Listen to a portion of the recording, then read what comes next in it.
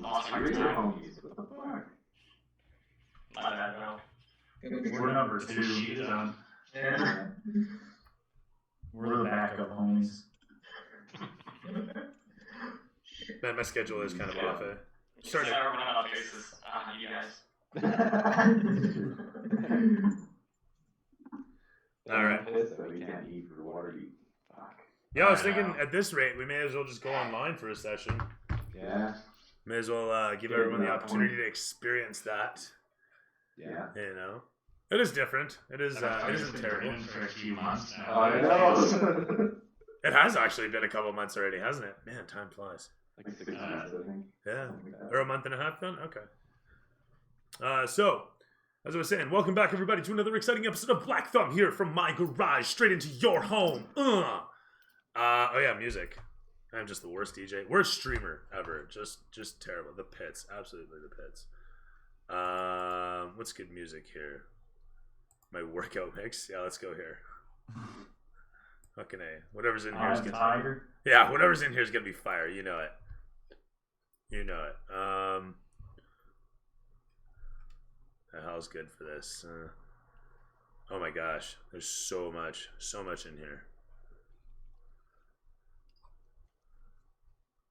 And yet I can't make a choice. This is the problem. I mean, I'm trying to make a choice. That's what the problem is. All right, we'll go with this one. This one's a good one. This one's a classic. This one's going out to you. You know who you are. All right. When last we left our heroes, take it away, sir, Shawnigan. Alright, here we go. Couple runners here for the fight. Laz and Orion are at the pub. Sword and the Mentor are shopping. Varian is in the workshop looking over the platform. Gary is with Varian. Bjorn is headed to the derelict bar, checking if Lavash and other sailors are still hanging out there. So on the Bjorn tail, heading over to the bar, the magistrate came through and asked them, the sailors, and all, made the sailors and all sorts of work. They're now working on the ship. Bjorn goes to the boat, tries to hire Lavash. Lavash will go, but they have to pay for his freedom. Orion and Laz are walking back into the compound. Varian and Gary are working on the machine. Varian notices in the corner a keg of an unlabeled keg in the corner that the Mulfanders tried to steal. He pries open the lid, it's a metal keg, like lid is pressed around the corners, cramped, he opens the lid, the black tar-like fluid smells thick, slightly earthy, gets on his hand with a touch. Intuitively, he puts the liquid in a child's toy of a horse in the corner of the room. The engine then explodes and basically melts to the floor. So the fuel is pretty strong. Hamid shows up with the Vizier. This is Hamid's favorite childhood toy that he gets drunk and rides on once in a while, so everyone's a little concerned. The Vizier and Hamid look over the platform. Varian takes the fuel over to them. No one knows where the fuel came from. The Vizier says that they should be more careful and know where they're, be more aware of their shot. I see Gary on the horse when I walk in and tell him to get off of there, which Gary's response is, I'm a knight. I can't get him off the horse, and so frustrated, I go to find Orion, who's the only one that can seem to talk to Gary. We get together, try to figure out what to do with the horse, pretty much just cover it up. Gary gets a new face, that's all I have written down here. The Vizier comes back in after Hamid has left and warns about the Mulfanors, that we have to address their concerns, make clear to Uja that we must pull his complaints from the magistrate. They're trying to get people to, trying to convince the Bulwark to pull their sponsorship of us. He asks us to quietly assassinate Uja or pay the magistrate, and we get 3 days to kill Uja. Gary has another face. I don't know why I have that note, but that's 2 in a row. Because Gary's wandering the city. Yeah. We all get disguised using that term loosely. Orion is dressed as a chick. We head to the Mulfanor compound. It's a 3-story manor, barracks across the yard, some scout towers, 2 gates front and back. Gary, surprisingly, is in the compound, walking through hand in hand with an 11-year-old girl. Gary has 10 faces on his belt at this point. There's a table of drunk guards at the front gate. Orion, now Oriah, and Sword are trying to break in over the wall. Bjorn is going to collect Gary, and I follow to help him out. Bjorn can't talk to Jade in a paper bag, and the guards fire on us. Meanwhile, Sword is up the wall and chucks some dude off the wall. We take cover. There are 2 guards in the corner, 3 over the gate, 2 in the other. Sword and Orion are going for the escort cover story route. Bjorn tries to talk top, and it doesn't really work. Meanwhile, Gary is walking through the house with Tasha, that's the young girl. They walk through the audience chamber for Uja. There's an axe on the wall, and Gary meets with Uja and the girl. Sork and Orion are still climbing, making their way up. They're working their way into the building. They let Bjorn in to collect Gary, but they leave Barry and me at the heat with the guards. Sork is tracking Gary to the house. Bjorn is confronting Gary to get into the lead. Orion walks into the room with a bunch of mafia bosses. Uja is very confused. The bosses are getting mad that Uja is frustrated. Looks like Uja is losing confidence in the bosses, and all the bosses leave. So the boys grab Uja. Meanwhile, on the outside, Barry and 5 people walk past and leave. 2 of the 7 bosses didn't leave. So 2 of the bosses walk back into the room to find this clusterfuck going on in there. One of them pulls a blade. Uja wants an explanation. Orion lets it out that he wants to kill Hamid. Uja wants no part of killing Hamid, really doesn't care one way or the other. Gary is definitely not conflicted. He works for Hamid, he's not happy about this. Meanwhile, Barry and I start a little party in the yard with the guards. We learn out that there's a big family, a lot of them live nearby. Usually the only one who lives in the place. We all make our way out, get a little news that there's a refining machine, we want to help develop some high-powered fuel. We head back to the compound. Gary makes a beeline straight for Hamid. The Moltenar bannerman shows up and drops off a scroll. Orion tries to steal the scroll. He does. Orion opens the scroll thanks Hamid for his service, gives an apology, and hopes for the best for the future. Gary goes to see Hamid and throws Orion under the bus, throws the rest of us under the bus. Orion tries to throw Laz under the bus, but alcohol makes it save the day. Just stumbling over myself as a big fat drunk one. Sork's Minotaur buddy sets up shop. And then in the closing, you see the Vizier in the library reviewing books, trying to figure out what's going on with Orion. And suddenly someone disappears in the stacks, and Orion is in the basement. And that's the end of it. Close scene. Nice work. Holy. It's quite the recap. Sounds like a lot got done last session. Sort of. No, sorry. If you could just repeat that last part, where did everybody leave off? The Vizier was in the library reviewing books, trying to figure out the connection between Orion's background. And all of a sudden, as he's reviewing the books, we hear a gasp, and someone disappears into the stacks. I guess one of the assistants. And the only thing we're left is that we know that Orion is in the basement. And that's it. In the basement. Or in the library. I guess the library was in the basement of the archive. Oh, right. Which I might suggest that if there's anything happening there, you might want to leave it after you go through everybody else. Just because something's coming up in a little bit here, and I gotta go read a story. Alright. My kids. Takes 10 minutes, sorry. That's fair. Just letting you know. That's fine. So with that in mind, here we go. This will do. The camera pans down low against Gary's face as there's a reflection of the goop of the eye around the Minotaur's empty socket. The camera pulls back to where the snout is in this sort of like fast but slow motion. It like fast pulls out and then slows down, and we have that sort of effect as we see the reflections of several bodies moving in towards where Gary's standing. A table slowly knocks over, and we see his cards fly up as a blade comes in towards Gary standing there.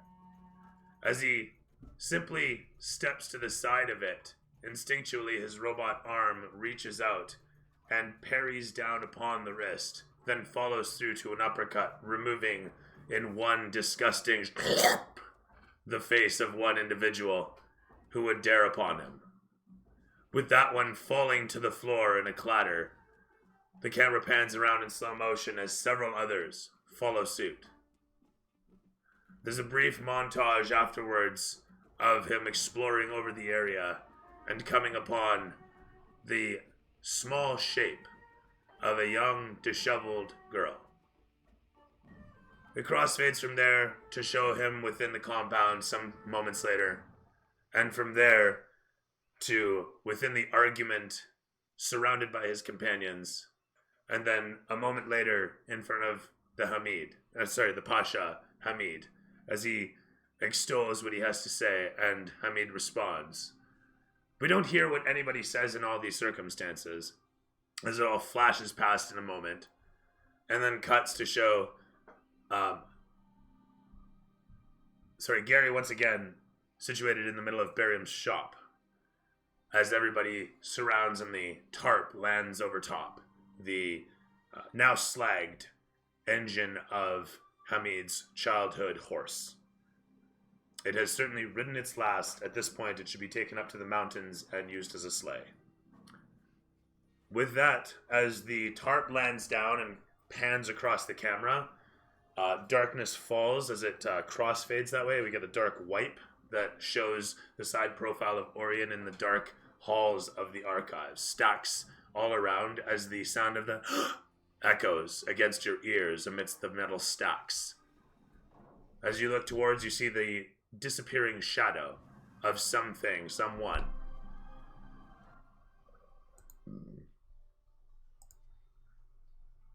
Camera pans against your face, the reflection of the many stacks in your dark eyes. What do you do?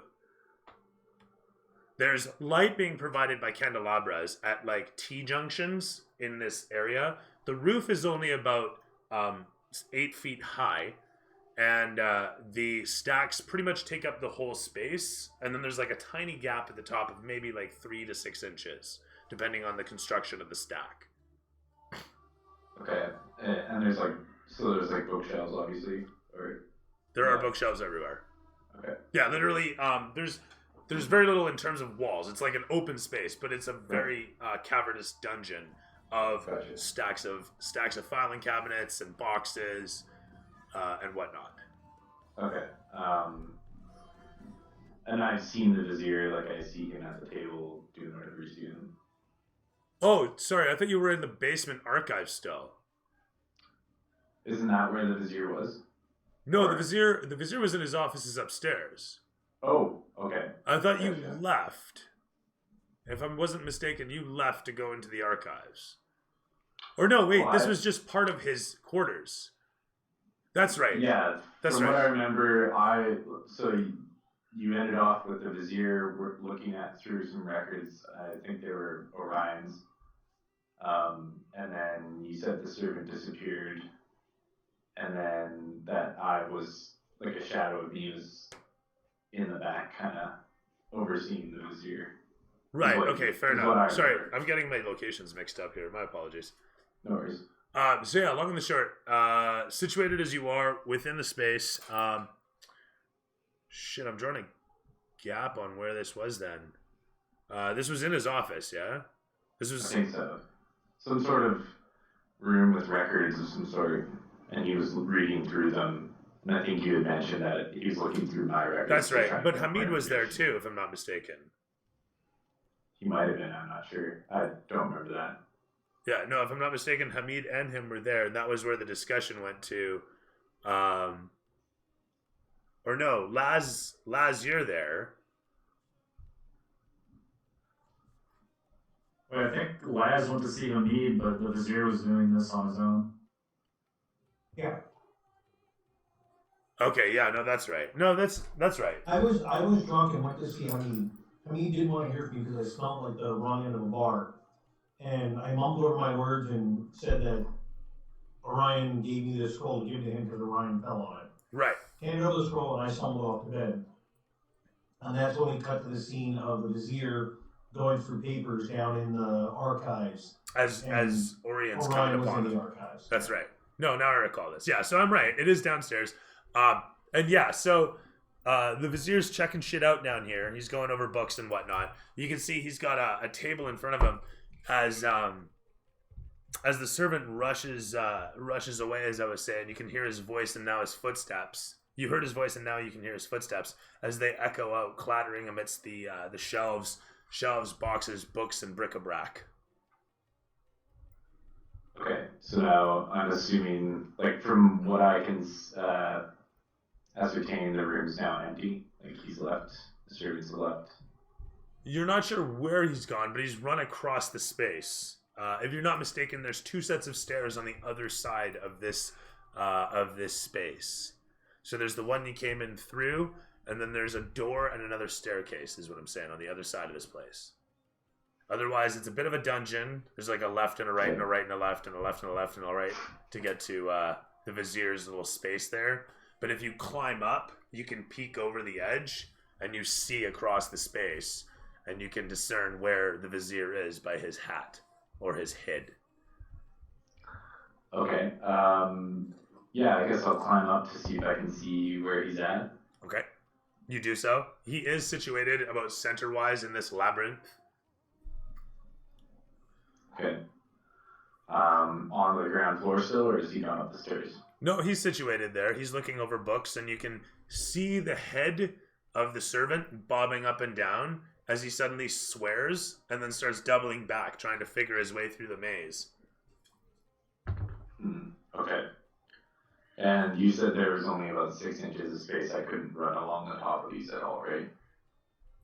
They're pretty much to the ceiling. Yeah, like I said, there's at most 4 to 6 inches. There's no way you can squeeze through it. Your head is bigger than that. Okay. So maybe what I'll do is I will try and make my way stealthily to the servant. Okay. Yeah, and try and find where he is, and I want to take him out. So make me an insight check to pick your way through the halls. Okay. Now, while this is happening, this is kind of late in the day. While you're making that roll, what would Barium be doing right about now? Is it still late at night? It's fairly late Or- in the day, yeah. Most of the guys have gone to bed. I was just actually wondering what you're doing. I was passed out drunk around that time. Oh yeah, you were too, actually. Okay, never mind. Perfect. Yeah. Perfect. I So rolled- everybody's asleep, if I'm not mistaken. Believe so. I think Okay. so. Sweet. All right. As we were then. I Let's rolled get an 18. terrific for stuff. insight. You pick your way through easily enough, and along the way, slip past a wall of crates and shelves, finding that you can just slip through the gap.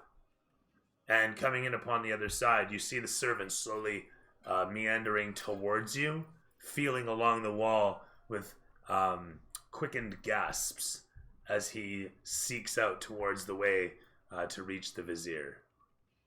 Now, he rolls a...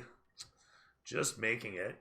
You watch as he suddenly stops about 10 feet from you and gives out a bit of an exhale as he starts to slip between a pair of shelves, going to the other side of the wall, just across from you. Okay. Okay, I'm gonna follow him, but can I roll stealth to try and keep my cover? 100%.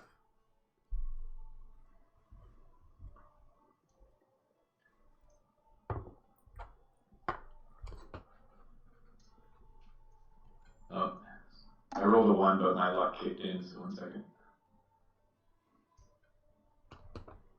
Okay, so I rolled a 13. All right, fair enough. He creeps his way forth as you creep out from your crevice and make your way along the hall. Crossing over, you reach the corner and peer over to see him making his way out into the chamber beyond. And it's a bit wider of a space, a large L-shaped cavern of shelves, boxes, and old furnitures.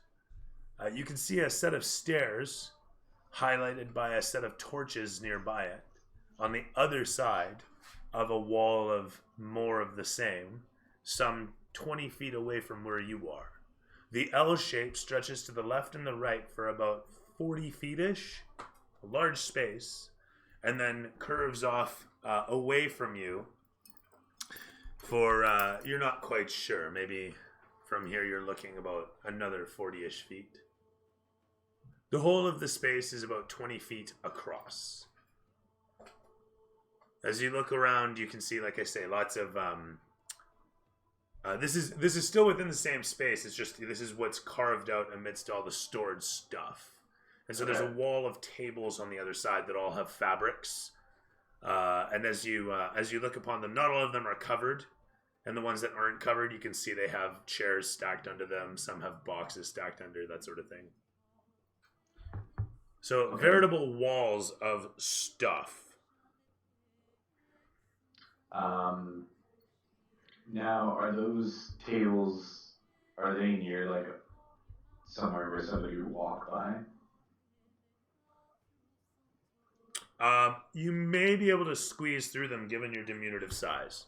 But otherwise, you are watching as the servant is slowly meandering off to the right and then making his way towards the corner to walk away from you towards what he apparently expects to be an opening. Okay. Now, you also know that the vizier is in this direction. He's just off to the left by, you would assume, a wall or two. Okay. Okay, I'm gonna keep my distance from the servant, but make my way to the left because I know that's where the vizier is. Okay. And he's my true target. Good.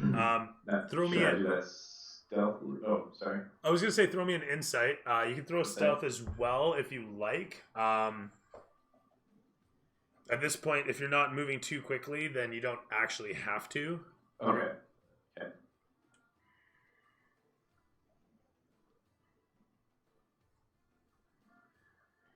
Okay, I rolled a 4 on insight. Man, you're not having a lot of luck with the rolls tonight. No. Finally, your penance has come due. Anyway, so single digits tonight for Cody. Anyway, so, long and the short, as you peer up against the wall, you sidle along it, trying to find an opening, and just when you think you have, you're like, dunk, as you hit a box, and you hear a, what was that? Okay, can I hustle over to one of the tables that are covered with a rag to hide? As you look around and then try to make yourself a ghost in behind the sheet, you realize you're a bit more of a bump sticking out.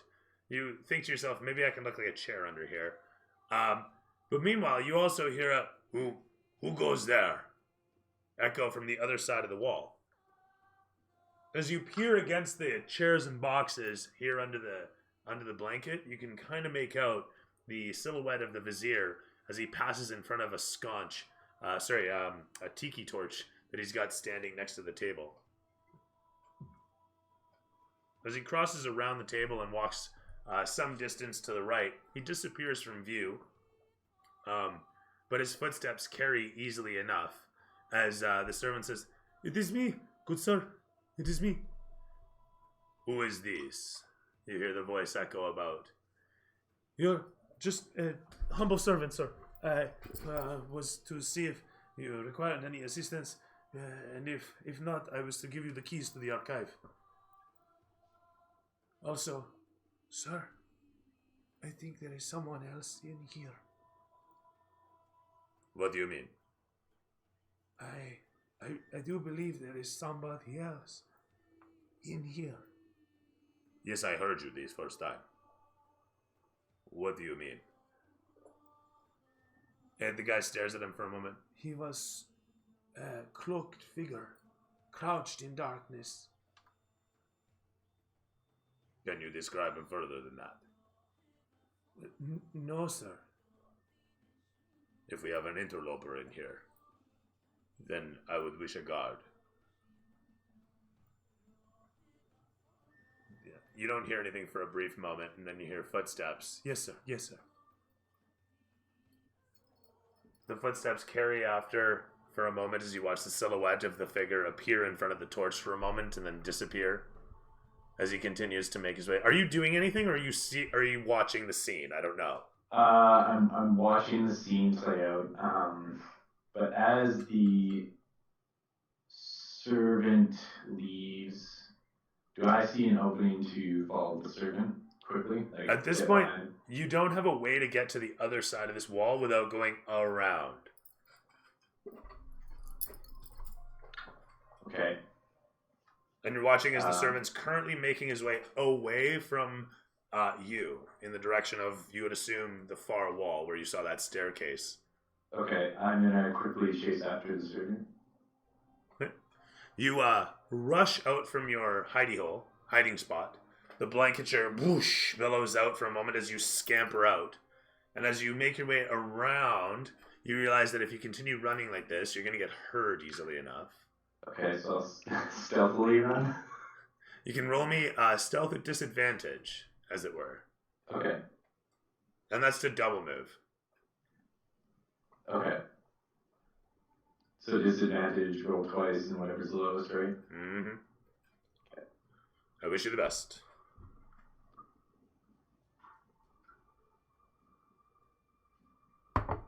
Okay, so my lowest roll was 14. Huzzah!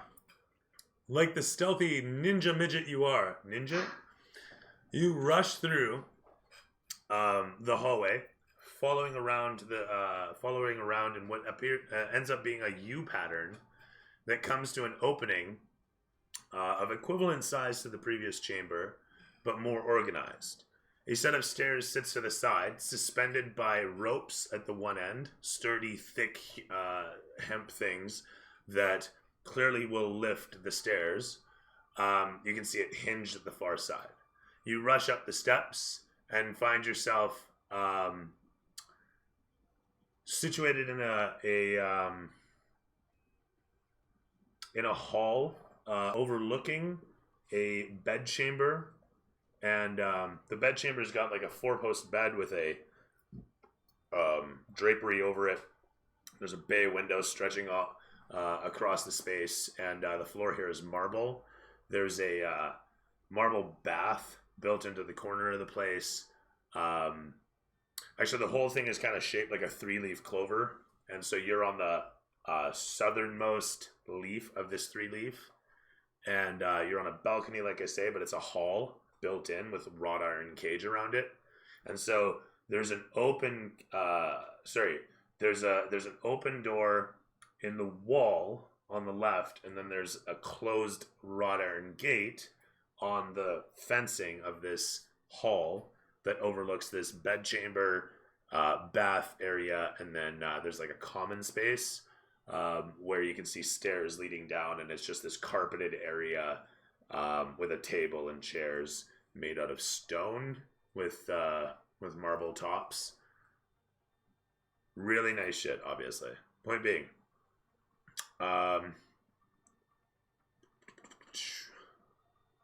as you look over the place for a moment, you realize you've never actually seen the Vizier's lodgings.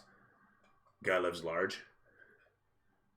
But yeah, the servant is currently making his way down this hall, which is about 10 feet wide-ish, 10 feet-ish wide, and 10 feet tall, running the length of about 50 feet for this chamber.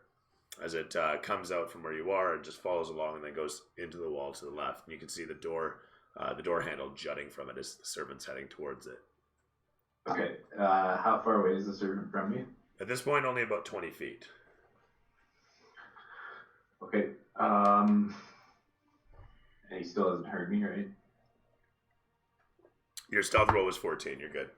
Okay, so I would like to charge him from behind. Oh, wait a minute. You go 50 feet. You don't go 60 feet. You go 50 feet a turn. I got 30 feet. I got 30 feet move speed. Oh, do you? I'm a fast midget. Oh, okay, terrific. Yeah, never mind. Like I said, you scamper. Okay, cool. You're there. Yeah, like I said, 20 feet away.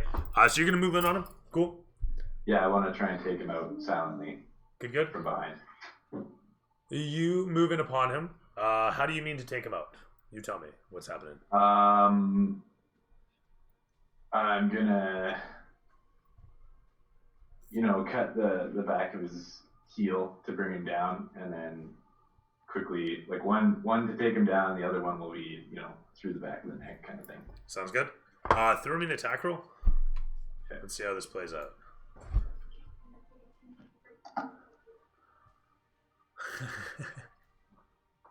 It's like, yeah, no worries. We'll make this quick. 23. Yeah, that'll do. On the hit. So long and the short, You roll up behind him, and he gives out a light as he falls backwards, but a moment later, you bring your blade to bear through. I'm not worried about hit points. This guy doesn't have really any. So, long and the short. You stab him. He falls down to the ground a moment later. And with that, as he drops down just beside you, he looks up towards the heavens and then stares at you directly as he realizes what's happening. Blood spills out and starts to drip over the edge of the hall area under the wrought iron fence. Okay, I'll quickly see if the fence opens up. You said it's a balcony, right? Hey. It is. It is effectively a balcony overlooking this space. A big wrought iron fence. Is there any openings where I could throw the body out? The fence is too close together to allow that. The body's too big. And also, there's a pool of blood where you stabbed him through the back of the neck. So That's true. he's Okay. there's really nowhere to hide it here. I'm gonna Sound drag like it. laughter behind this conversation is only making it better. I know it's creepy. I'm gonna drag it, and put it under the bed, the Vizier's bed, if there's room. So okay, just to describe how that'll occur, you have to open the wrought iron door. You have to, so you're gonna have to pick that lock if it's locked. Okay. Avoid traps if it's trapped. Get the body down the set of stairs that you can see. Okay. He's got a set of library stairs that he's rolled over to it, and you just walk down it apparently, from what you can see here. But you could open that door and then kind of toss the body in, I guess. Well, actually, you're a midget, so you'll drag it and kind of huck it over the edge, judo style or something. Maybe, I don't know. We'll cross that bridge when we get there. You tell Yeah. me. Okay. I'm just gonna take the Vizier's blankets, fold it over the body, and just kind of put it in the corner for now. Okay, so you're still gonna have to pick the lock to get to the Vizier's bed. Oh, okay, so I'm not in it. Okay, I understand. No, yeah, you're on a balcony, a fenced-off balcony, overlooking the Vizier's quarters. Okay. Maybe Orion will think this for a second. And, As you look over the situation, the camera crossfades from you, and you can go do your thing, dude. With that said, Sorry, children, Dad, because he's being a murder hobo. right? Wait here for a moment. Dad's trying to get XP, kids. All right. But it was very fitting that sound for a gnome thief. Yeah. The sun rises over Memnon, blazing hot as every day. The forecast today calls for winds, which means dust storms, which also means that the gates are shut, effectively, or close to shut for the day. Guards posted all around the area, guards from around the city are posted all around the wall, setting up what are like deflector sails. As you watch them unfurl these massive things on spines that are meant to just baffle any winds coming out over the place, such that it'll help keep shit out of the city. With that, the morning has been brisk, and as a result, you can.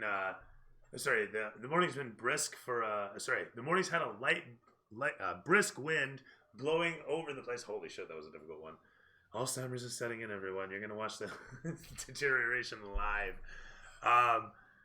As the winds pick up the salt of the sea and blast it across the city, it's incredible how thick the smell of fish can truly be in the middle of the compound. It's truly incredible.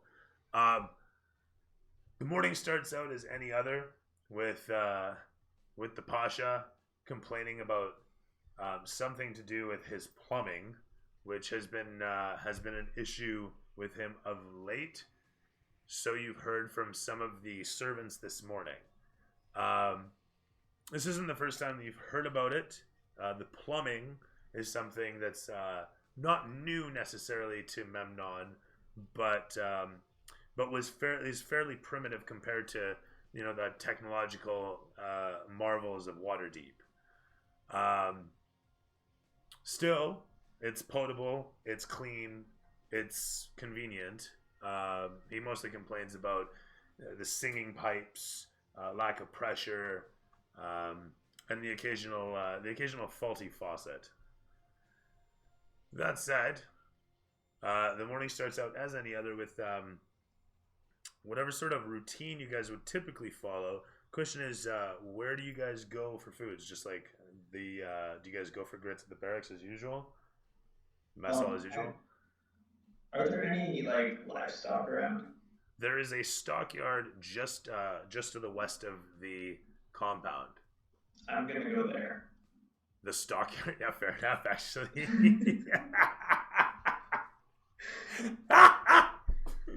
All right. So there's a brief montage of all the doings of all the guys getting up. You know, Bjorn gets up, sun shining through, the smell of the salty surf and sea striking upon your hair as it billows in the window. The camera pulls back to show a panning view of the places. Laz comes stumbling out, kind of giving his head a shake and defogging himself, and then stretching out in the sunlight. And the camera continues to pan around the compound as we see Barium opening up the shop doors, and a bunch of laborers are pulling the platform out. And then finally, it shows Gary actually situated on the platform as he's doing something there. Just admiring it, I guess. Maybe he's checking out his faces in the metal. Point being is, we see Orion. He's kicked back, relaxing on the rooftop like Sonic the Hedgehog or something. And then finally, we see in the distance a little blip. Little blip, that's all we see for a brief moment at the west end of the compound, and suddenly the camera just kind of dollies slowly overhead, and we see a silhouette moving in amongst the stockyard's feeding bins, nestled at the far edge next to the Pasha Hamid's compound. As we continue along, following, a bird flies in front of the camera, and we can see still down on the yard there as the silhouette continues moving forth amidst these feed bins, finally a couple haystacks, and then one lone unit of cattle, one lone four-legged beast, one bovine off to the side. Suddenly, as we watch the silhouette take over its form, and in a quick and visceral, violent display that nobody sees, just for the brief moment do we hear it, and then the body slowly dragged away out of the corner of the frame. The camera crossfades from there to show your bovine companion as he watches you approach. And he says, I go to the market again today. Do you need me to get you anything while I am there? No, I think I'm good. He gives a nod at this and clasps together a belt that holds a massive satchel, and suddenly you realize he's got a big bag of coin on him. Business is good? Yeah, I got lucky yesterday. I make a trade for a plant that is used for an ink. So there was a demand for this ink, this color, for a royal family. Wouldn't Lock have it? Changed their colors. So they demanded everybody re-dye the clothes. So I bought it cheap, sold it for much monies. Memnon has good tax rates. I found this yesterday. Good tax rates. Not expensive as Waterdeep, he says. He continues to sack up, and finally, as he's getting ready to go, what you do then today? I see you later? I'll see you later. Okay. If I am not back, just wait longer. And he walks off, the dust kicking up from his heels as he walks past some of the guards. And he gives them a nod. Hello? And he walks off. As the guards look at each other, who is that? They ask each other. The one guy just shrugs. One of Hamid's people. What do I know? We're all Hamid's people. What do you mean? Who is that? They walk off to each other. Guard the gate, he says. Camera pans against you as you what? Anything else? Anybody? Yeah, actually, I have an idea. What's the compound look like? Like, is it flat roofed or is it curved? It's mostly flat roofed, actually. He uses the hell is it called? Ricotta tile. No, it's that curved tile, like Spanish houses. Okay. Terracotta tile, basically. Yeah. So Can I not something you climb can it? walk on. No, not Oh, something no, you can you walk can't on. walk on it? Not that shit. No, it's flat, but you'll break the shit out of it. Okay. I'm gonna go to, Flat-ish. It does have a slight slope, I should say. okay.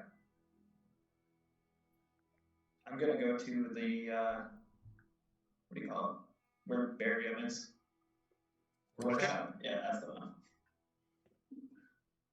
Okay, that sounds fine.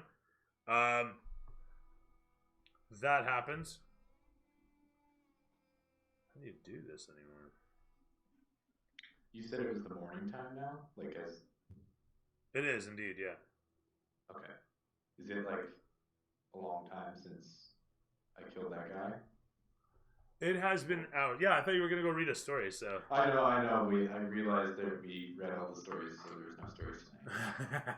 I have to get more books. You've read everything. Anyway, so Just let just get back faster. No, seriously, we finished it last night. that's awesome. All right, good on you then. Good on you. That's what we like to see. 100% achievement. Terrific stuff. So my question is, what'd you do with the body? What'd you do with the body? Let's just get that settled. As you look around, there's not a lot of options, but let's get creative. What'd you do with the body? What'd you do with the body? Okay, so I'm in the hallway. It's barred. The door to the vizier's room is locked next to me. Correct. Mm-hmm. Okay. Now my whole goal was to kill the servant so he didn't get the guard, so I could go back and kill the vizier. Mm-hmm. Oh, okay. Fair enough. So I guess we should establish something here. So after a brief spell of everyone else, let's get that figured out. As like I was saying, your Minotaur buddy walks off. Sorth gets himself ready. Camera pans against the rest of y'all as you're checking shit out, and we cut back to kind of Pulp Fiction style, I guess. Show you with a dead servant. And of course, again, it's nighttime outside, so, you know. Right. Okay, yeah, so it's, okay. Okay. I am going to... I'm going to cut the fingers off... No, cut the ears off the servant. Okay. To make it look like some sort of strange murder mystery. That's fair. You know, like, As you throw somebody pull out... off. Like, why would he take the ears? As you spin your blade about, getting ready to do some hackery and snick-snack hackery, you hear footsteps behind you as you look around towards the opening in the floor that leads down the stairs to the archives area. Okay. Caleb, hearing this, I'm going to stop what I was doing. And you said the stairs were held by ropes, correct? Mm-hmm. Now, But that's to pull them up. Okay, so I couldn't cut the rope and the stairs gave way. No, the stairs go down. You cut the ropes and the stairs will stay there. Okay, I am going to... Can I quickly, like, am I close enough to the wall behind me that I could quickly hide behind it? Are you close enough to the wall behind you to hide behind the wall? Yeah, to, like, where the doorway is, could I hide in the wall next to it? And then hopefully the person walks by me? Or is it just one big opening? It is a big opening with a bunch of stuff in it. Hang on one sec, sorry. Okay.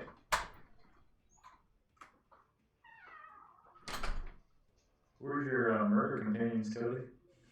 I don't know. I need some accomplices here. They're gonna get you caught, man. Somebody stumble in drunk, please. Some lads, I need somebody to pick this body up. Should imagine being in a base like a dark basement like that, and that's all you hear is laughing, like children's laughter. Like, what the fuck is going on here? I'm kind of considering just rolling the die and jumping at the Vizier and trying to ride him down the stairs with my daggers in his chest. That's where I'm at. I'm in deep. I gotta go for it, I think. It is the season to use a Vizier as a sleigh. You gonna, yell ho ho ho as you're doing it? Maybe. I'm kind of amazed the rest of us managed to sleep through the night without an alarm getting raised. Yeah. Oh, I'm easy actually for shocked me. none of us got, offed. I mean, I guess he's just assuming I'm gonna succeed. I mean, what about jumping out the window? That's true. Could I slip through? Do you think it's a good time to But kill the window Vizier? had big bars on it. Yeah, that's true.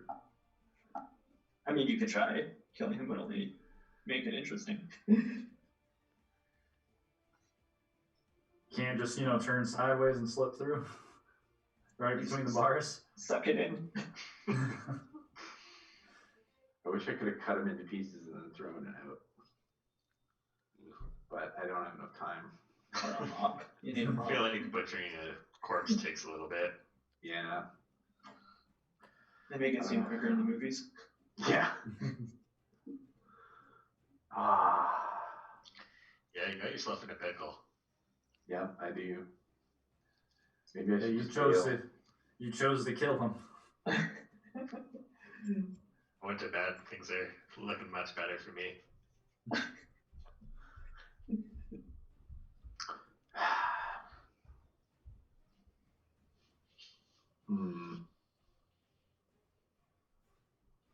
I know Barium and Laz would be knocked the fuck out.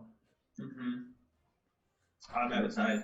So can't look in there. Do you think I have time to cut his face off? Hey, bro, don't do That's not a good way to go. Don't do it, bro. He's like, that's mine. That's my shtick. He's just trying to frame everybody. Oh, shit. Lads. Gary.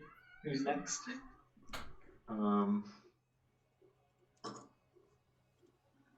Fuck. I don't know what I'm gonna do. I mean, that's not a bad strategy, honestly. Yeah, I It mean, isn't bad. if Gary can do it in one fell swoop. I've been doing it for years though, man. Right, sorry. As we were then. What you do? You wanna... What? Like, this Vizier is gonna have health points, right? He's not gonna be like this servant that just dies. The servant that had 6 hit points? Yeah. Vizier's probably gonna have like 30. At least? Oh god. Okay. That's not even the Servant worst of warm it. butter. The question is, how many levels does the Vizier have? What is his CR rating? Yeah. I don't know if I want to risk that just yet. Is he a raid boss? I could throw a ball grenade down the stairs. The real question is, Hilarious. would he have lair He makes a shit actions? ton of noise. Would he would have lair actions because this will be like near his bedroom. I just want to make that clear. Oh, lair actions. Yeah. It is his bedroom after all, so. Oh yeah. Okay, so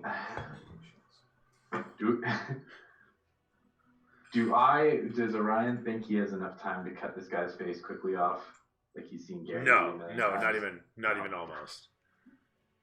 And besides, you've never have you seen it happen? Have you seen Gary take a face?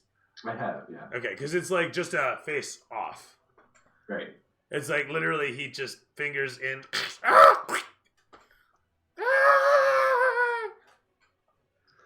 Okay.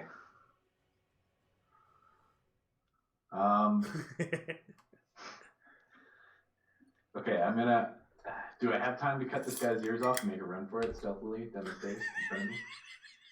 The stairs are where the guy's coming from. Oh, you No, mean no.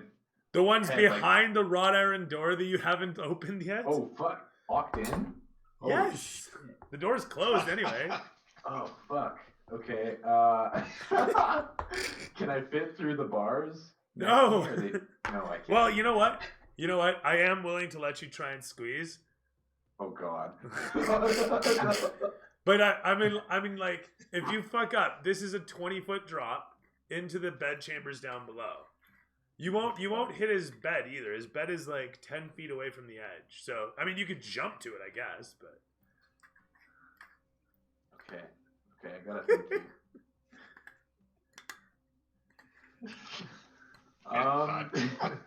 You're right, Spirit. Hang on. I'm just like, I want to make something clear. Just because, if you remember this guy, he showed up and what did he originally say to the Vizier? Let me ask you that. What did he originally say to the Vizier? Do you remember that? What did he want with the Vizier originally? Wanted to look into me, I think is what he said. Right? Well, that's what the Vizier's doing, but I'm saying the servant. What was the servant initially? Oh, he's gonna go get a guard. Well, he's going to get a guard now. Or, well, not anymore. But After seeing someone there. But So when he first got to the Vizier, what was he doing? When he first got to the Vizier. What was he doing when he first reached the Vizier? What did he say? Think back. Was that when he said, I saw someone here? Just before that. Oh, I can't remember what he did before that. Sorry. I'm sorry. No worries. I was distracted. Fight or flight took over. That was it. I mean, what do you want from me, Dooley? All right, fair enough. You know what? Throw me an intelligence. Oh, okay. Oh, that's not good. Wait. Okay. 1 second here. Intelligence. Saving throw? No, this is just a straight ability check. Straight No proficiency. Okay. I don't remember. There's actually a stat combination that they give you for remembering. Oh, but I got luck, so hang on. Let's roll in again. Luck is awesome. I love that ability. Do you really want to waste I the rolled a luck 3. on this? You're like, fuck, what did he say? I don't know. All right. Well, anyway. Okay.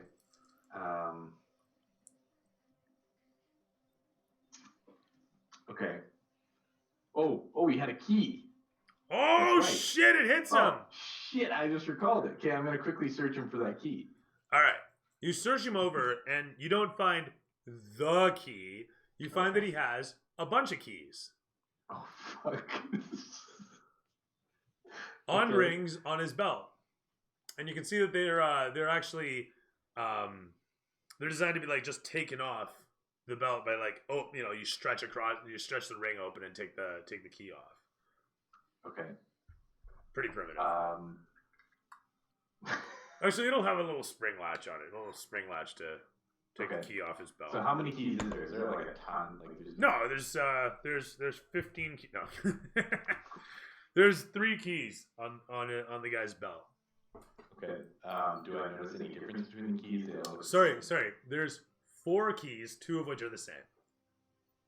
And the other 2 are different. Okay. I'm going to slip one of the duplicate keys off, Okay, you do so. and I'm going to use it to try and open that door that he had mentioned. You know what? If I were a game designer, which Yeah. I should say, you note that the 2 duplicate keys are heavy silver iron. There is 1 dark iron key with a Okay. floral pattern at the back end of it, Okay. and the last key looks like a simple enough door key that you recognize used for padlocks, not for door latches. So again, the duplicate is a heavy silvered iron. Yeah. The 1 key is a floral back, and is a dark iron, and then the last one looks like a padlock key, or maybe a chest key. The first 2, you can roll me insight to try and ascertain what those 2 keys are for.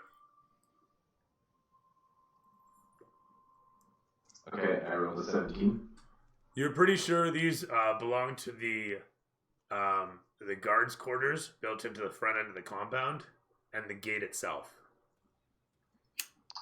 Okay, those are the two keys, or that's the floral key? No, that's the 2 silvered heavy iron keys.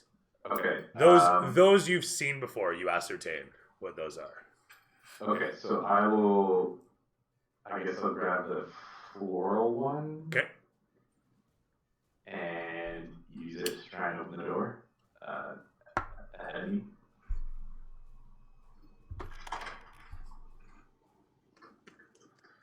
The door unlocks, and you, I'm assuming, push it open. Yeah.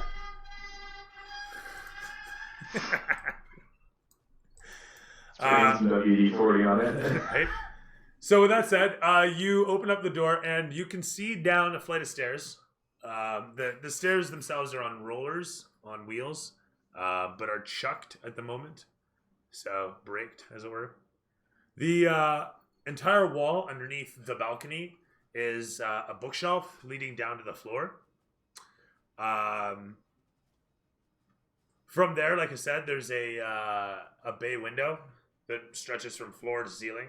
The full, I guess, 50 feet of the chamber. There is a arched sort of rooftop to this place, although you're pretty sure outside is just flat like the rest of the place. What else? Yeah, like I described before, you got the bed, you got the jacuzzi, you got the living space, some nice little digs, a couple throw pillows, a rug in the center. Goes for about 2,000 a month. Anyway, so. Okay, so I'm in his quarters now, like. Yes, and you're still hearing One his way in, footsteps. one way out. Okay. Do I see anywhere that I could potentially hide myself? Lots of places. Okay. Bellows King.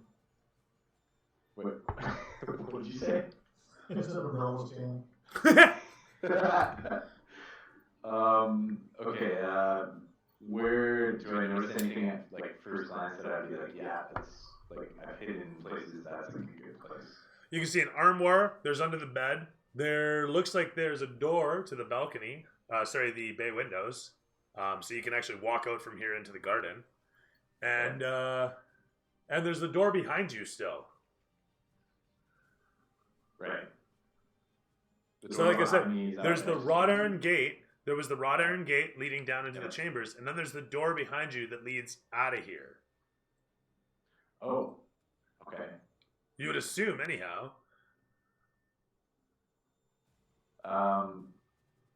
Yeah. Okay, I'm going to. Is there fire going or anything like that? There is no fire currently in the chambers. No. No. Okay. Yeah, I was gonna light it on fire and run. Okay, I will take the balcony to the gardens. All right. So that is, you say, you're going down the stairs to ground floor in his chambers, and then you're going out the bay window through the doorway there. That sounds fine. You make your way out towards, and as you come up to the door, the whole of the place, as I said, is marble floor for the most part. Your feet clatter loudly, echoing around the stone walls and whatnot. Unless you're trying to be quiet, in which case I need a stealth roll. Yes. Yeah. Go ahead. Definitely stealthy. Go ahead. Okay, I rolled a 24. Like a ghost fart, you waft across the floor towards the doorway, and coming upon it, what's your passive perception? 10. 10? Right. As you reach the line etched in the floor, following the hole of the bay window, something boink bumps up against you for a brief moment, as I need you to make a quick dex save. Dex save. Okay, that's good. Alright. 23. Perfect stuff. You watch as like a sudden burst of flame bursts against you. Hopping back, you manage to avoid any damage as the whole of the flame kind of wreaths off in a shielded pattern around the wall, around the window. Okay. So it's like, it's a barrier there. Is that what you're telling me? Oh shit. Goddamn. You watch as it shimmers for a moment. What's your passive insight? It's probably Passive insight is only 10 as well. Oh, okay, never mind then. As you look upon it, it's really cool.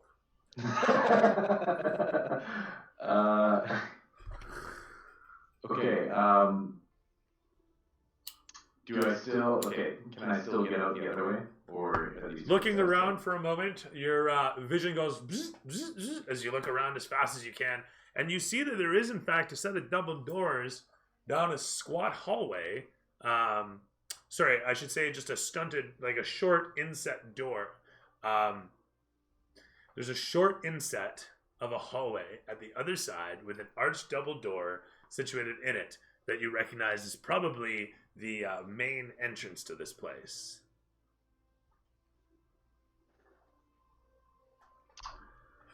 Okay, I'm gonna quickly and quietly go to that door and try and exit through there.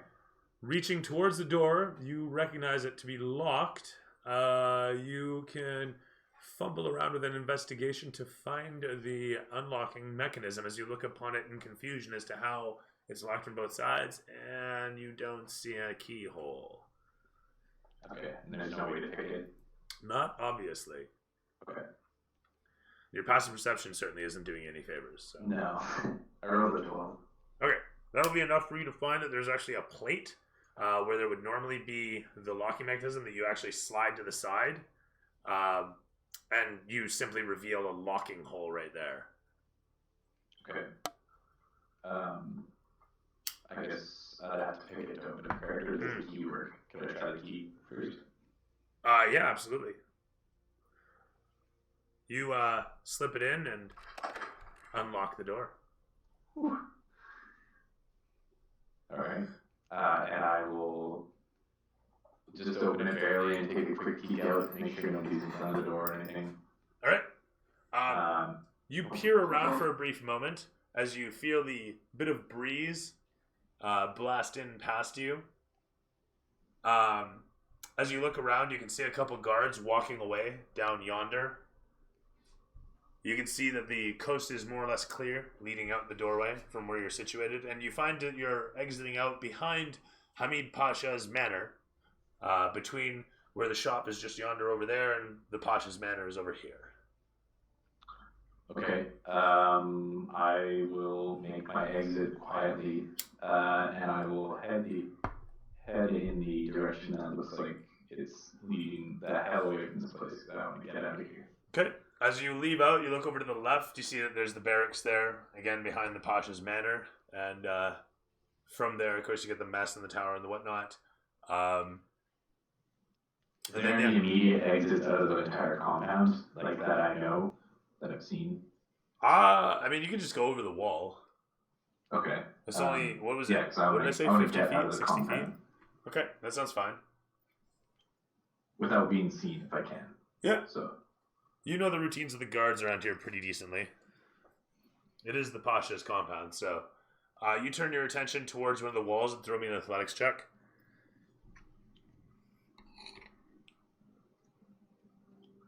Are you tossing a rope by chance? It depends. Do I have to toss a rope to get over it, or no, not at all. No. Well, not necessarily. I don't know. Ah, shit! I rolled an 8. Man, those die rolls today. Damn. I know, and that was with advantage. Oh shit. So again, if you want to throw a rope, you know, but we're beyond that now, Cody. Okay. We're well past that. Oh yeah. Cannot go back now. Right. Where are we then? So, with an 8. All right. Yeah, so you managed to clamber up the wall some, not making it very far. In fact, slipping some as you scrabble against the stonework, not finding the sort of purchase against the wall that you would hope for. Your diminutive feet can't find small enough foothold still, and before long you're forced to kind of give up as you're situated maybe 3 feet off the ground. Which, in all fairness, is about your height off the ground, but that's about all you can make it, and you keep slipping down, like I say. But so, okay. Maybe I'm just gonna make my way quietly without being seen to the stable and just hide in the hay for a little while. Okay. Bury myself in some hay. Throw me a stealth check. Those have been going well for you so far, so. Yeah. Oh god. I rolled a 10. As you rush across, you don't trip over anything or knock over anything or kick any cats. You make it over to the haystack easily enough. Like so much Assassin's Creed, you dive into the thing. Like Scrooge McDuck to the gold that he loves so much. You dive right in and disappear into that massive golden haystack. Excellent. And I will wait there the rest of the night. That sounds fine. Did I hear any of that or no? I'm hoping so. You can vouch for me, you know. You're chilling, right? You and me, hanging out. Just in the stables. You know what? The truth is, middle of the night. I should roll on both you and Kurgit. Oh, right. Very good. Kurgit snorts and looks up and sees you and gives a nod. Is comfortable and then goes back to sleep. What about swords? Sorry. Make a roll there for your perception at disadvantage.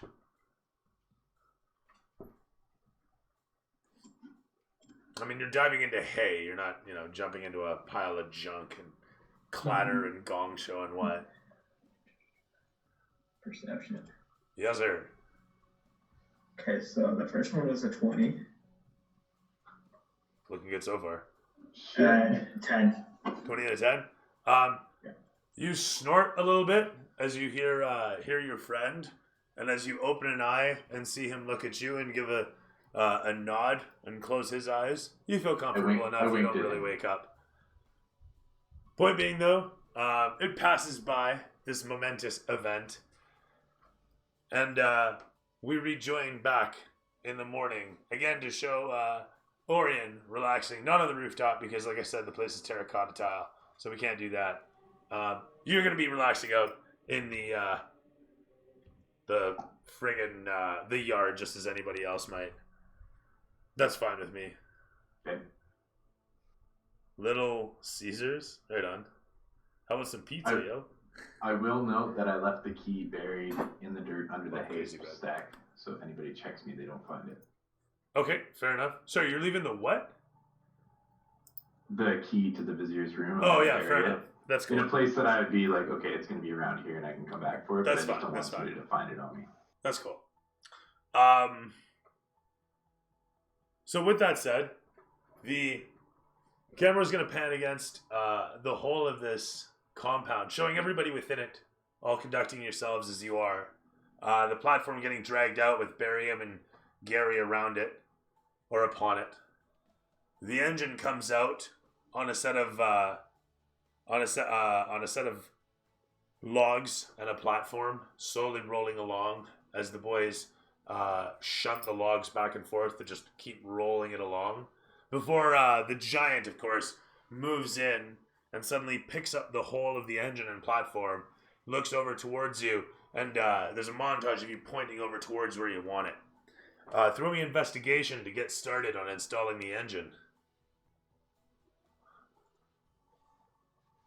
That's for me, correct? That is Barium, sir. You're artificer at large. Oh, Roll a and 19. you get to do it at advantage because Lavash is helping out. My first roll was a 19. Which is fabulous. Second was a 10. Alright, we'll take that 19. With Lavash's help, you guys design out where the platform can sit. But you guys get into a debate, and he asks you, where do you want to put it? In the front, the middle, or the back? You put it in the middle, we have the access to it if we require. But the weight shift difference, it turn like a top. This can be good, this can be bad. You put it in the back, all the weight is in the back, you can still get to it, huh? You can still get to it, you can still do the thing. But then if anybody hit us from the back, it cause damage. And the weight can be, difficult for some. But if you learn to use it, it's like a pendulum, and you'll snap about. So I hear. Now, if you put them, what do you want to do? I want to put it on the front because we still have that ballista that we need to hook up. How will we access it? If it should die, we will have to pull over to fix it. We will have to have access to it. I mean, we could try to put that ballista on the front. He looks towards the front and says, we can build a conduit to get to the engine in the front, he says. So he's like figuring an opening to reach the engine cavity to work on it if necessary. So if we put it in the middle with the ballista on front, we could have somebody man the ballista. He gives a That nod. way the engine is completely accessible. Okay.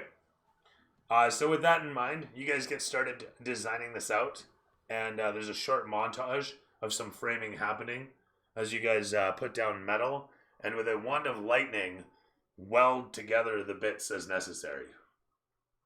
Before long, the engine is picked up and placed in the framework, and a couple rivets go into it sometime later.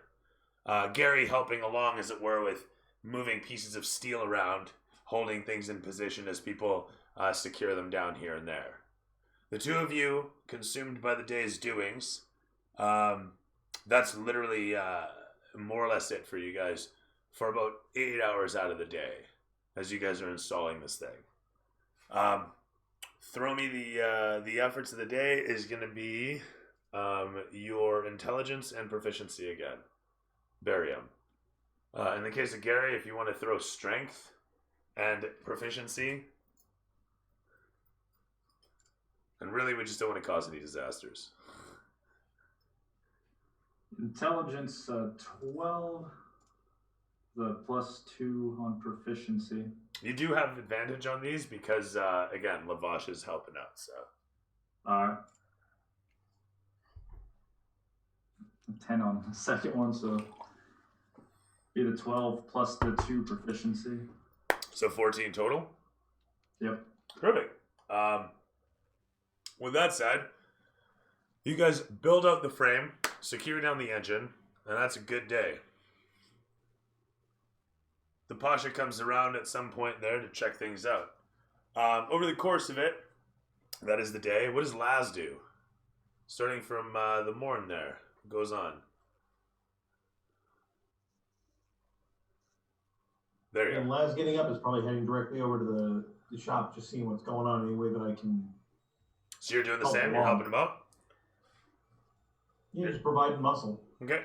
The scene plays out again. This time Laz is in it, and it takes less time. We'll say it takes 6.5 hours.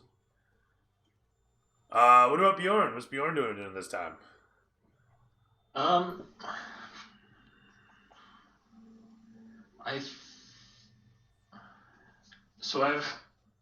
I've witnessed a mutiny or two in my life, and I'm pretty sure one's about to go down or is imminent. But I'd like to get some input on this, so I'm gonna throw some runes. So I'm gonna do a ritual of augury. Okay. And I'm gonna ask if what will happen if I offer my assistance to the little one. And then the DM chooses either wheel for good results, woe for bad results, or wheel and woe for both good and bad results. Or nothing for results that aren't especially good or bad. And sorry, what are you doing to cast it? What are you casting it with? What are you laying out cards? I'm throwing runes. Okay, cool.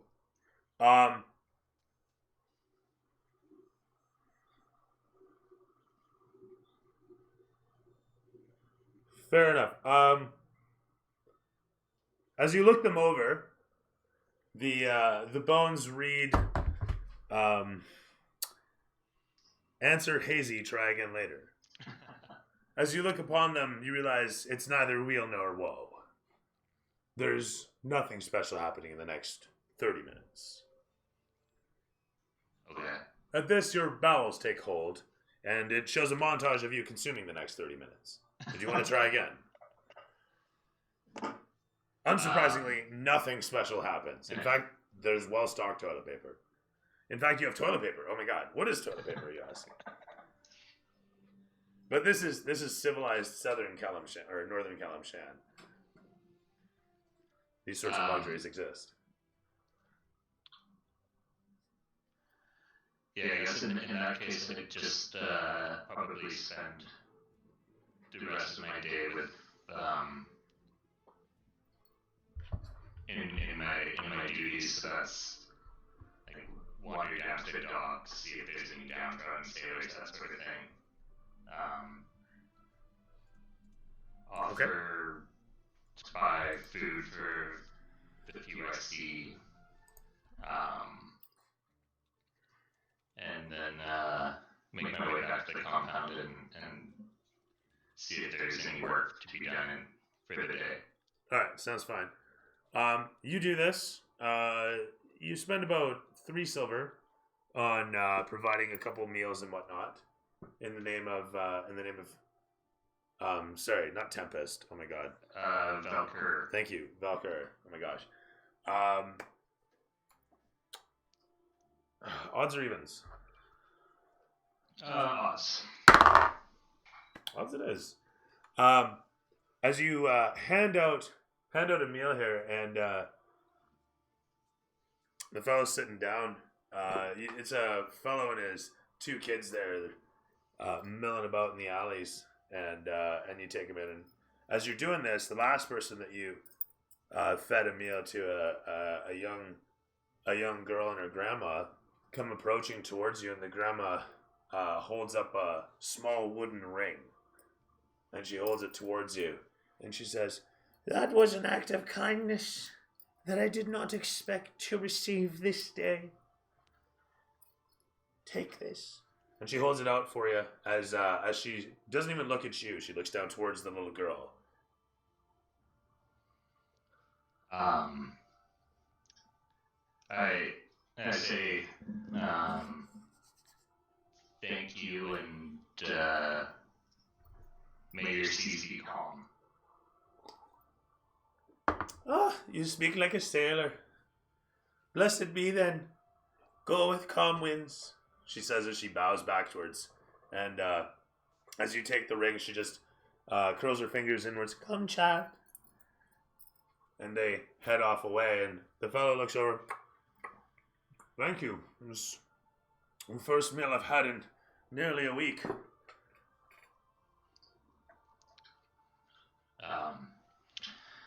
You're welcome.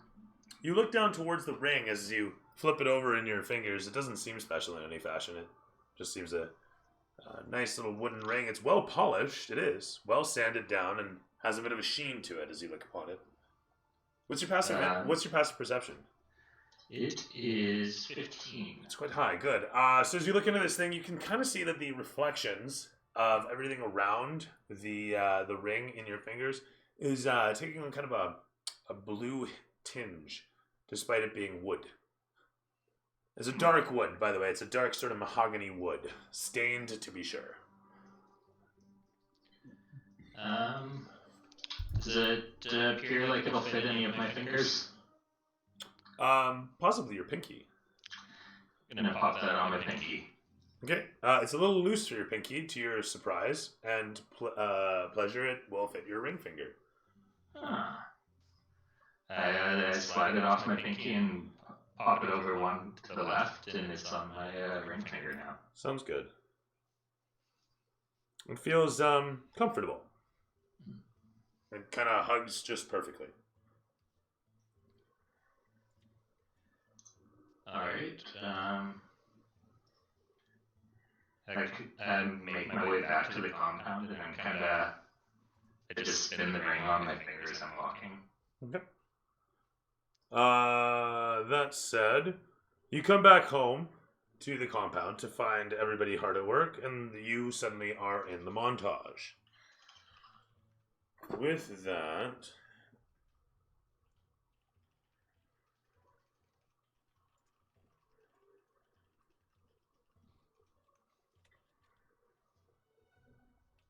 yeah, there it is. Okay. Sweet. So So that's everybody in the montage, except for Orion, who comes back doing what then? After spending the night in the hay, I'll, tidy myself up, and I'm gonna approach Barium in the early morning before he gets hard at work, in private. Okay. And I'm hoping to ask him to do me a little favor. So, I mean, the camera's going to pan against the scene to show Barium walking the halls as Orion comes upon him and confronts him in said halls as you're heading towards the shop. Okay. I'll assume that's roleplay because it's still too early for the odds. So, 5 experience. Okay, yeah, so I'll kind of pull him to the side and I'll, Barium, may I have a word? What is it? My head is pounding from last night. Yes, you definitely drank your pants off. Anyways, I need you to do me a little favor. You know how we've been having issues with Gary lately? What's new? Well, I had an idea. If a small head injury caused the first glitch, perhaps another one would fix it. So, if by chance today you accidentally swung the wrench and hit Gary in the head, maybe it would fix him. Well, that would certainly take a lot less effort than actually trying to fix him. Exactly, and I'll buy you around too, once you're feeling up to it. Make that 2. Alright, deal. The camera pans against the scene showing the two of you in side profile as you're talking to one another.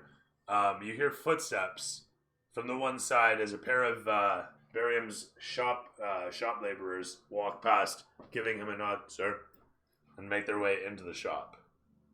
The camera pans back against you guys as you continue. Anyways, I think one good whack on the head with that big fucking wrench of yours, and it might set him straight. At least then he could remember who we are. If we make him worse. I don't know if there's much worse. We're dead men if we don't do something. I could give it a shot. I'd appreciate that. He has been helping me in the workshop a little bit, so I might have a chance. Fair enough. Alright. I'll let you carry on. I am going to go to the market and see if I can find something of use for us in the Great Race. Alright. So, Take with my that, leave. if you want to DM me what it is that you're after in the market real quick, and then meanwhile, you guys are working away. Are you going to try to take him up on his suggestion and swat Gary in the head with the wrench at some point? Try to make it seem like an accident. Sort of like, hey, Gary, come and, hold this for me, and then just bopping. Fair enough. A quick backhand. All right. So this is not uncommon as you guys are popping rivets through the thing. So there's ample opportunity for you to take an attack roll against his head with a rather large spike hammer that you guys use to drive the rivets in for the engine. The frame and everything's mostly done. So, I mean, really, if you wanted to shut him down now, it is getting close off to quitting time. But as you're holding that hammer and he's holding the spike, and he gets it started with a quick turn of his wrist, and he just holds it in place, and he just stares at it, that massive minotaur head looking towards it. Sorry, you've been doing this all day with all the other guys, so I don't mean to roleplay your character, but this is the cinema of it so far. So there you are, holding this fucking hammer. You've actually taken over for one of your laborers that was doing it with him a moment ago.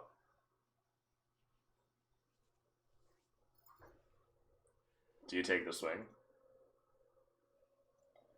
Yes, I do. Throw an attack roll. At advantage, because Gary's not going to be expecting it. What should I do? Swing the wrench or? Sorry. So this is going to be. Yeah, we can use the wrench for damage, I suppose. So only damage. You don't need a hit? No, I need a hit. It's an advantage. Alright. But you're swinging for his AC all the same. So the first was 11 on hit. Okay, 11 was the advantage. Oh. Yeah. Ooh. As you take a mighty swing in towards, the hammer comes, or the wrench comes swinging down towards the python, and you watch as Gary simply slides his head over to the one side, and the hammer smokes down on top of the python perfectly, driving it into position. Gary, you watch as your companion narrowly misses the spike, but managed to get it in perfectly. Them organics, so imperfect. Hey, good job. Thank you. Do you line up the next one? Gary? Yeah, I do. Another spike is produced and placed in the hole with a quick twist of the spike as it...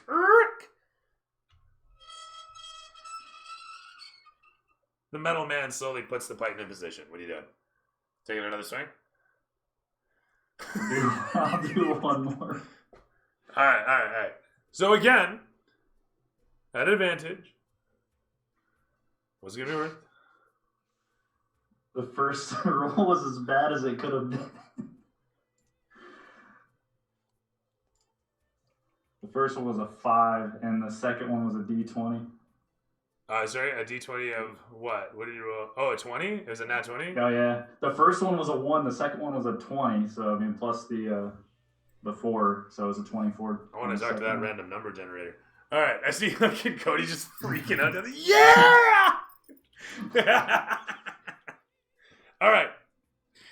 So at this point, I'm going to count it a critical hit. So it is double damage. So you can roll twice there. First roll was a 3. The second roll was a 3. Right. With that said, as you take a smack in the noggin, things go blippity bloopity for a moment. And hang on, no, that's not what we want. I want more life, fucker. All right, there it is. Good fucking job, Rick. Hey, I'll have you know I've rolled 3 1s in this scenario. I know. We're rolling the same tonight. And then a random D20. Like, It would have been great if you just killed me, to be honest. just explode your head. Go from rolling a 1 to killing Gary. A 1 to a nat 20 is crazy. Damn, where'd all my sound effects go? I had a bunch of them just set up for this and just... You want me to DM you in Discord or some... or... Discord's fine, yeah. Okay. That way we get a paper trail in one spot. Okay. See, Gary, I wasn't trying to kill you. Just snack a little sense in there. How much damage will I take? All of 6, it sounded like. Or what's your strength bonus? Sorry. My strength bonus is 2. No, wait. his. Mine is 1. Okay, so it's 7 points then total, yeah? Alright. Yeah, I can't find the damn sounds. Oh, no, here we go. There we go. Oh, God, please don't be stupid loud. Fuck, what have I done? Wait, I could have cosplayed this better. Oh, no. Oh, no. Not bad. Yeah, except when it plays 3 times, because again, it's got to load and blah, blah, blah. Anyway. Cool. As you recover from the strike a moment later, your encephalomodule rattled about as the hammer careens off of your head and clatters against the frame. A couple of the workers look over towards and then look away, going back to whatever they're doing as you recover around and looking up towards the snout on the Minotaur flops about and then comes to a broken rest stop. So it kind of looks like the snout looking dudes off of the Raccoons. I don't know if anybody remembers that fucking show. But anyway, kind of looks like a big old meat straw hanging down pathetically now. As you stare over towards the Dragonborn hefting the hammer, and as your encephalo module resets over, it gets kind of stuck loading files. Now I don't know if anybody's taking a hard drive and trying to read from it while shaking it vigorously. But you know, unless it's solid state, it doesn't go over so good. It's kind of like trying to read music from a record player in the middle of an earthquake, like 9.0 Richter scale earthquake. So we're missing some files in the load, Gary. Which files didn't get loaded?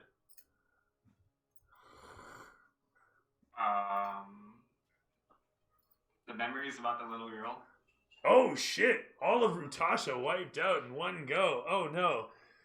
So all the short-term rights that regarded the girl suddenly vanish from short-term. They're still recorded. They're just not loaded currently. Maybe we can get them in later. But that said, you do happen to load arm systems. So at this point, you have a weird thing where you can like invert your arms and use your hinges to bend your arms the other way. It's kind of neat. Who knew you could do that? I lost my empathy too. Okay, that's fine. So you've lost empathy, but I'm gonna say that there's something there. There's something. And sometimes I type. All right, let's not get carried. Typos. Let's not get carried away here. I don't know. What are you doing there? What are you doing there?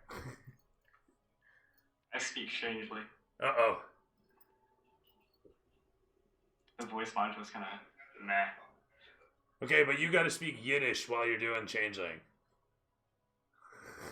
So just change the Google Translator over to Yiddish. Where are we? All right.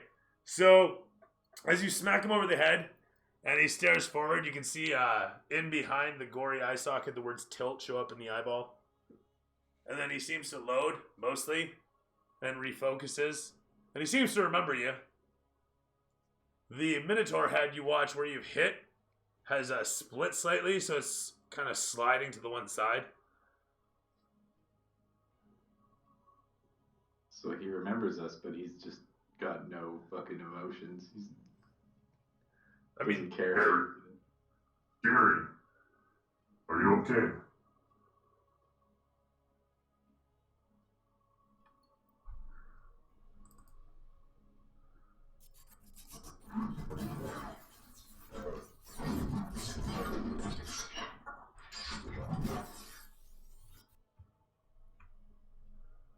He's so happy. What was that? Say it again, Gary.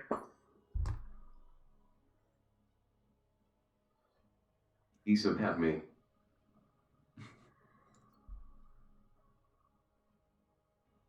What was that?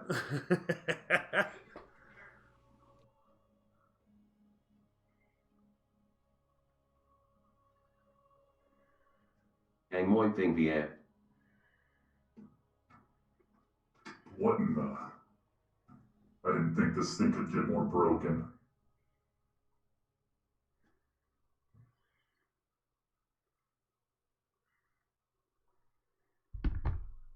Okay. And Affirmative. That is a slightly good sign. Are you there? Do you understand me?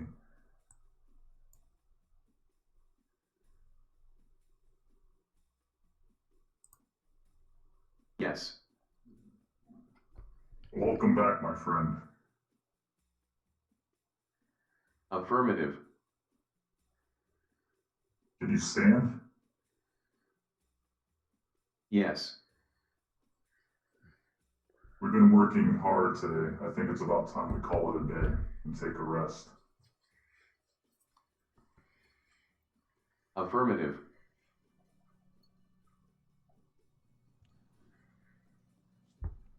Since he seems alright, that's about the end of the dialogue.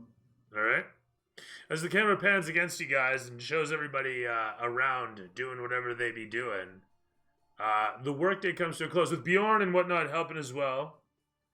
You guys get to about 5.5 hours to put the whole of the engine into position, with everybody bringing materials, tools, and whatnot, running things back and forth and doing as much as they can. As it turns out, you guys also get some of the benches in today. Come rolling in on carts from the family sponsoring the platform itself. And as the carts roll in, Bjorn and whatnot gets set installing those right away. Before the day's out, you guys not only have the engines installed, but the seating as well. As you walk away from it, looking back upon it, you can see the whole of it is a thing of beauty, a portraiture of things to come. The camera pans against the scene of you guys to show the Pasha coming upon the workshop. The Vizier in tow, the two of them looking upon the platform. The Pasha looks up towards it, and then out towards the lot of you. As he regards the lot of you, he walks across the chamber and sights upon Barium, looking over towards Gary and finally towards Laz and Bjorn as well.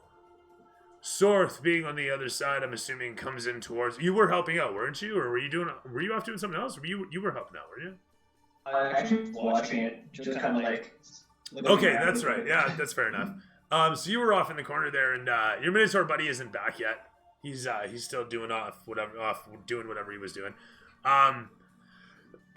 So you guys situated as you are watching, or you situated as you are watching upon everybody making a great effort, everybody. And as the Pasha comes in, walking towards with the Vizier in tow, they look upon the platform and then towards you. And as I said, he looks over towards you and comes in close. The Pasha simply says, "You have done well. Look at this. Look at it." And he gives the Vizier a clap on the chest. "It is amazing to think just what we have accomplished, what you have achieved." And he gives a sweeping gesture towards Barium.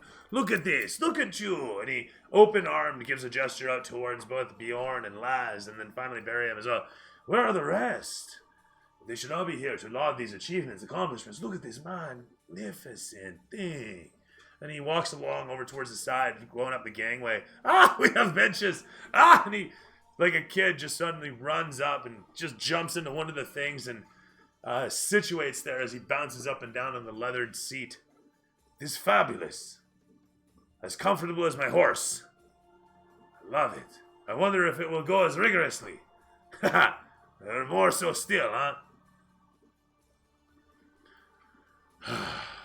What luck. What luck is it, I ask you, huh?" And he gets up. "What luck, my people?" And he situates up upon the platform. He regards the lot of you like a man up, like he's just up on stage, talking down towards where you stand. "My people that you are, look at what we have achieved!" And he smacks on the frame of the machine, and the whole of it just rings, As he's standing upon it, the whole of it echoes with the sound of the smack, and it rings all around. As like somebody would take a tuning fork to the thing. As he looks down upon you, he says, "We've done amazing things. What luck that we should have such the opportunity, and to make the friends that we have. You all should be very proud of what you have accomplished for the relations of the family. This guild will do well, very well indeed, and I could not have done it without the efforts of all of you.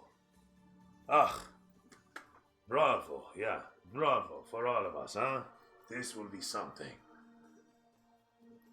It is true, with a little bit of coin and the right people, you can get all over, anywhere. So it is. We shall have dinner, yes? I have a special surprise for everybody this evening. Come." And he makes his way down the gangway, back towards all of you, and gestures out the main doors of the shop. Let the underlings clean up. Come. We are going into the city some ways. And he gestures out towards a coach that's situated in the yard. Where are the rest? I haven't seen Orion all day. The rest of us are here.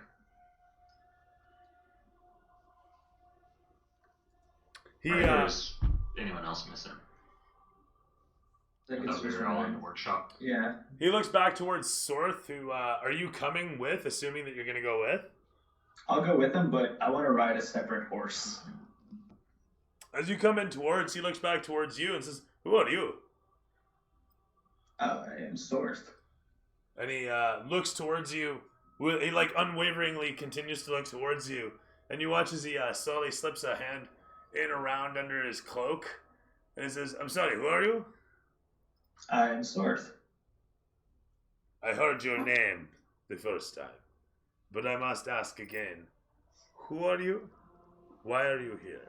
Perhaps that is the question I should ask. I kind of just showed up here.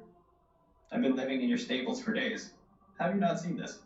He gives a nod at this. I have not had any reason to go for a ride in a day or two, it's true. And nobody has had an issue with you being here. I look over at you guys. He helped us retrieve the fuel. He looks over towards you.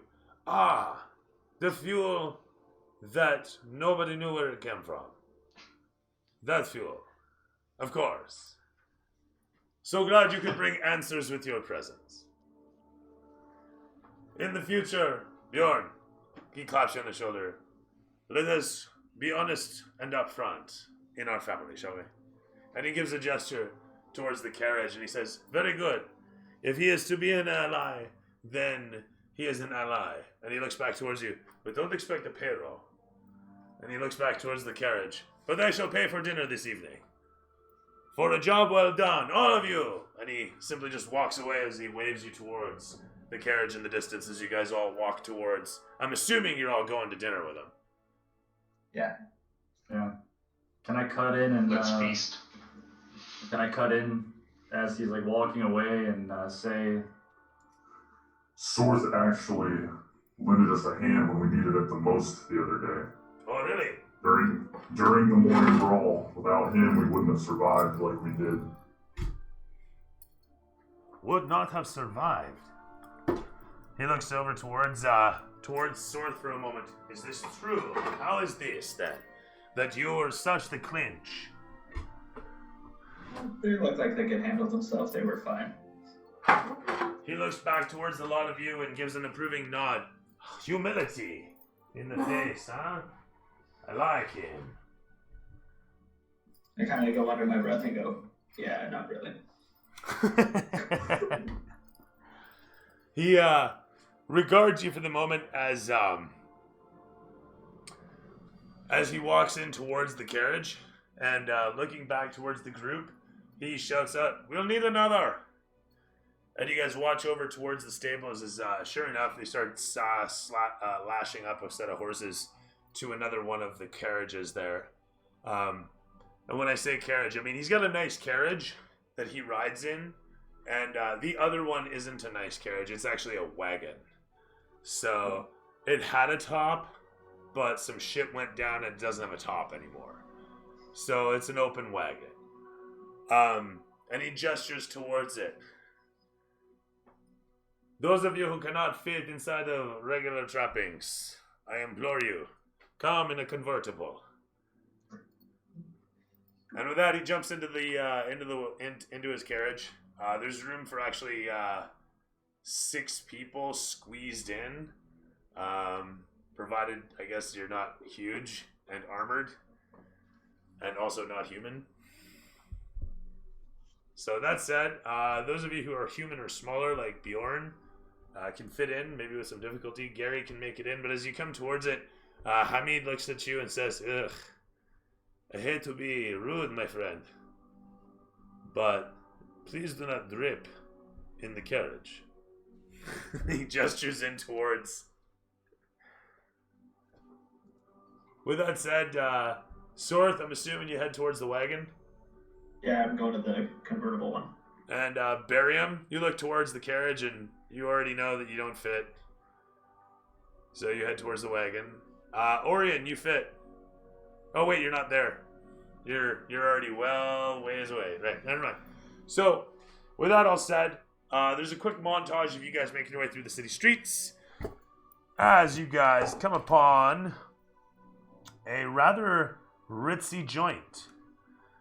A ritzy joint indeed. At the southern end of Memnon, still on the water, the dock side. The dock sides and the harbor, the whores, the bandits, the scallywags and whatnot. The vermin of society that you so seen every day while you're out and about and what you would normally call your stomping grounds disappears and is replaced by the replete and beautiful structures that make up southern Memnon, where the restaurant district has all the sweet smells that only the incredible Kalimshan delicacies could offer. Succulents, spices, all sorts of incredible tantalizing flavors float about in the market that is this incredible place. Opulence, by no comparison, resonates from all about as marble walls crawl up into the dark skies and scintillating colored light pours off of stained glass torches and sconces situated around the cityscape. Peoples coming to and fro are nothing but well-dressed, if not the best of dressed, demonstrating some of the best fashion that this end of Kalimshan can possibly have to offer. You hear Hamid mutter something to himself. Who's going to pass the perception of 12 or better can hear him say, "Ugh, this is going to be expensive." With that,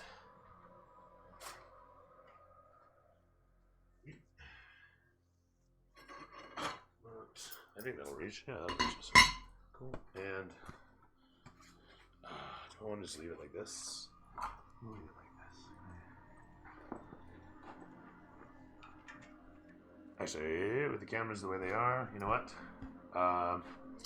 We'll do it like it is.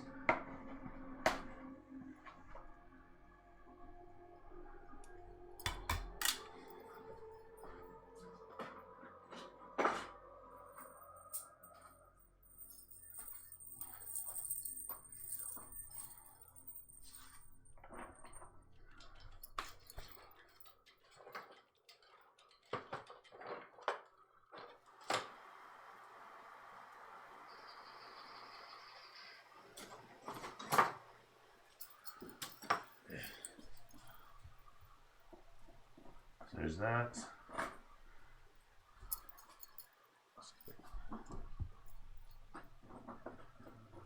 There. I should just like that. Fine. Good.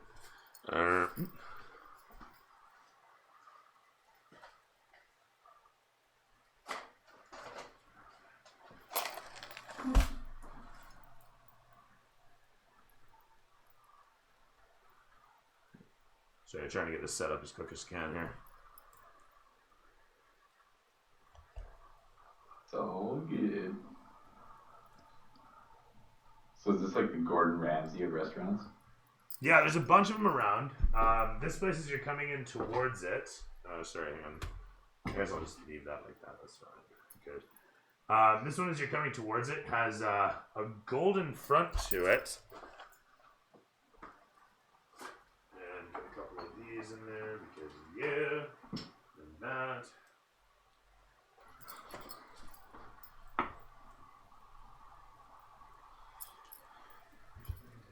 That's better. Something like this, something like that. And then, if we put that there, and then there, that looks decent. There we are. Very nice. And this and this. Haven't had to use you in a while.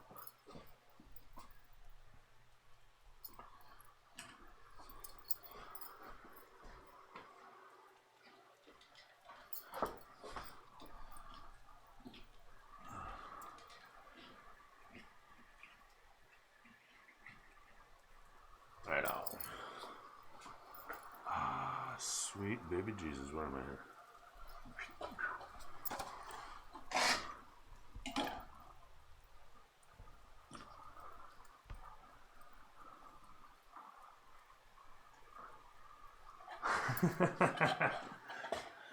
As everybody dismounts here, you're not there.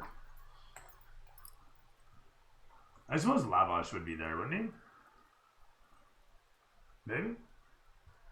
I would say so. Yeah, he helped quite a bit. Yeah. For sure. He fits in. All right. Cool.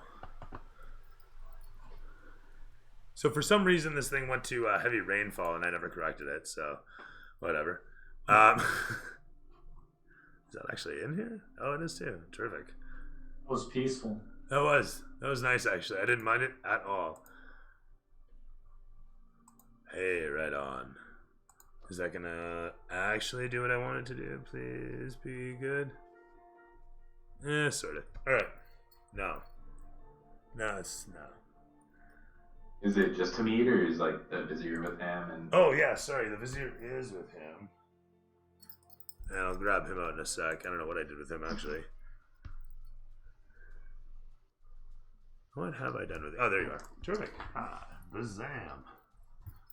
So with that said, Out sorry? of curiosity, is like a Pasha a hereditary title, or is it no. whoever can take it holds it? This is the guild is actually Hamid's licensed business. To start a guild in Memnon, you can do it a couple different ways. His is fought for, so to speak. He rose up doing trades and whatnot, from having nothing to the point that he had something. He hired out a couple jobs, made the money off that, so you heard, and just being cutthroat, got to the position where he had a little bit of property, and then he had a little group of people, and he started outsourcing a little more, and a little more, and a little more, or people rather outsourcing to him, and he thereby fixing it up for people, outsourcing it thereby. Got to the point where he is now a pasha of a guild, and he's effectively like a mafia unto himself, if you will. You know, he's got little rackets here and there. Not that you're really too privy to them, Yeah. but you know, you started out doing a bit of debt collection and whatnot for him. So, point being. So yeah, he has grown this little empire of his from nothing. So he's a tough motherfucker who's been around. I mean, if the last combat session didn't demonstrate that. But anyhow, as we see the scene open up, the camera panning against the whole of it, coming trucking in past all the peoples, enjoying whatever other things that they might in whatever nearby establishments. The walls in the distance, high and mighty, separating this section of the city from the others. As you see the one gate to the one side and your carts come in to block it, a lot of you dismount from your various trappings, coming in towards this opulent and replete restaurant experience, as it's promised. The camera panning to the one side, showing the whole of the street as you come in towards the door. As you do this, you see that there's several other carts nestled off to the one side, as yours is taken by valet off to the side, and clip clop ends up yonder.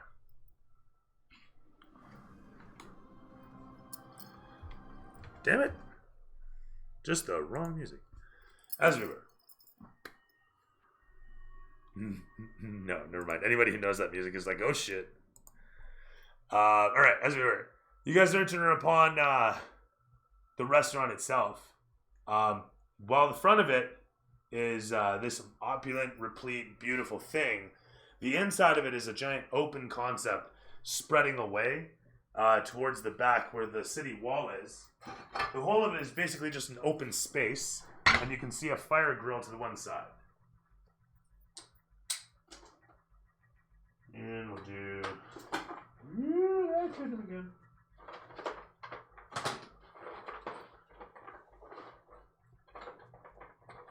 That. that. Oh, come on, there it is.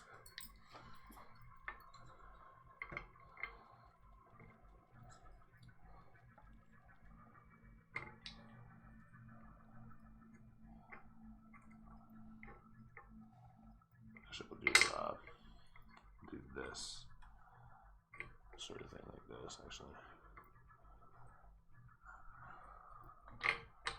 not if.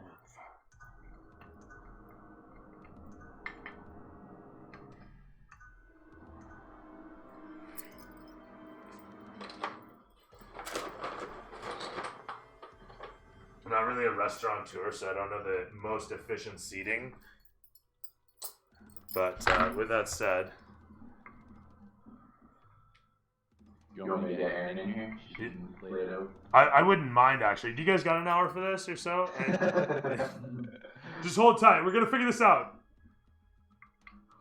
Gotta figure out the scale for square footage and shit. So funny when we go to restaurants.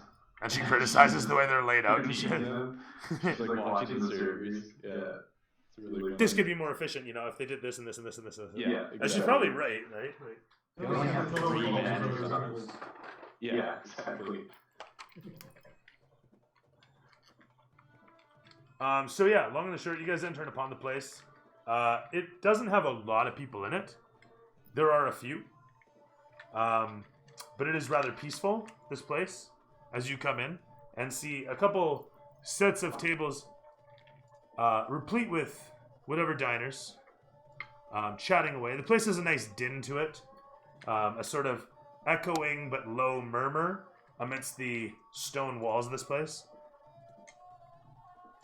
There's a pair of pillars in the center of the place that I'll get to in a moment because I just thought of the concept of this place and what I'm totally forgetting. So never mind that.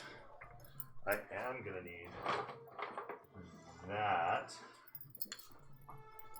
And this was supposed to be here. And this is like this. And there.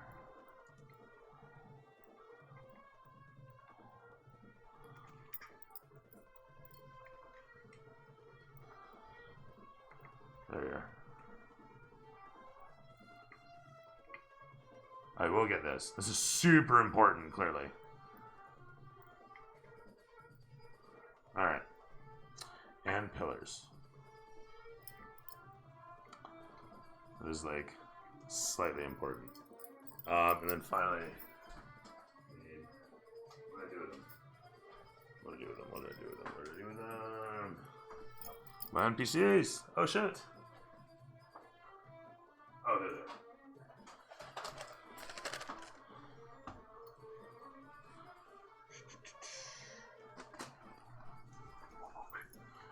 Oh, actually, never mind.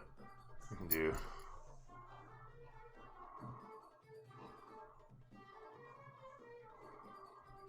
That sort of thing, like that. That sort of works. Alright.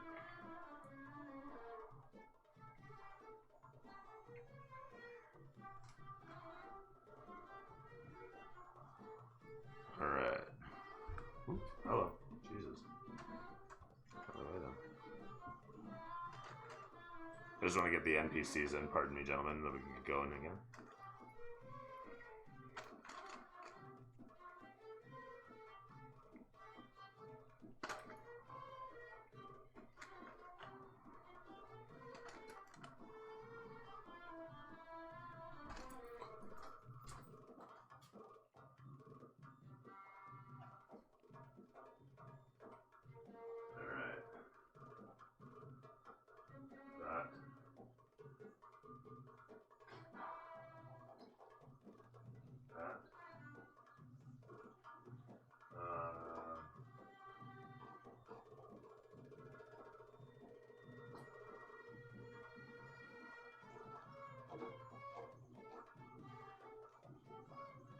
Cool.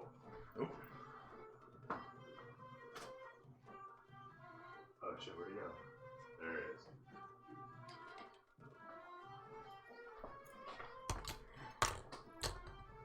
Right on. everyone satisfied with that? Looks good. Right on. Okay, cool. Sorry about that. That was fun, right? Watching me make that for however long? Holy fuck. It's actually quite satisfying. Ah, very nice. Yeah, came together well. When it comes together, eh? I love it when a plan comes together. Okay, there's the doors. So you guys Fine. entering into pawn, find yourselves situated in a space. So there's the Goliath, and the rest of you, one after the next. Hello. As you enter into pawn, you're shown to a table. These guys are actually going to be over here, so there is a table free. Didn't think that through. You know what? You're part of the staff, buddy. The Vizier moving into position. We don't need those chairs because, you know, can't really make them sit. There's no sitting animations in this game. It's a cheap game. Terrible game. I'm assuming everybody takes a seat at the table. Yeah. Alright. Just making sure. I don't want to make any assumptions. I don't know that there's any preference to seating arrangement. I'm gonna squeeze everybody in here. This is really tough, actually. But there, oh shit, no! It looks just like my background. Oh god. I tried so hard. Alright, and we'll throw a box there, that's fine. Okay, really not the right music right now, guys. I mean, it will be soon, but not yet. Castlevania. We're going for a Cheesecake Factory feel. It will be soon. What do you mean? I'm thinking Davy Jones. That was actually Helsing flies in from the ceiling with his crossbow. just FYI, that was actually Van Helsing. Or not Van Helsing, fuck me. It was Ennio Morricone. And if you know who that is, then you might have an idea of what sort of music that actually was. With that said, enough of me acting smart, because I'm really not. The truth is. Lash should be sitting next to Gary. That's fair. You guys enter upon the place. And as the camera zips in to show the lot of you guys enjoying stories being told by the Pasha, regaling tales of his origin, how he came up in the industry, how he started out himself as a meager bottle salesperson, moving to and fro various pallets of stuff. But it went a little darker from there, as it turned out people wanted to put things in those bottles and move them about, and it was easy gold. So I made short work of cargo that otherwise would not be able to make it through. It was not, how you say, always so black and white. You know, it's a variety of things we bring. There was medical supply we stock across borders. There was alcohols we took to places that they were not supposed to have. And there was many other sorts of escapades to be provided for. It's not necessarily bad. You're simply providing what people want. But it is difficult. There are many things to watch for. Dangers at every turn, you know. Anytime monies is involved, yeah, it is dangerous. With that, there's a little bit of a montage of you guys bantering back and forth. Does anybody say anything specific or try to get anything out in this venue? It's the first time you've been at the table having dinner with the Pasha and his vizier and this guy Lavash. I kind of lean over towards him and I say, my friend, I hope I misunderstood earlier when you called me a liar. You never asked me about where the fuel came from. The Pasha looks towards you and says, if I am not mistaken, we asked specifically where this is. If you must bring this up here at this dinner, then I will address this directly. We asked you where it was. Where did it come from, huh? And there was a response of, that we don't know. But everyone knows.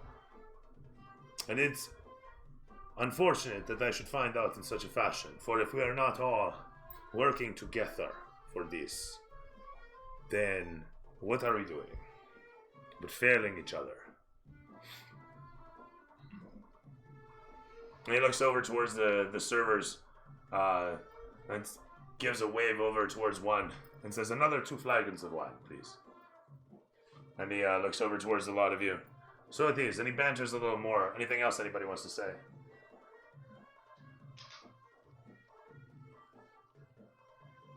I want to thank Barry and Bjorn for, You gonna sticking up toast for them? me. You gonna make a toast, or what? Nope, just abruptly during the middle of everyone else's conversation. Fair enough. You do so. That happens. Hamid gives a nod at this. The vizier glances back and forth. Who is he? You hear them banter back and forth, establishing you. With that, the camera shows the food arriving some moments later.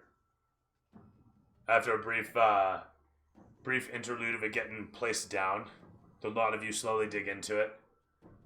Anything you ordered from this place is amazing. If it's rice, it's perfect. If it's meats, they're succulent and well spiced, fried perfectly crisp at the edges. Whatever you decided to eat this day is amazing. And as the Pasha slowly just picks away at his food with a pair of sticks, taking bit by bit, eating down a mound of meats and rice and vegetables. At each point, he takes a moment of satisfied stock of the situation, and then munching away afterwards follows through by continuing to eat through the pile. Slowly but surely, the lot of you consuming off your dinner. It's an amazing dinner at that. As the steam roils and boils around and coils around you guys, framing the lot of you picturesquely in the din of this place. Wine flagons repeatedly replaced as you banter and laugh, discussing things to come. When you hear an echo in the distance, a loud sort of galloping noise you easily recognize echoing off the back wall of this place. Remember, this is open air, and then you have the wall of the area, the section.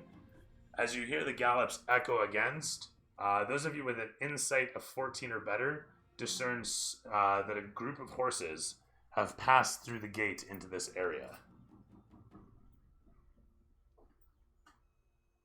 Now, I don't have a high enough insight, but does this sound in any way like what happened previously when Mulfander showed up at the compound? Yeah, you know a roll up when you hear one.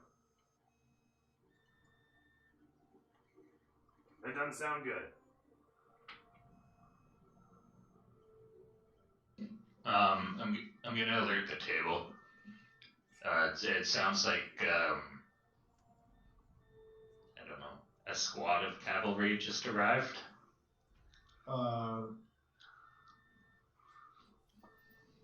At that point, I think I'm gonna tap Gary and be like, Gary, I think we have work to do.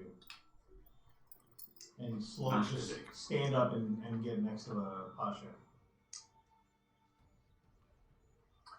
As you do this, a couple of the staff members look around at each other in wonderment and bewilderment.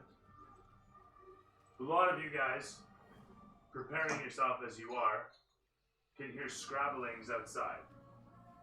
The camera pans around the place to show silhouettes on all the walls, shadows echoing off the various walls. As you suddenly hear another set of the same sounds echoing outside.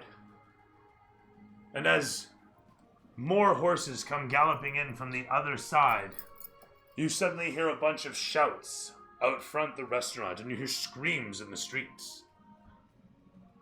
Suddenly a squabble exploding echoes against the back wall, perfectly resonating into where you're situated. And Hamid simply throws down his pair of sticks and says, of all the fucking times. And he looks around. What is this? Oi! What is that noise? As he peers towards peers towards the doors. You guys hear a sudden thump against the doors, something banging against them. Somebody grabs a hold of the ring, and a moment later you hear outside, easily enough, the sound of as someone's struck with something heavy and deflected away from the doorway. I got a quick question. Sure. Given my background, how many ways are there out of here?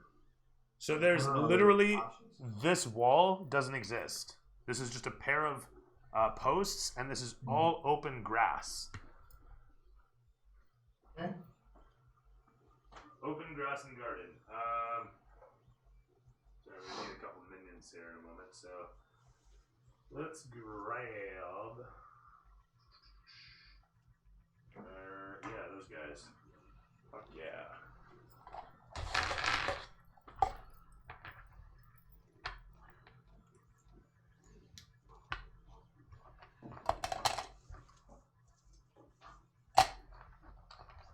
There's those guys. You can all go in there.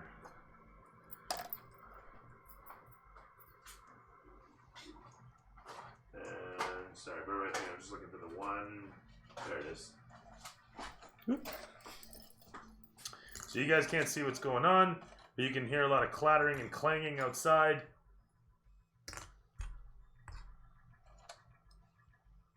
One of the servants goes towards the door. Another one puts his hand on his shoulder. No, no, do not do this, he says. It is dangerous. The one shrugs him off and says, then what do you suggest we do? Sit here and wait to die? And the one looks over towards the back way and says, no, you fool. We head out that way, he says. And you guys can hear him easily enough. I mean, the staff is right there discussing this as they're looking at the door this way. So with that said, this is all open. You guys can just leave through the back way.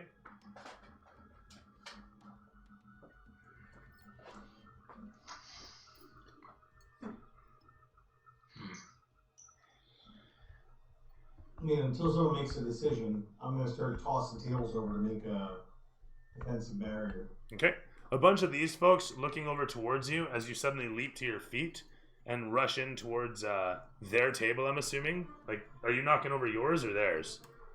I'm trying to just create a barrier between us and wherever that noise is coming from because I don't know who's making the decisions here. So that's fair. But- I just want to point out, the noises are coming from this door. Okay? So, There's sorry. this. Sorry. You're pointing Yeah. down the table. Yeah, by the way. So if we do this, I got a better view of it, sort of. There we go. Yeah, how about that? Bird's eye view. You guys are there, okay? And that's the door out of here. That's this. You're hearing it in the front yard. This door is that door. Got it. And so then the back is open here, okay? And so the back is open there and leads to that alley. And so it's supposed to be more open than that, actually. We'll be nicer about that. This is supposed to be a ritzy place.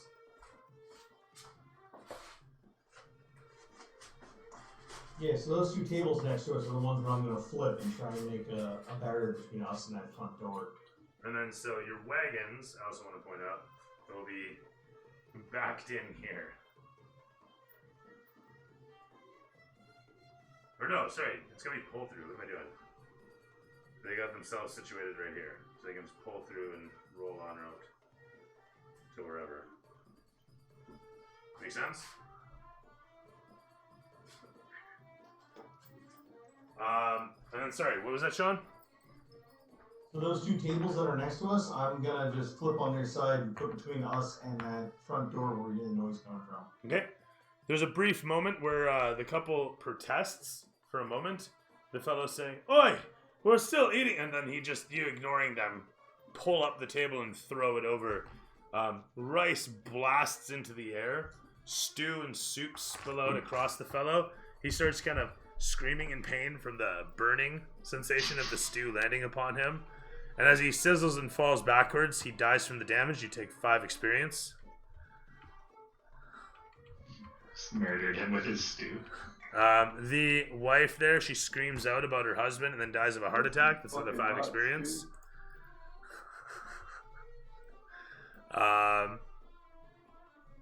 Sorry, where are we here? All right, terrific. And as that all happens, you flip this over. These guys start rushing away. This one's like, I want to speak to the manager, as you flip this one over as well. And as he runs over to say, I want to speak to the manager, these guys are pulling pulling machetes out from the counter, and they start handing them out, and they kind of just start to head towards where the door is by way of the exit on this side from the bar area. And they situate as such. The one guy situating with cover by the chair. And the one over here announces, do not worry. Those of you who are here are our charge. You will be safe, he says. As the camera pans against a lot of you guys, you're not quite so sure. But your friend's making an effort. So Laz has finished making himself a fort. And what do the rest of you do? I'm gonna look to Pasha and see what he wants. D6 rice damage. Pasha, what should we do? It sounds like they're here for us. He gives a nod at this and looks over towards the tables and says, well, it was supposed to be a good night. Okay. And he gets up, pulling his blade.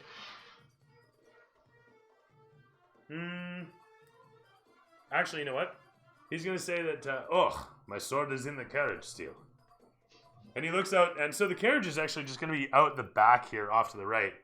And the Pasha can see the horses, so Hamid's going to make his way over towards it.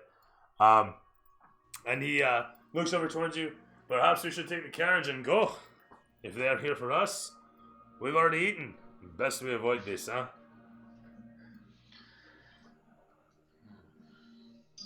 He looks towards you all as you regard his words. And he looks at the Vizier, and the Vizier says, we should see what this threat is and crush it. The Vizier says with stern and stoic meaning and purpose. And the Vizier looks over towards the door and simply walks in towards it as the Pasha is situated on the other side. And the Pasha says, what are we going to do? Fight an army? Why would we do this? Put everything at risk. And the Vizier looks back towards him and says, don't be a fool.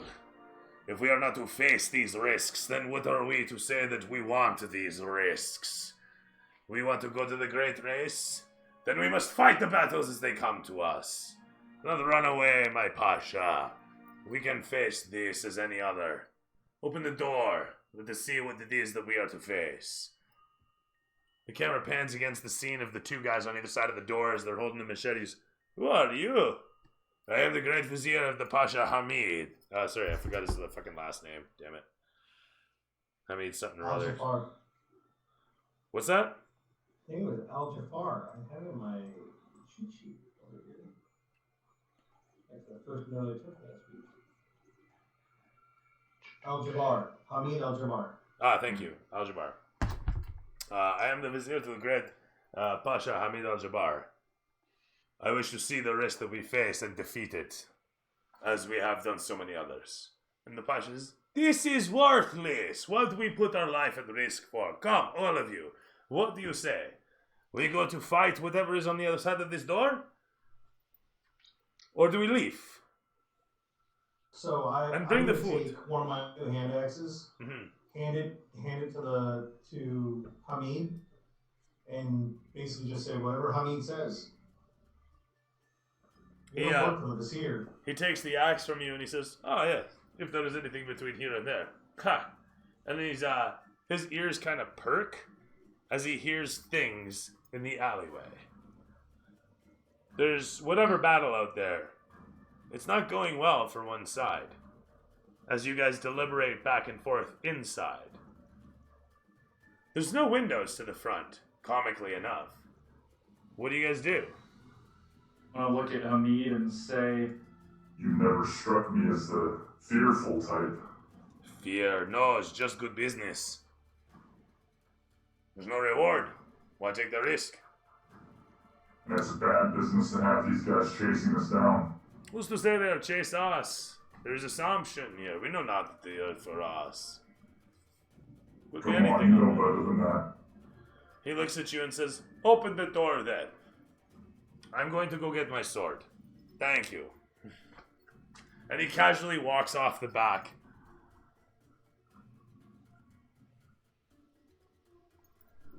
As he breaks from here, he gets into a light jog, looking over towards the right. And as he breaks to a certain point, you suddenly see him, whoop, and he starts to run a little faster to get to the other side of the carriage. And so the Pasha's on his way to get his sword.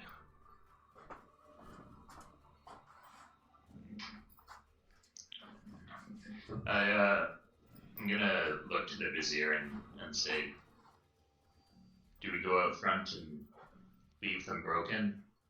Or should we go protect the Pasha? The Vizier looks over towards where the Pasha is headed off and gives a look towards you. If you wish to go and babysit His Eminence, otherwise let us face what is on the front line. I'm gonna head towards the front door.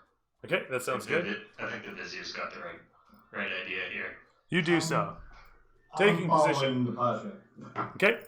You turn around and, yep, head off towards... As you do, come around, something strikes you. The camera pans down to show the figure as you see him. The red-robed figure with the massive pauldrons as he simply, silently makes his way across the sandy alleyway, leading in towards where the grassy garden gives way to the horses pawing and fearfully pawing. As the Pasha runs to the other side of the horses, heading in towards his carriage, you come into view of this guy, and you can see he's got a bloody fuck-off broadsword dragging in the dirt, menacingly, behind him. I'm gonna rage, and I'm screaming out for Gary. Okay, as you do so, the rice and stew and everything bubbles and burbles, and it's a sudden extra... sorry, hang on, I gotta roll that. Oh, that's shitty. 2 temporary hit points that everybody takes from tonight's dinner. I guess it's because you guys didn't get to finish it, so it goes. But as you rage into effect with fantastic, wonderful aptitude for raging,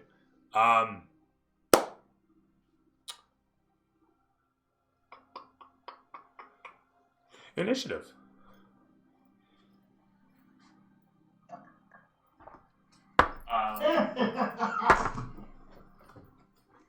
That sounded good. 18. One. Also got. But actually, that is perfect. I also got an 18.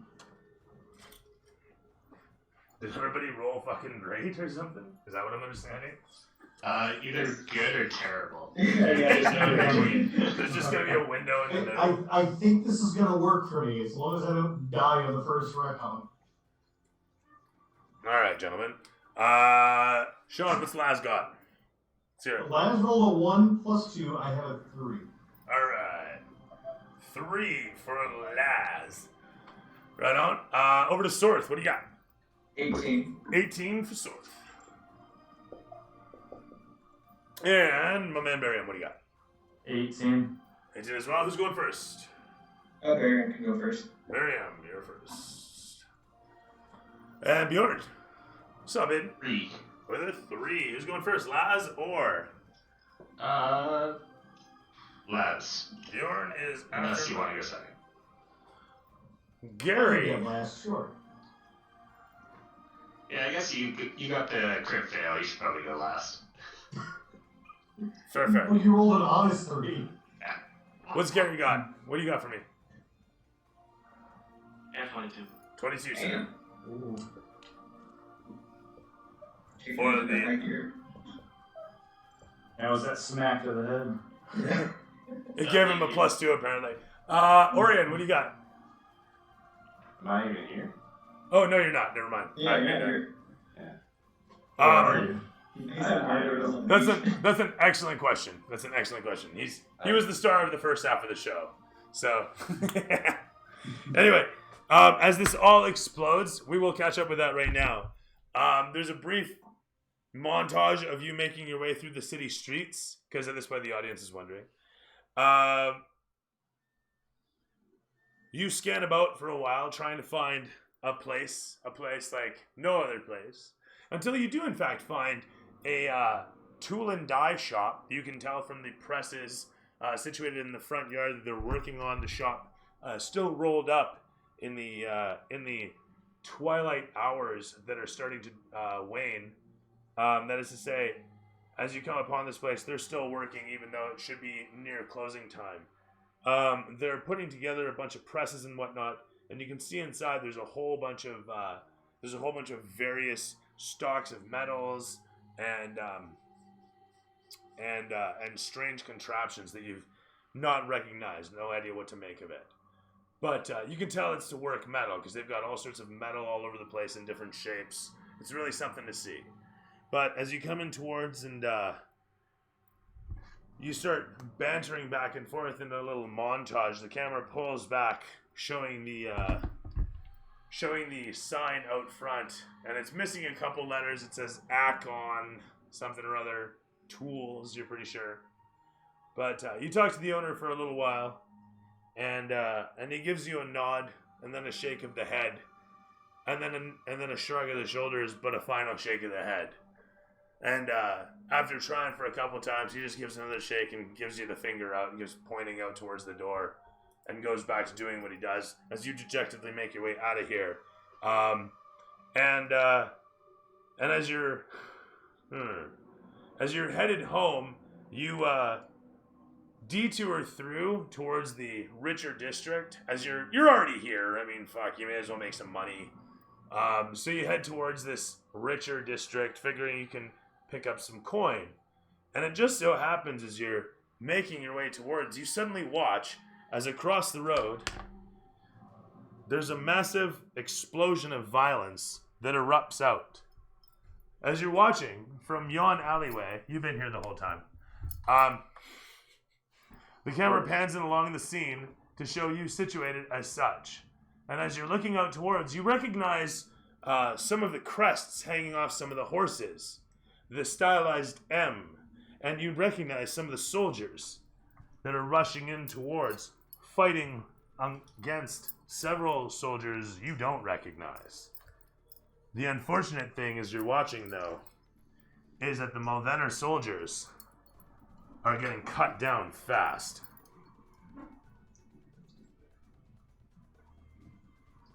These guys are supposed to be here and here. Tactics, don't you know?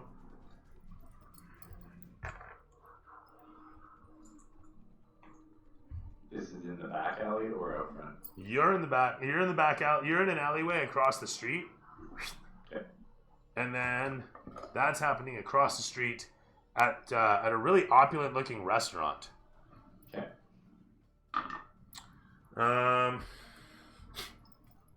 Where's where?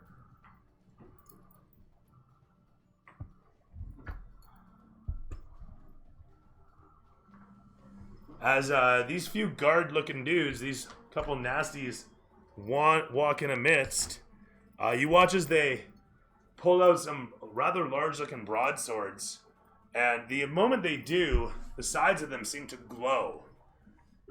You can see that they've got some sigils written down the sides of these blades that they pull out from their sheaths, and as the Malvener dudes come flying in, with all the bravery that they muster, the first guy brings his blade to bear upon where one of the soldiers brings up his and blocks it with a two-handed strike, chopping through it. The whole of the blade smashes. And as this occurs, shattering shards flying in all directions, he gives a quick swing about and slices through the poor fuck, cutting right through his armor and torso as if he were made of naught but snow or butter. Fucking lightsabers. As the fellow gurgles his last and falls over into the dirt. The other guards look amidst each other as the pikeman goes to stab in towards one of the robed figures. You watch as the pike is deflected and the swordsman takes a quick swing towards, missing widely. The ensuing skirmish carries on as you're situated yonder in the alleyway beyond. Camera pulls back. What's your initiative? Sorry. There, now you're involved. Fix that. 1 second here. It is 14. All right, terrific stuff.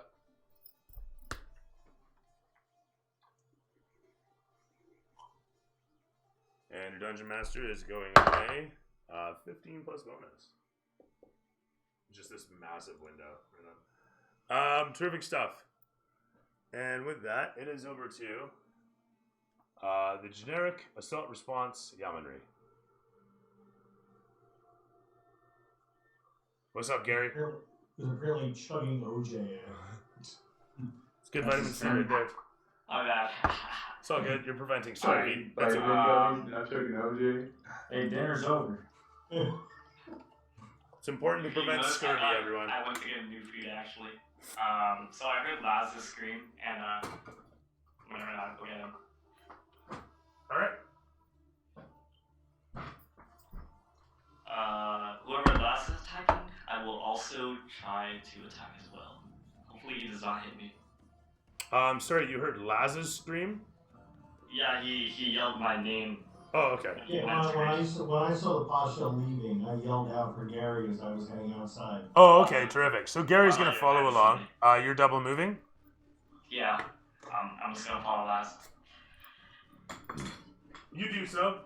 You get out to the same spot, and as you look out towards the alleyway where your horses were brought in, you can see the robed, armored figure walking in towards. His helmet that he has hanging over his face looks almost draconic in its styling. It's made of a sort of battered metal, and you're not sure if it's battered because of the smith work or because of the many combats it's seen.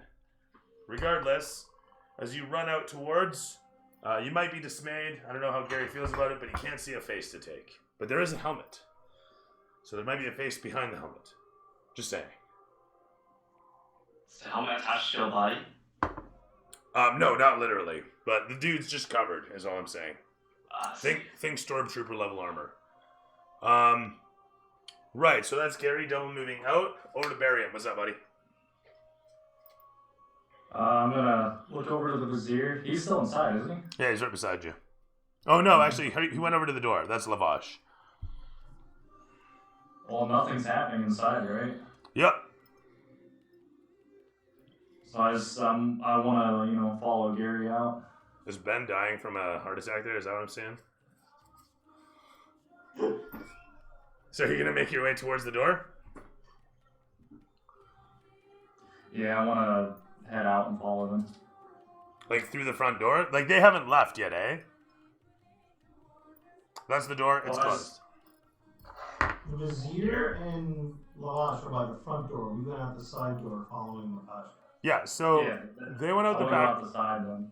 Okay, so you want to go out the back with the rest of them. All right, sounds good. Yeah. So you're over here, coming up, bringing up the rear. And when I said bringing up the rear, I mean way over here. You are in there. And it looks like you can see that. So, hi, you're this one in the back. Hello. You can kind of see that. Shall we do that? There you are. Yeah, now you really can't see it because of the horse head. There you go. Hey, hi there. Okay, so as we were, that's Barium. You're double moving out to there. Yep. Bonus actions, anything to speak of? No. Okay, very good. And from there, over to Swarth. Is there a building close by that I can get on top of? The restaurant itself is actually fairly squat. It's opulent, but it's short. Shoot. Then I'm gonna follow the guys and double move. Okay, so you're gonna double move to where the guys are out the back. Yeah, to the carriages. That's fine. You guys follow in. You follow in as well.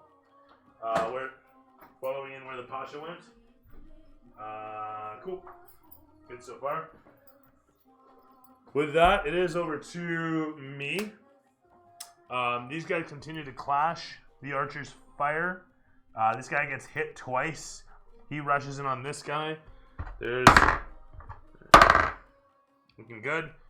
This guy hacks into the other fellow, blasting against his torso as the guy tries to block it and falls backwards against it. As the guy pulls his sword off and thrusts it in, the fellow spins about and then elbows the guy in the face, and a moment later carves across his neck, sending the head flying, and the body falls backwards on the ground. He moves in towards. The pikeman attacks in a pawn, and the swordsman exchanging blows. As the pikeman stabs towards, the swordsman deflects it and then brings his blade around to swing once again, but is still too far because the pike, being huge, won't allow him to get close. That said, the archers in the back fired, hit the guy twice, and up front towards the door. This guy took a hit against the door earlier. He's still okay. They carve against the swordsman, and the swordsman does well. They carve up pretty hard, hacking against one another. This guy falls over in a heap, as does this guy. And this guy stumbles around for a moment, still alive, bleeding from down his arm as he stumbles forth. The camera pans from there to inside as the staff and all these guys are actually screaming and running up this way. I'm going to double move the fuck away from it all. So they're actually just running out the back. That's fine. These guys will rush over and open the door. As does this guy. They pull it open. This guy with the machete, he's still situated behind the chair, taking cover with it best he can. You guys have an open view. That is, say, Bjorn can see outwards, as can the Vizier. The Vizier, upon seeing everything out there, immediately lines up a shot and then thinks twice about it for a moment as he realizes, "You're one of the Moldaners." And the soldier looks back towards him. "Ha! Yeah. Who are you?" And he looks towards the combat occurring in front of them. Do you say anything? Nothing? Bjorn? Oh, So just to clarify, this door, again, is this door. So this guy's here, severely wounded. This door opens up. sorry, can't quite see where you're pointing. Oh, sorry. Let's do that. And then, so on this camera, Okay, gotcha. this door is there. Perfect. And then, so you can see this guy from where you're situated through the door.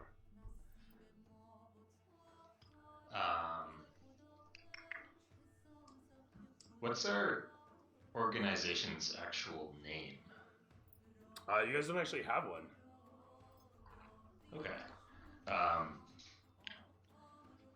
This is known as Hamid's organization, really. Okay. We work for Hamid. What's going on out here? The fellow looks back towards you. Hamid, Pasha, the Pasha Hamid. Aye. And he screws up his face for a moment. Why would you tell me this? Are we not at war with you? Was peace not made? And he looks around for a moment. I had not heard of this, but if you have not tried to kill me, then I suppose I have to believe you. And he wavers a little bit from the blood loss, although it may not matter soon. And he looks out towards the combat again. The camera pans against your face for a moment as you see this, and then across the yard, whoop, God. I'm gonna wreck everything. What up, Orion?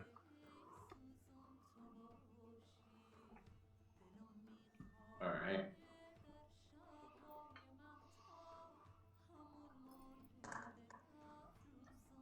Okay, so that's the front door. Gotcha. Okay. Oh man, that's hard. Come on. Cooperate. It's sort of. Alright, terrific. That works.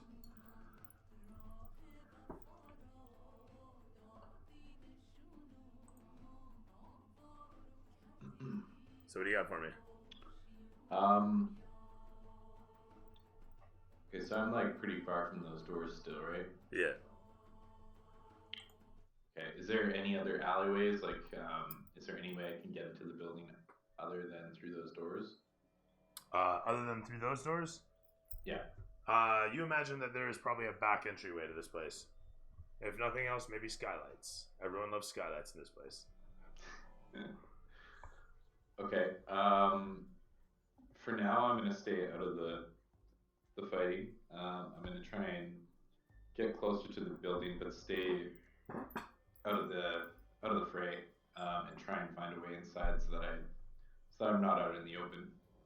Okay, so are you just running across the street? Yeah, Okay. across the street, maybe to the corner of the building, like the outside corner nearest to me. Like here? Yes. Or to here? Yeah. Or sorry, the second corner. Okay.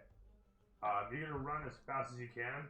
Your little legs carry you farther than they should because of heroism. And my personal need to see you as part of the game. Like, really now. Okay.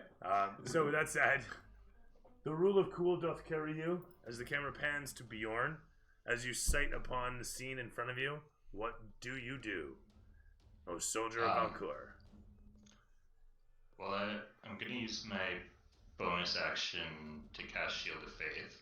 Camera panning in upon where you're situated. Hi. Technically here-ish, but here-ish. Damn, this is difficult. What do I do? Alright. So you cast it out. Terrific stuff. And No, that's the wrong one.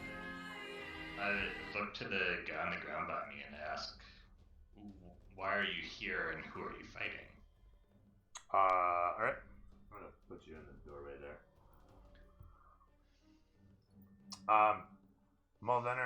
The Moldener soldier says, They are men of Dragor.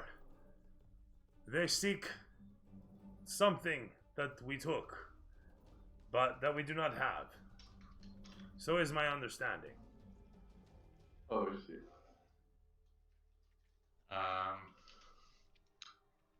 Does the name Dragor mean anything to me? As the sound of the name hits you, you know you've heard it. It sounds important. But offhand, throw me history.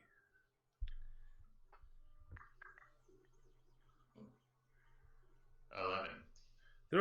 They're pretty important family from what you know. You don't know a lot about them specifically. You just know that they're part of the elite. Okay. At least here in Memnon. You're not sure how important they are across Kalimshan, but Okay. I'm gonna just pull him the rest of the way behind the wall here. okay. You drag him inside, is what you mean? Yeah. You pull the soldier inside, and he asks, "What do you do? What is this?" As you yank him inside, he doesn't resist, seeing and understanding. But it is duty, and he protests all the same.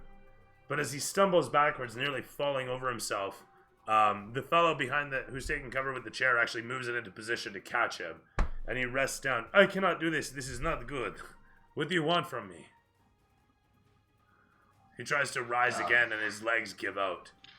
You can see that he's losing blood fast as it starts to pool around him. Stay here. We'll deal with this outside. He looks up towards you as the color starts to simply drain from his face. And slack-jawed, he just slowly nods and lets his lids fall closed. Yeah. And then if I have any movement left, I'm gonna run through the doors. Okay. He doesn't cease to breathe as you watch upon him. You can see he's still alive. How long? Who's to say? As the camera pans against the scene, though, that was just really movement. And, I mean, if I was going to take an action, but I won't. Well, in that case, let me...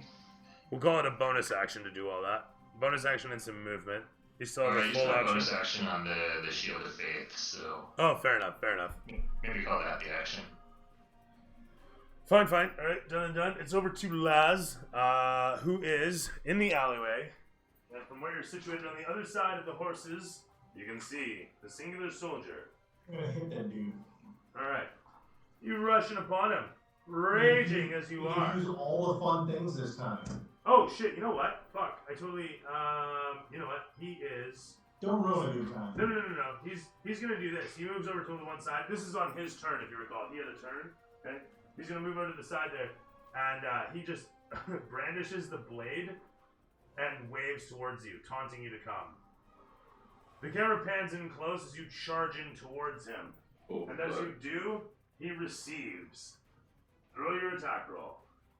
So we're gonna do everything here. We got reckless attack. your best shots! So with advantage, and then great weapon master. So I'm gonna take my my -5 and see what the hell happens here. I gotta look up an AC here, sorry. Let's fuck some shit up. I'm like, I think he's a 16, but he might be a 17.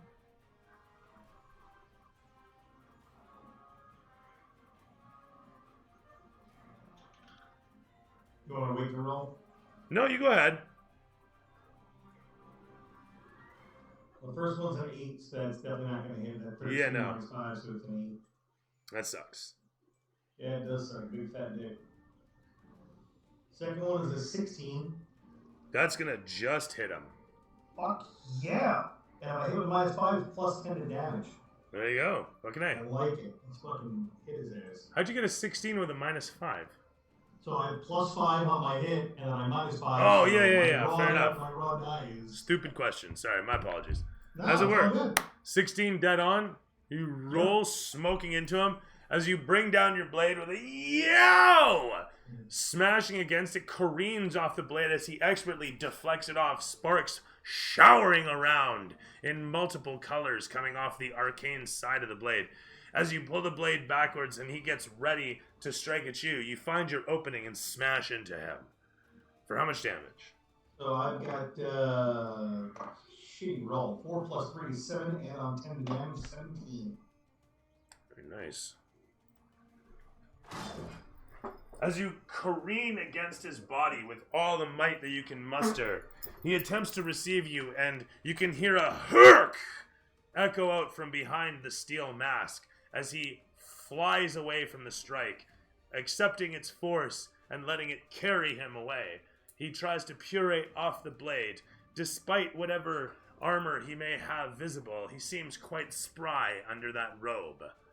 He rolls off of the blade, though, pureeing off to the side, and gets ready to strike. As the camera Oh, you know, pans... Sorry? I What's did up? forget, I also, because I'm raging, I get +2 to damage, so it's actually 19. Sounds better.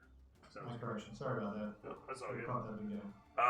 With that, from Laz, the initiative resets around. Gary, the camera is going to slowly slide to the side to show you in behind. What do you do?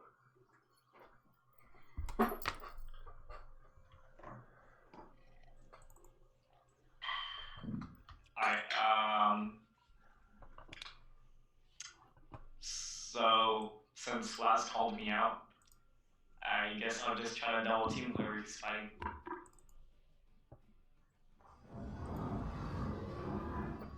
Okay, you're going to move into pawn? Yep. Sounds good. And then yes. So you close the distance on the opposition as fast as your feet can carry you.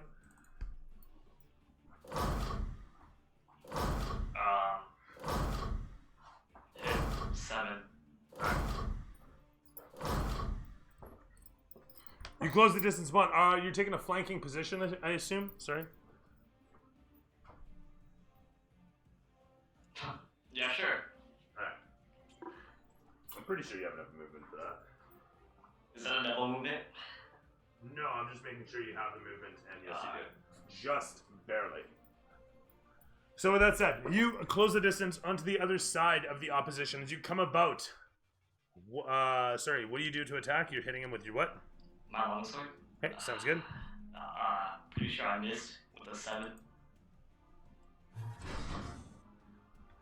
And with a 7, you swing through. You watch as he expertly purees around, his cloak billowing like a blossoming lotus upside down as it opens up and then closes down a moment later as he takes position underneath that massive fabric.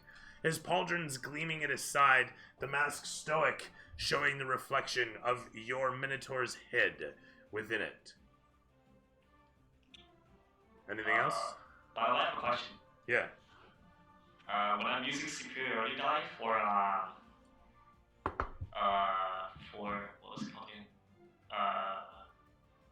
Evasive footwork. Mm-hmm. That means I'm just like it'll last while I'm in combat, right?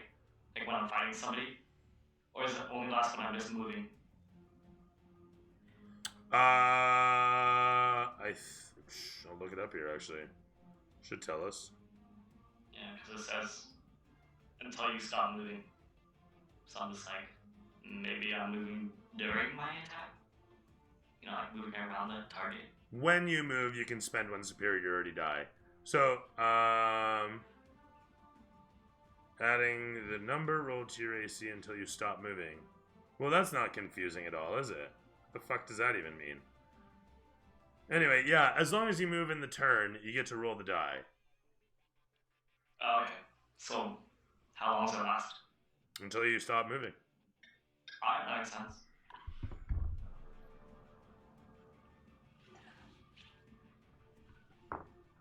So I suppose that means that if you move on the next turn, it continues.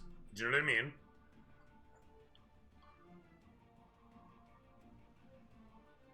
So it hinges on him moving every. Imagine it like rage. Like rage. If you don't hit an enemy, you lose rage.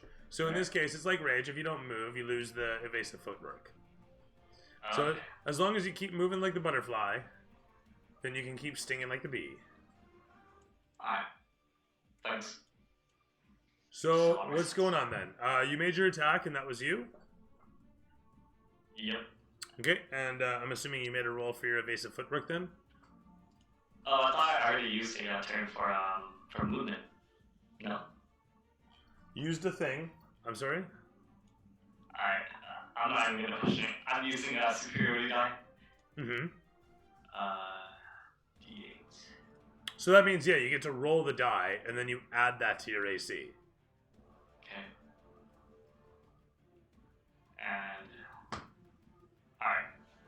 So I used it, and then I got new armor class of 18. Terrific stuff. Amazing. Fabulous stuff.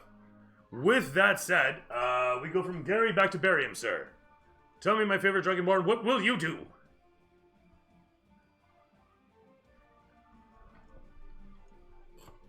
You're muted, bro. But epic all the same. I want you to know Thanks. I can move within 10 feet of that guy, right? that. You can.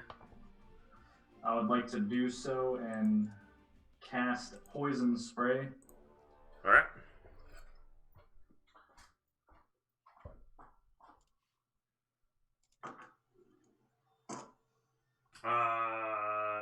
The horse might be an issue, and you're gonna move to like Tahirish. Fuck it, kill the horse. Do all these people work for Orion? Is that what we're gonna find out? Is that where we're going? I'm just gonna I point wish. this out. That'd be sick. Wait, that shouldn't. Yo, you're not supposed to be putting this What's up, Mel? together. Dude. All right, so as it were, you're going to be running over to the other side. Now, if you want to get 5 feet away from the guy, you're going to incur attack of opportunity. So, are you actually trying to get 5 feet away from him, or are you just trying to get to the other side so you can blast him? Well, Poison Spray has a range of 10 feet. That's why I wanted to get within that. Yeah, but it comes out in a cone or a line, doesn't it? So, I mean, if somebody's in the way, does it not hit them? Or is it a target? Says Look this up too. Instantaneous. You extend your hand towards a creature you can see within range and project a puff of noxious gas from your palm. The creature must succeed on a Constitution saving throw or take one. Right. Let me just see something here. This is. So I'm guessing kind of target. So I'm gonna say project a puff. I'm gonna say it appears. That's like a. I'll say it just appears in front of the guy. It affects a 10-foot area though. Is really what it is.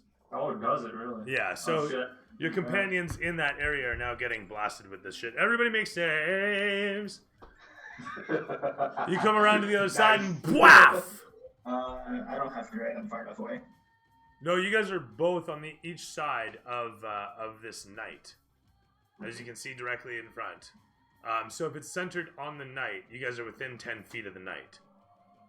Or actually, sorry, yeah, no, that's literally it, because it's going to be a 10-foot area around the knight. There's no grid at work here.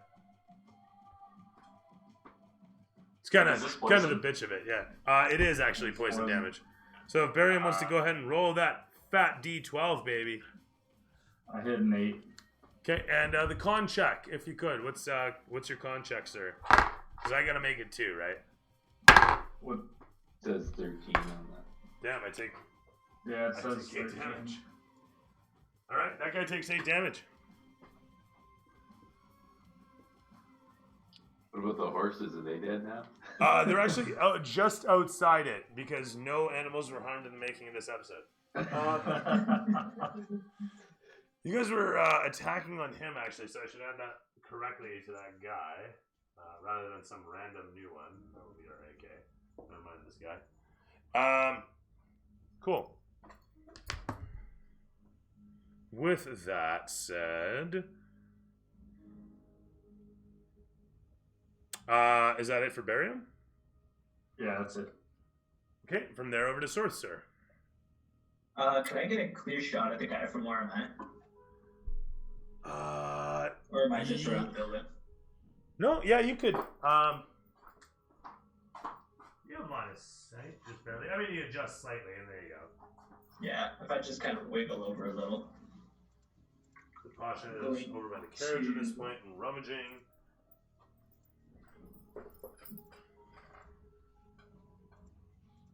So if you want to go ahead and roll for the shot. Yeah, I'm going to roll. Oh, that's brutal. 13. The shot flies out as the guy simply turns to the one side and lets it deflect off one of the massive pauldrons. As it sparks off the thing and embeds itself harmlessly in the clay bricks of the building beside you. The camera pans against you to show an expression of what? What's the expression on your face? Oh, just kind of like crap. Fair enough. With that, no, that's wrong. Actually, that one. The camera is gonna show. Where was it? Yes. The knight as he spins. Oh, hang on, sorry.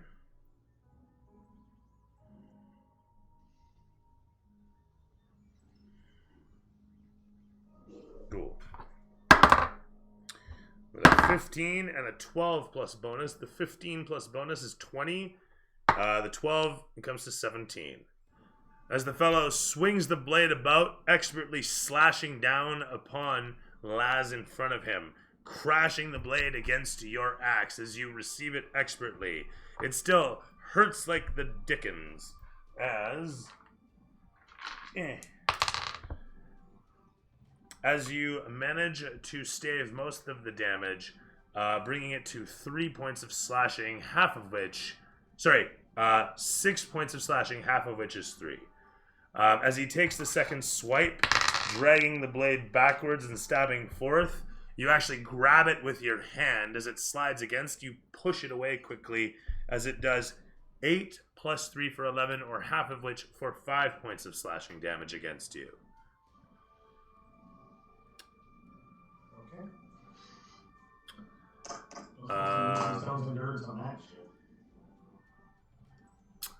The knight positions himself after the 2 quick strikes, such that he expects to be struck at once again. From there, the skirmish in the streets continues. Wow, it's not going well for Pasha's people at all. Jesus. Okay. The archers fire away. Most of them miss. They manage to land one more shot in one of the knights. The pikeman stabs forth. The swordsman finally steps in and stabs through him, dropping him, and then continues in upon the archers. This guy closes the distance on the other archer. Everybody in the streets at this point starts to really run away. These guys take cover. These guys will take cover on the other side of the statue. And so it is. These guys will rush out with machete in hand. This guy takes a position here. This guy does so on the other side. And this guy looks towards Bjorn and says, "Go, you fool. Otherwise, I close door." The vizier simply steps out, and looking upon the 2 knights, he taps his chin and looks back towards Bjorn and says, "Ah, they are the Dregors. They are speak truth, huh? What interest they have of this, I wonder." And he rears back for a moment, muttering a few words to himself. You watch as the blue light crackles off his fingertips, and then a moment later, he unleashes. The one makes it, but the second one does not, as the blue bolt sears through the both of them, firing off in a straight line, blasting and exploding against the sandstone building across the street. The figures in the center, blasted with the blue arcs, themselves follow a light with... Oh, wow, I don't even have it open. Pardon me. I suppose I could do all my digital rolling through D&D Beyond, but I don't even have that open, so I'll open my chat program here and get my fairy to do it. Because oddly enough, I did start her up, but I didn't start the chat program. Go figure. As I was saying, so the arcing electricity explodes through the fellows, arcing through them, causing them to light up like little Christmas trees all their own. How festive of me. With that said, though, roll 8d. Is it 8d6 or 8d8? I always have trouble with that. For lightning bolts. 8d6 or 8d8? Pretty sure it's 8d6, but I could be wrong, and I don't want to cheat this guy out. Because, I mean, if he's the vizier, he's got to be badass. No, not the living lightning bolt beyond. Jeez, come on. It's 8d6. That's 25 points of smoldering, beautiful, blue, and arcing damage that explode through these guys. Half of which on the second guy, as he's taking a 12. The first one, like I said, takes 25. So with that said, it explodes away from the vizier. Many people scream out and rush off as he simply does this, his fingers smoldering smoke, as he looks back towards Bjorn with a grin. And from there, the camera pans once again to show Orion just yonder, hoofing it as fast as he can through the city streets. And I'm assuming you're double moving? Yes. Where are you going? Here? Here? How far away is the vizier from me? Here. So he is about 60 feet. 60? Just under. You could reach him. Okay, yeah, I'll double move to get next to him. Okay. What up? As you do, you can see inside the opulent restaurant, and to your surprise, sight upon your compatriot Bjorn within the building. Okay, so I'll quickly peer over to Bjorn. You see him there. I'll holler over to him. Bjorn, I'm glad to see you safe. Why wouldn't we be? Well, these fine specimens out here are making a slaughter of things. They haven't even touched us. True, but we are just beginning, my friend. Follow my lead. I think you should know what truly will come of this battle. For the greater good, my friend. Who's greater good? Our crews. and then I'll just wink at him and turn around.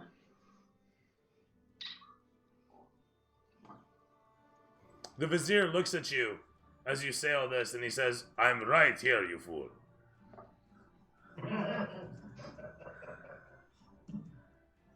Yes, and I am right here beside you. Let us finish these fools. Indeed. Him. Go stab him several times. I will support you from here. Excellent. I'll turn back to Bjorn and give him another wink.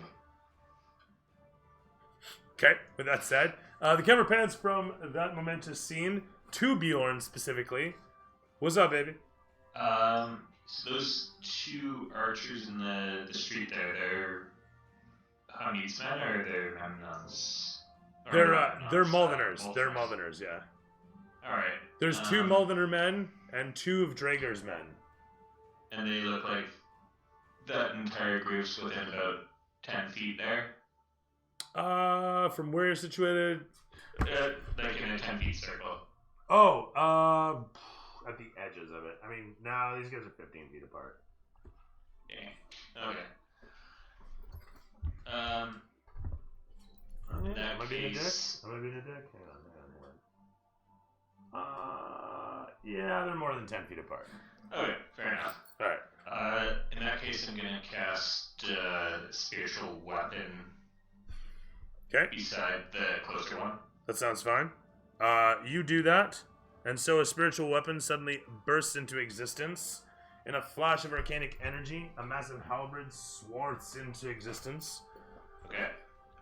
And I'm going to crit for. Why you gotta be like that, man? Why you gotta do me like that? Yeah. Pharmacist. Damn it. hang on. The doctor's in the house. The pharmacist is serving up the medicine. For 12 damage. All right, that's a nice dose. And this is on the guy on the right. So he's terrific. So, sorry, how much? 12 damage? Yeah. Terrific. So the thing swoops into reality, and then a moment later, smashes against him. The fellow receives the impact, his arcanic sword splashing sparks off in all directions. The flash of the edge of the blade glows brightly as it receives the impact. The fellow sweeps the sword about as the camera swings to Laz. Sorry, so I'm gonna actually here. What's up? What's up? Hot. And then I'm gonna just I'm gonna run towards him as I use Sacred Flame. Okay. You come rushing in. It's 10 feet away or up close? Actually, I'll go up close and do Booming Blade on him. Okay, that sounds fine. You know what? Rule of cool. You get there. You rush in, powered by adrenaline, fervor, and the wind of Valkor's fury, as you rush in towards your opposition and closing the distance with your booming blade at the ready. Okay. Somewhere close by, a young boy watching through the window says, "It's over 9,000." I hit 16 on my head. All right. No. Hits dead on. 16 blasts into him. Perfect. So we're looking at. What's up, Laz? You hit him with a 16. I was confused as to how on your soundboard those three sounds were that close to each other. They're not. They're ways away. I mean, those two are right. Yeah, no, fair enough. The first two are right alongside each other. I have yet to change that. Old habit, though. The top is all dramatic, and the bottom is all fun. Fantastic. Right? How's it work, though? Sorry, where were we at? I hit him for 5, and then if he moves, he'll take another 1d8. Right on. This guy brings him to 42. Okay, sounds good. He receives the impact expertly on his pauldron. You're surprised as you bring your blade in with all your energies blasting against him. And as he does this, he receives you on his pauldron and just purees around. And as he does this, you watch as the blade flashes up and he's about to bring it down upon you. As the camera pans along, to show Laz back in the alley, facing off against his opposition. Across from one of his companions, another of them to the side, as he coughs and chokes and wavers from the poison spray. A moment later, you refocus yourself upon your opposition. Yeah, we're gonna fuck your shit up again. Same deal. Right on. Alright, plus attack. For your weapon master, you're gonna take the -5. Advantage. Raging like the goddamn Hulk himself. So 19 plus 5 minus 5 is 19 on the first roll. Jesus. And come on, give me a B. No, we're gonna go with the first one. Fair enough. Give me damage. Second one's a 3. Give me damage. Give me ferocity. Alright, so here we go. We're gonna roll for damage. Alright, so we get 11 plus 3 is 14, plus 2 is 16, and then plus 5 with plus 10 on top of that, so 26. That's a barbarian. Alright then. As you smash into him the first time, again, sparks exploding off. This is Alley Knight. And sorry, 26? Brings him to... Yeah, 11 plus Jesus 3 is 14, Christmas. plus 2 is 16, plus 10 for the great weapon, so 26. As he splits in twain and falls backwards, you see Did I Gary... get him, if I got him to 0, I get another hit, but there's nobody around me. Yeah, sorry, buddy. What do you want from me? As you cleave him in twain. Oh, yeah, exactly. Just fucking the dude falls backwards. His armor splays apart as you cleave down through him with such force as to cause a huge canyon through that which was a man. As he falls away in a forming river of giblet and gore, we simply look upon you and the dripping axe, and Gary on the other side of him. As the camera pans around the alleyway, a moment later, it shows it focuses in on Gary. What do you do, buddy? Here. Well, unfortunately, that man is dead. What weapon did he have? I'm sorry, what's that now? What weapon did he have? The fellow had a long sword, or a broadsword rather, that had a blue arcanic glow on the edge when he swung it about. Alright. I'm taking that, and I'm also gonna take his face, if he has one, underneath that mask. You do so. A brief moment passes as you regard the blade, and then putting it away, you lift the mask and do the thing. That's amazing. And with that done, do you close the mask afterwards, like the front of a car, like you just put the hood back down, I guess? So from there, I put it down and I pat it a bit. the camera pans upon Barium as you're forced to see this happen. So how far away is the main battle? Just to your left, around the alleyway, you can hear the din of combat still exploding. I want to move towards the fight. You do so. Double moving like the wind. The camera pulls back to show you getting like to here as you run out of the alleyway and come to with a double movement easily within range. If that were to be nice, I'd say a single movement would get you to there, and you're within 60 feet if you have any spells. Throw that at you. Yeah, I prefer the single movement, Alright. so I can take a crossbow shot. Done. You rush out into the street and sight upon the opposition yonder. You can see Bjorn and Frey as the Malvener archers stand their ground on the other side. So Bjorn's in the fray, right? Bjorn is in the fray, yeah. What? I want to take target at the closest enemy towards Bjorn. That's fine.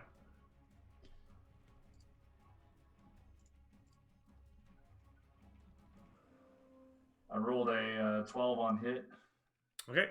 You fire your crossbow, the arrow sailing away, harmlessly deflecting off of the pauldron of the soldier. ricocheting past and striking into one of the Maldener horses. The thing whinnies and drops dead. You take I 5 thought no experience. animals were harmed. I lied. You take 5 experience. With that said, the camera pans from Barium to show an expression of what on your face there, sir? To Sorth, yonder in the alleyway still, with your companions. Is Pasha with us? Oh shit, yeah, he's actually come running out and comes in closing the distance over the body. He's got his sword at the ready now, and he just, damn it, and he kicks some dirt on the body. And then at this point, he kneels in towards the body and starts regarding it, investigating upon who it is, what it is. What does Sorth do? Sorth is gonna go and can I single move to the alley? Or to the front, I mean? You can't single move all the way to the front. You can totally double move all the way to the front, though. I'm gonna single move as far as I can. Okay. Single moving will get you to the body. Yeah, screw it, I'll double. Fair enough. You come in just behind Bjorn, Barium there. Okay, that works. Oh, yeah, I can do a bonus action, right? You can. Cool, I'm gonna use... Where's my shit? I'm gonna use my Hunter's Mark. Alright. And basically tag the guy on the left. Sounds good. I guess taking a beating. Good. Focus And that's- fire! Yep. That's it. Were you gonna... Oh, yeah, no, never mind. Sorry. Okay, cool. So you come rushing out. Sorry, what are you doing with your bonus action? I gapped there for some reason. Hunter's Mark. Basically, Right, it just okay, cool. tags the guy. It's like I do That's extra damage to him. exactly what you said. Yeah, totally. That said, you come out, you focus upon him with all your will, and from there, you watch as one after the next, the knights cleave down, cleave in towards the Maldeners. This guy's gonna pull back. He disengages and pulls back. A single movement. This guy does the same, disengaging and pulling back. Where's the horses? The horse at this point kind of whinnies and chuffs, trotting around. As those guys do that, this guy turns his attention towards Bjorn. And you watch as he causes his blade to glow a moment, pulls back and swings into you for 12 plus 5 for 17, and then a second time with 19 plus 5 for 24 against your AC. With that said, as the blue glow of the blade explodes out, you watch as he carves into you. Damn. It's going to be 5 plus 3 slashing damage, plus an additional 6 cold damage as they carve into you. Holy shit. As this happens, though, you feel something strange resonate all around as the ring on your finger glows for a moment, and you feel less pained by the icy chills. You take half that at 3 points of cold damage. Someone's got some fancy fucking jewelry. By the way, that wooden ring is at this point glowing pretty hard with a scintillating blue. He's gonna roll damage that second time, and that's gonna be 6 and 4 for 10 plus 3, 13 slashing damage, and then another 5 cold, which is halved to 2 cold damage.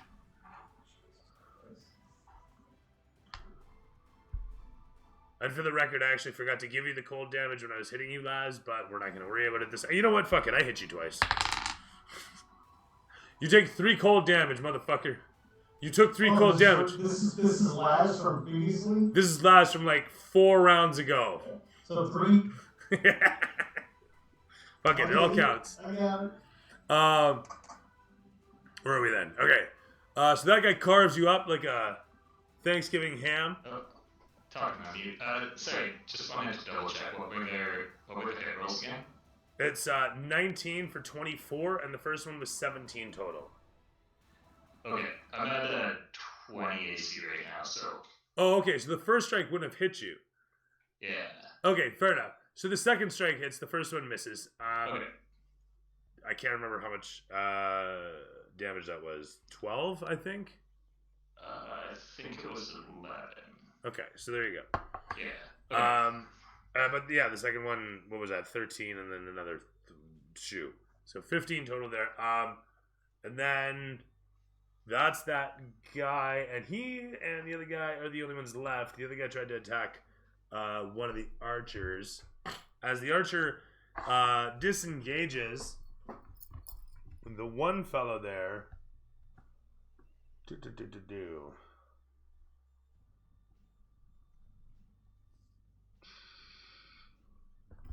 he's gonna that's not good. He's gonna rush in, jump on the horse. And do I have a I don't. Oh yeah I do. There. You.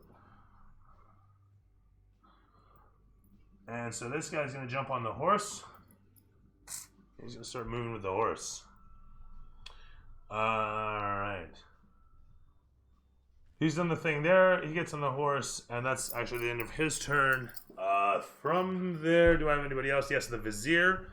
The Vizier is going to move about, closing the distance upon him. The Pasha runs out in behind these guys. Bow. And the Vizier is going to cast Thunder Wave. The guy's going to save like a diggity damn. Alright, and as a result, the guy will take half of that for 5 points of damage. That explodes against him. That's the same guy there for 47 stuff. As the Thunder Wave explodes out. Nope, that's not right. Blasting at the sands and causing a bunch of it to simply glass over where the man stands. He stumbles backwards from the Thunder Wave. It crackles all across his armor as his pauldrons and robe flourish and what's the word? Flap about from the energies. As the fellow recovers from this a moment later. That's it for my guys. Lavash continues to eat at the table. And it's over to Orion once again. You are aside the doorway. Yonder in front of the restaurant. Yes. So, what health? So the guy on the horse is he an enemy? Yes, very much so. Okay, so there's two of them left. Or three? You can see he's very much a bad man. Okay, so there's three of them, right? Or is one of them knocked over? I think there's the two. Two. Yeah, what health is the guy on the horse at? And what health the guy on the horse looks fresh as a daisy, whereas the guy who's amidst Bjorn, the Arcanic Halberd, and the Vizier, he ain't looking so good. Okay.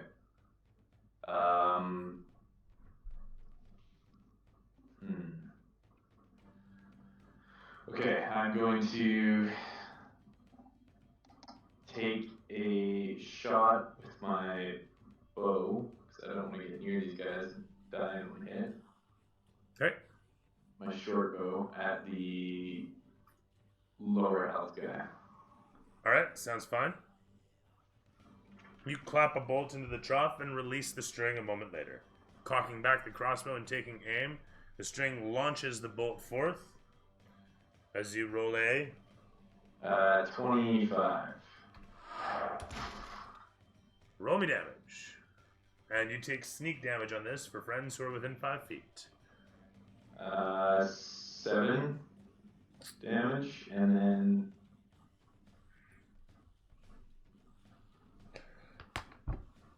And then 2, so 9 total. 9 total? Terrific stuff. Yeah. The guy wavers as the bullet slams into the eye socket of his helmet. You watch as a splurt of blood spurts out from the eye hole, and a moment later, the fellow simply clangs and clatters to the ground. The camera pans against your face to show an expression of. Yeah. The camera swings over to Laz. Still in the alleyway, your massive muscled form standing over the corpse of one of the recently fallen opposition. Alright, so Pasha runs past you out the alleyway as you. where is the closest sound of anger that I can get to? Because I have to hit something quickly. I think it's the horse. That's way. I mean, listen, I gotta punch myself in the nuts halfway around the corner. I will, but I just can I get to something I can hit in anger? I mean, other than killing a horse, no. I mean, there's Gary right in front of you. How angry does he make you? Oh, very angry. The anger maintenance unit. Yeah, no, can I mean, I know that there was, let me correct this. Which one am I hearing worse? Does it sound like it's worse if I go back inside or if I run around the front from the alley? It's echoing from out in the street. Alright, I'm gonna make my way out to the street, and can I do something with my time to make sure I'm not gonna lose my rage?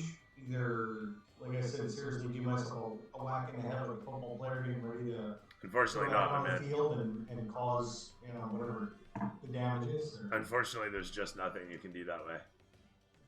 You can kill a horse and run. That's really, honestly, your only option. While you deliberate that, I'm going to take a leak. I can punch the horse and then run? Yeah. If that's allowed, I mean, I'll pull a Mongo. Fucking clock it. Oh. I love that movie. Don't know if that'll get you close enough for next turn, but Alright, that's all I need. yeah, it gets I never knew what the limits were on raging, like I think you just have to hit something. anything.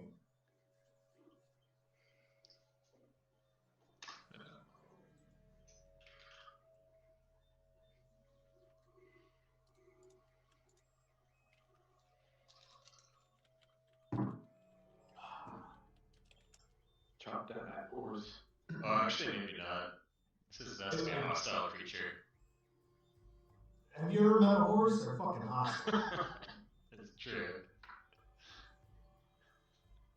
So you gotta get it to bite you first, and then it's all fair. Oh, yeah, how is he turning? I mean, I got 3 before for the next nap, so I can run, but I'd just rather keep one running. Yeah. Dude, but I am pretty fucking happy with this Great Weapon Master and Reckless Attack. Yeah, it's a good combo. Fuck shit up. I got kind of tired of being like, what are you gonna do? I'm gonna hit somebody and sit here. I do kind of like my background now. I'm kind of a fan of. Why not for dinner? And a menu that is, 90 pages long. Alright, as we were. Sorry, gentlemen. As it was pointed out by our trusty Dusty Clark, that punching a horse, since it's not a Hostile thing. a hostile thing, Yeah. until after I punch it. So I'm just gonna have to run around front, and I'll use a second range once I get out there. So I'm Sounds gonna good. head towards the sound of the nearest danger. The camera pans against you. Michael baying it along as you make your way. Oh, I feel much better now. A light jog later. I got over things, Anyway, you get to about here-ish, running full tilt. You're 70 feet or 60 feet? Is it 35 feet of movement for you, or 30? It is 30 feet from me. It's 30 feet. Okay, yeah. You make your way around out of the alleyway as your massive strides take you into the street. Staring across the scene, you can see one of the soldiers up on horseback, ready to flee. As he rears the horse backwards, the front limbs, of course, doing the thing in the air. I can't really imitate a horse, forgive me. From Laz, unless you have a bonus section. That's not bad. Take 5 experience. That was convincing. It scared me more than anything, and I mean, horses do that, so I mean, there you are. With that said, not seriously, but I mean, sort of. So, Gary, tell me, what do you do?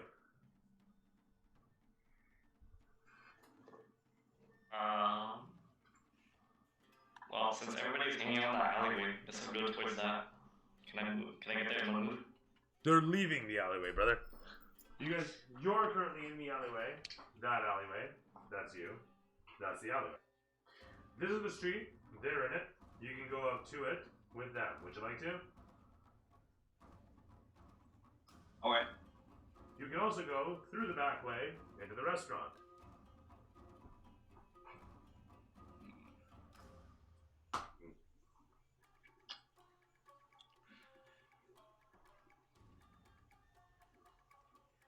What are you doing?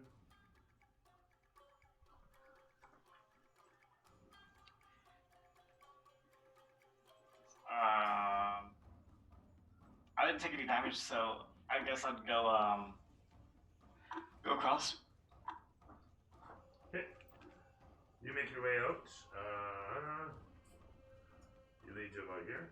Leading the pack as you charge out forth, you see the enemy soldier situated up on horseback easily enough and rush in towards him. As you do this, let's see here. How close am I? Like right on top of it? how close are you at this point? You're not really. Yeah. You're still about 60 feet out from him. Alright then. With that said, Now, oh, did I double move? you did. Oh, okay. Never mind then. From there, the camera sweeps over to Barium once again. Actually, you're right there in the same scene. So, Barium, what are you doing? How many enemies are left up? Are there two there? There's literally the one. Although, I mean, just one? depends on how you feel about Bjorn, I guess. Um, He is wearing red, the same as them, according to the mini. But no, seriously, They're there's throwing me off. It was hard to tell because I seen a second red guy standing there. Yeah, on that left camera, it looks like it threw me off too. Yeah, I definitely have the wrong uniform on. You're What is it, leading the these horseback guys. guy? Yeah, there's one guy. He's jumped on one of the Malvenar horses, and he's rearing it, getting ready to fuck off. As fast as that Alright. horse will fuck off from here. I'm gonna take yet another shot with my crossbow. Maybe this one will hit. All right. I'm like 1 for 10. You cram another bolt into the trough and yank the string back. It locks as you take aim, and while you're rolling, I'll be right back.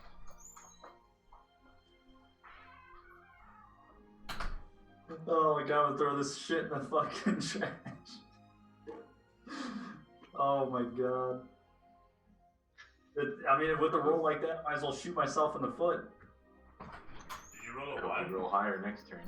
Did you roll a 1? Yep. Oh, terrific. As you pull the trigger, much to your dismay, from all the use, there seems to be a bit of wear in the trough. Whoa, what am I doing? And, unfortunately, the crossbow not only crashes into the side, but it fires itself through the arm of the crossbows where it connects to the trough. The whole of the arm snaps off as the hinge explodes from the strike. The crossbow bolt itself explodes against this thing as it swings out towards you. I need you to make a dex save. It's just 10 or better. You won't even believe this. You Nat won't even 20? fucking believe this. Nat 20? No, right? Oh, I got another 1, bro. Oh my! I'm so This sorry. digital Plus dice one, is though. I am cursed. so sorry. Yeah. Plus one. Roll me damage, yo. Of damage from the crossbow. Please. I rolled an 8. Oh, wow. Wait, on the crossbow, right? Yeah, that's a great roll. Yeah. That's a great roll. That's max On damage. yourself. You take half of that as the arm actually bolas itself back into your face. And as it smashes across you with the twang of a guitar being unstrung, violently unstrung. The crossbow, in fact, I don't know, do you hold it? Do you drop it? You probably drop it in the reaction, but... Oh, I'm throwing this shit down. Ah! So with that said, your crossbow clatters to the ground in a couple pieces, comically still connected, but now in a tangle. And as this occurs, do you have anything else to declare, sir? No. I'm afraid to declare anything. With a dejected expression, I would assume, the camera pans away from you to show Sorth nearby. After witnessing that scene, I kind of had to laugh to myself a little. You do so. And I'm going to use my bonus action to switch my target, since my guy died, to the horse. That's fair. To the horse. To the horse, yeah. Okay, fair enough. And I'm going to shoot at the horse. All right, that sounds like a plan. Okay, the horse is meant to live. I got a 9. The curse of Cody lives on. So, with that, you roll a 9, firing towards the horse, and to your surprise, as it rears up, your shot dramatically passes through its legs as it's moving in slow motion. And as you're watching it move in slow motion in the distance, you're like, I wonder how he's doing that. Anyway, with that said, the bolt sails away harmlessly through the air until it passes through a window and strikes a young boy in the eye. And he drops over dead, the mother wailing, screaming in agony at this, and you take 5 experience. So from there, the camera pans over to me. The mom grabs a rolling pin and heads out the window looking for revenge. Meanwhile, the guy on the horseback rears the horse around. Yes, he kind of does. And as he lowers it down, he starts galloping. Sorry, get this done. Galloping away yonder, bowling over the archer as he do. Actually, the archer can make a save too. He does make a save. He dives out of the way expertly. There you go. He's still on the ground prone. Point being, the horseback rider barely starts to get going as he nearly fucks up, rearing the horse around. And that's him. And that's me, actually, altogether, with all my dudes except for the Vizier, I guess. The Vizier snaps his fingers. Oh, hang on, that's not correct. And you guys watch as, one after the next, several arcanic streams of energy sail away from his fingertips. In as one after the next, they find their mark upon the fleeing figure. Dude, we're gonna take this Vizier by surprise.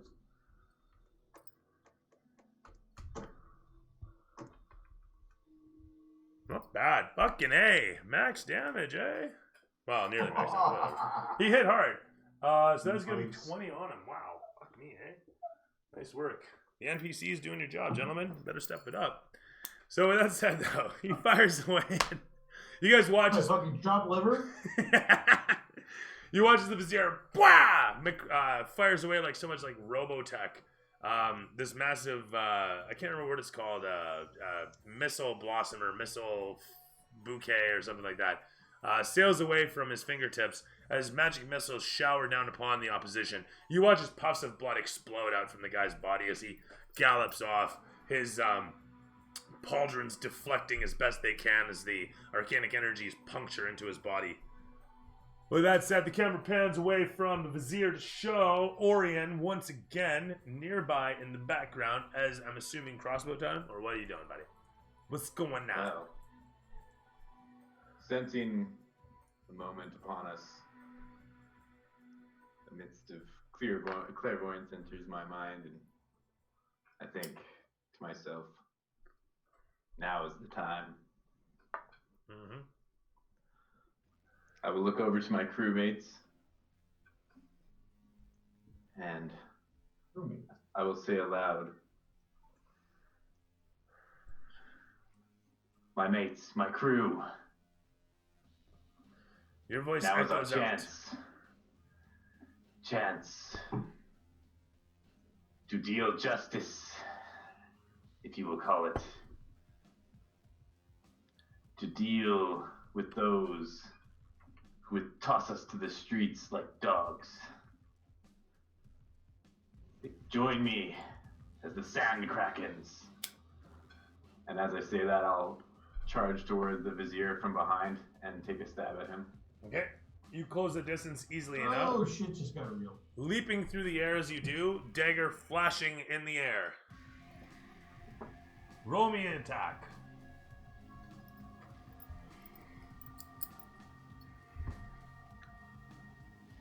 So with my first dagger, it is a 19. Hits. My second dagger is a 21. Jesus, the curse has been lifted.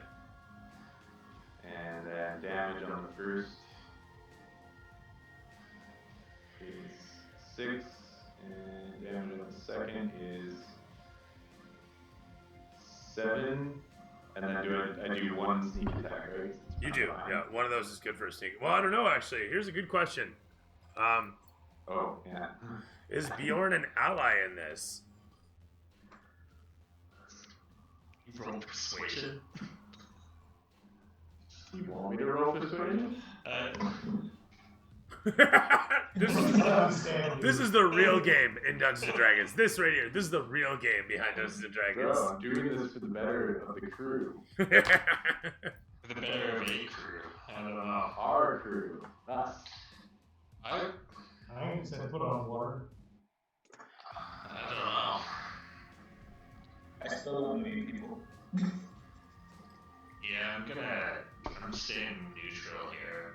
I'm not an ally right now. You get no sneak attack. As you stab both daggers plunging into the vizier one after the next. 6 and 7 for 13 points of damage. The vizier stumbles back. As you drop down, having stabbed into him with your blades, he deflecting as best he can, blood flying off of his torso as you nick against his flesh under those beautiful robes, that fine, noble gear that he wears. He, with wide eyes and gritted teeth, looks down upon you, not saying a word. You can see his still smoldering fingers crackling anew as he starts muttering fresh words. The camera pans away from Orion to show Bjorn nearby.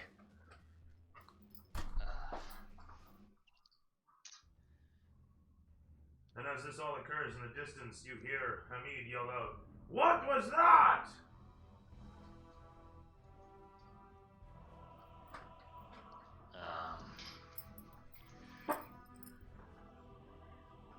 Orion, what are you doing?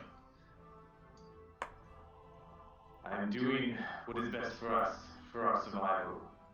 These men have ill intentions with those who do not bring them power and wealth. And it is only but a matter of time before we are all doomed to the same fate as my crew and so many others that have fell before them. The vizier at this point shouts out, "I looked up your record. You are nothing but common bandits on the water. The fate that befell your crew was still too good for them." And the wind suddenly kicks up, and you can see in the distance the sea splashing, surf floating out over top of everything, sending strange sparkles through the night air.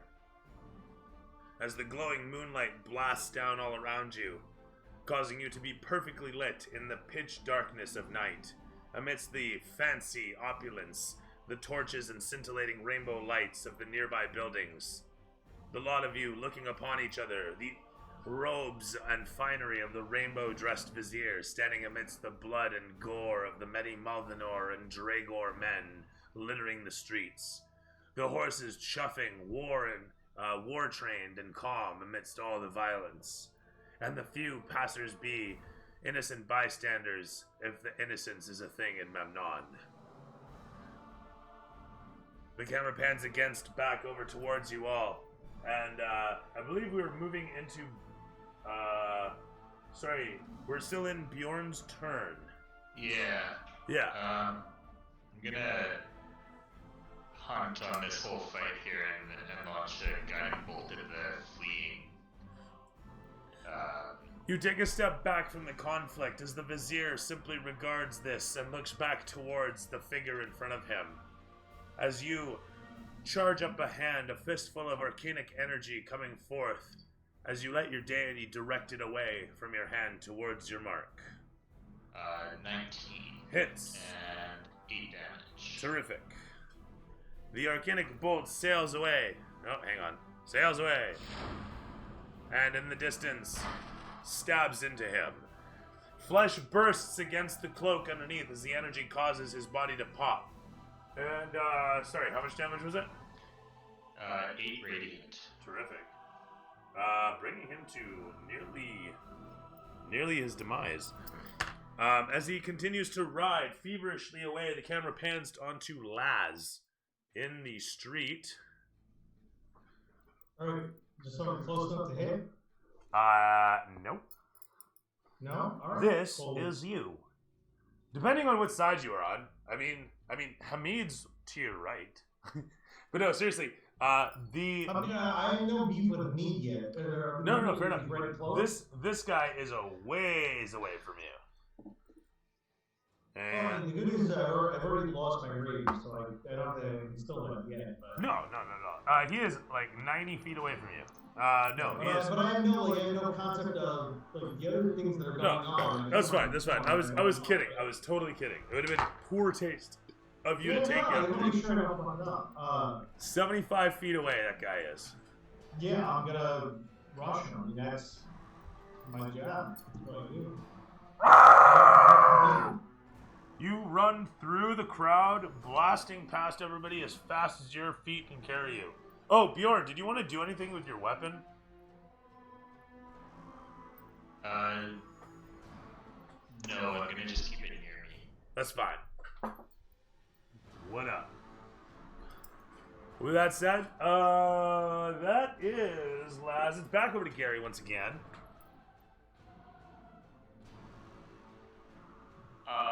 Did I hear Cody or Ryan make that speech?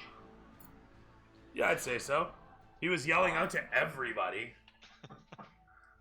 Did I see him stab the vizier? 100%. Happened about 50 feet away from you. In broad daylight. Or broad moonlight.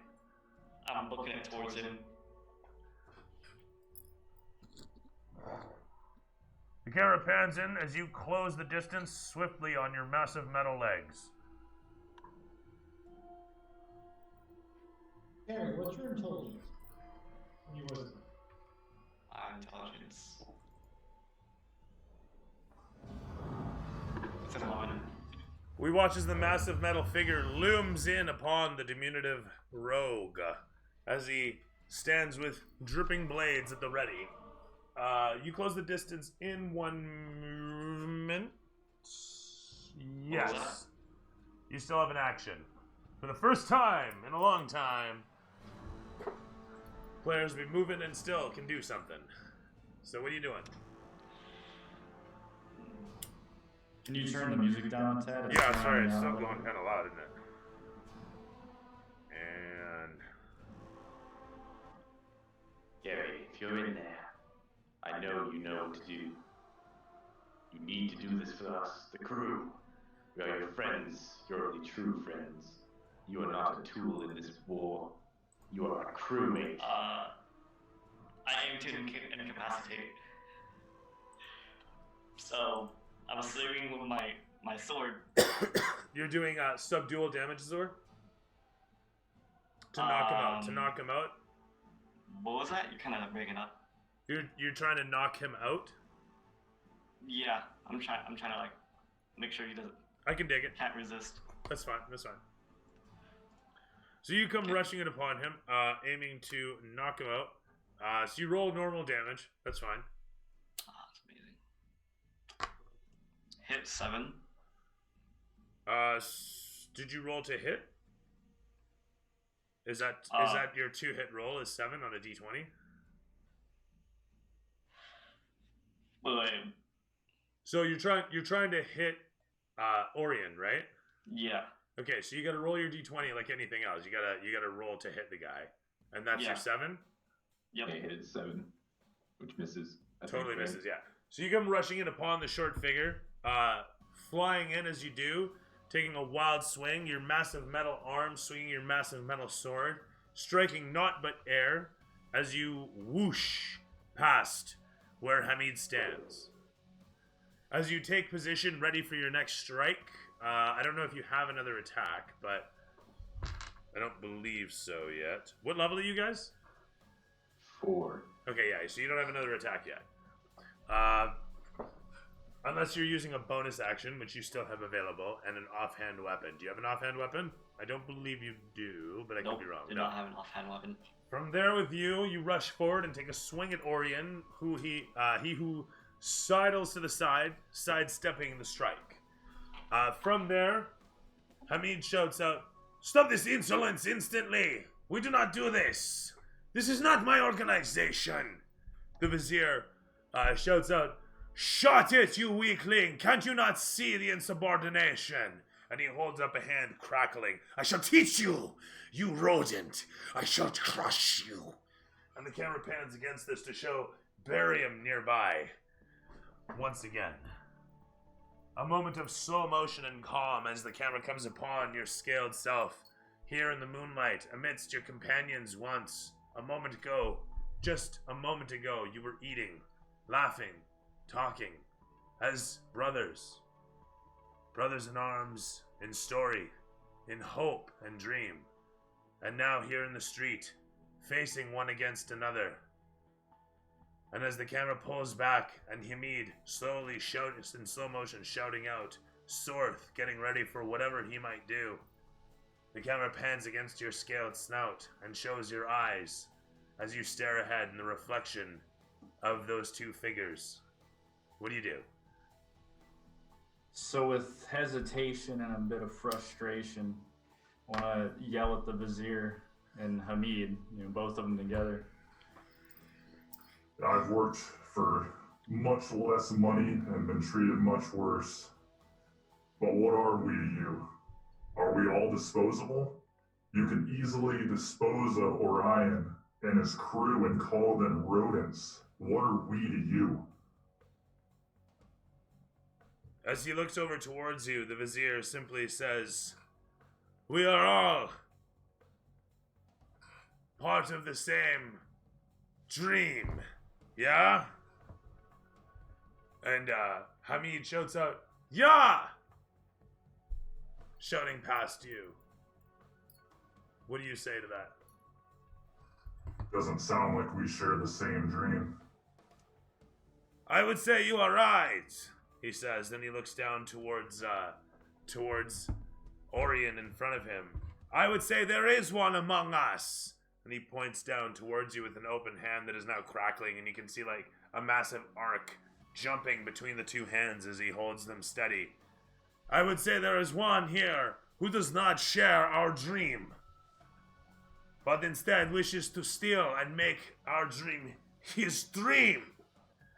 The camera pans back towards you guys, and Hamid is speechless in the moment, and it shows your face. What do you do? Are they standing side by side, or is Hamid separate? There's kind of a triangle of, or actually a trapezoid of 4 points, shifted slightly. You got Bjorn. Actually, here.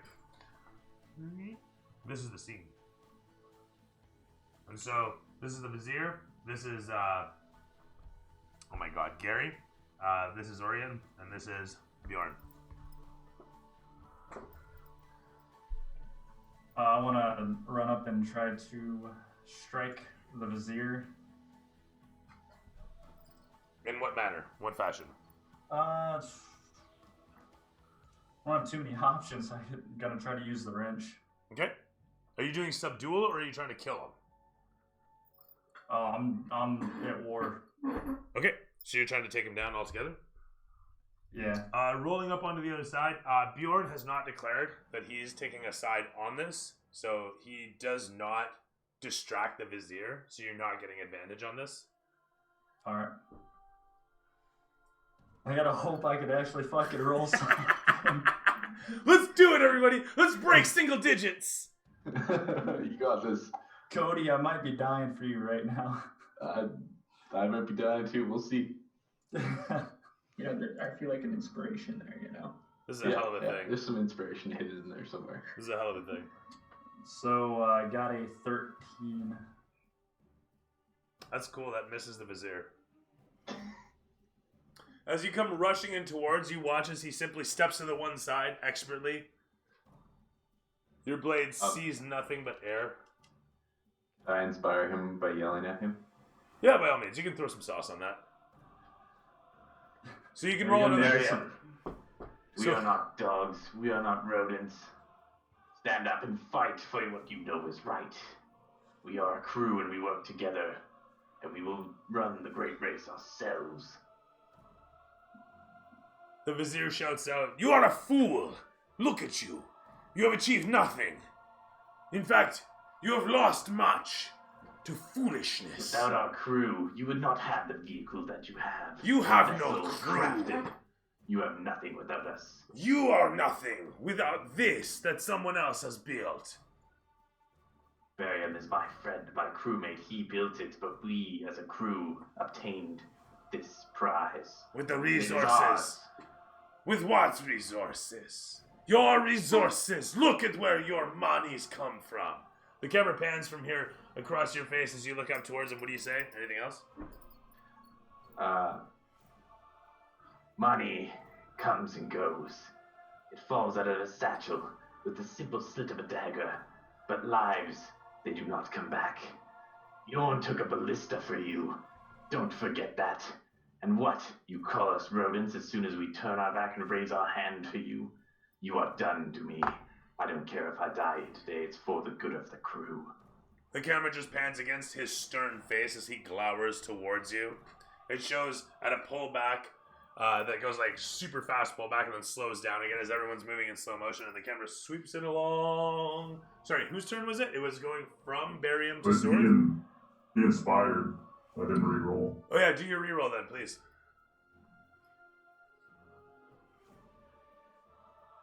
Oh, I got 14 that time. Fuck, still off by 2. As you swing in towards him, he quickly just steps to the one side, like I say. You hit naught but air.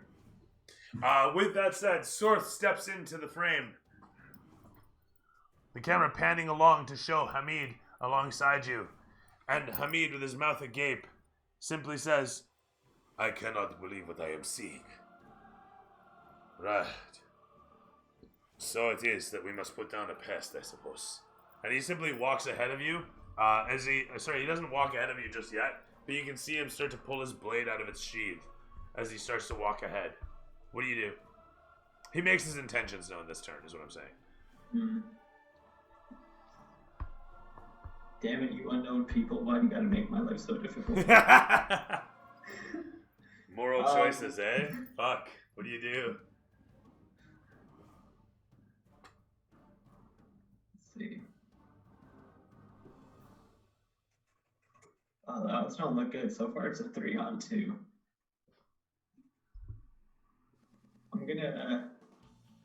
I'm actually gonna take a few steps back and away. Okay. From, like, Pasha. Okay, that's fine. And still being focused on the horse. I'm still gonna try to take my shot at it. That's fine. While everything else is going on, I'm kind of, like, still in the zone. Okay, I'll say that you go this way then, just so you have a clear shot of the horse, which makes sense to Awesome. me. Meanwhile, that guy was already dead. Very dead. And that way I don't pick a side either. That's fair, right? With guided bolt on the big guy, if you shoot at him, you get advantage. Oh yeah, by the way, thank you for that.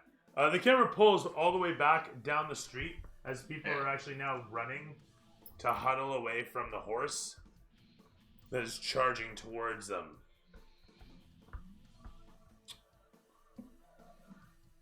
So what do you got to hit there? It's like I totally just randomly clicked my screen. I got it. Are you shitting me? Oh, 15. For the horse? Yeah, I'm going for the horse though. See if I can knock it down. Okay. Okay. With that, that's you okay. hit. Wait. So with that, I can do. And minor rule in D&D, I think it is, the rider can decide who's taking the hit. Oh, really? Yeah. Okay, so who's taking the hit? That's an excellent question, and since I'm a nice DM, I'm going to say, in this case, I'm not setting a precedent, you hit the horse just fine. So, Okay. that said, though, he's retreating and I'm being nice, and it's fucking late, so we're going to settle this. Okay. Sometimes there's more variables than just dice and bonuses, let's face it.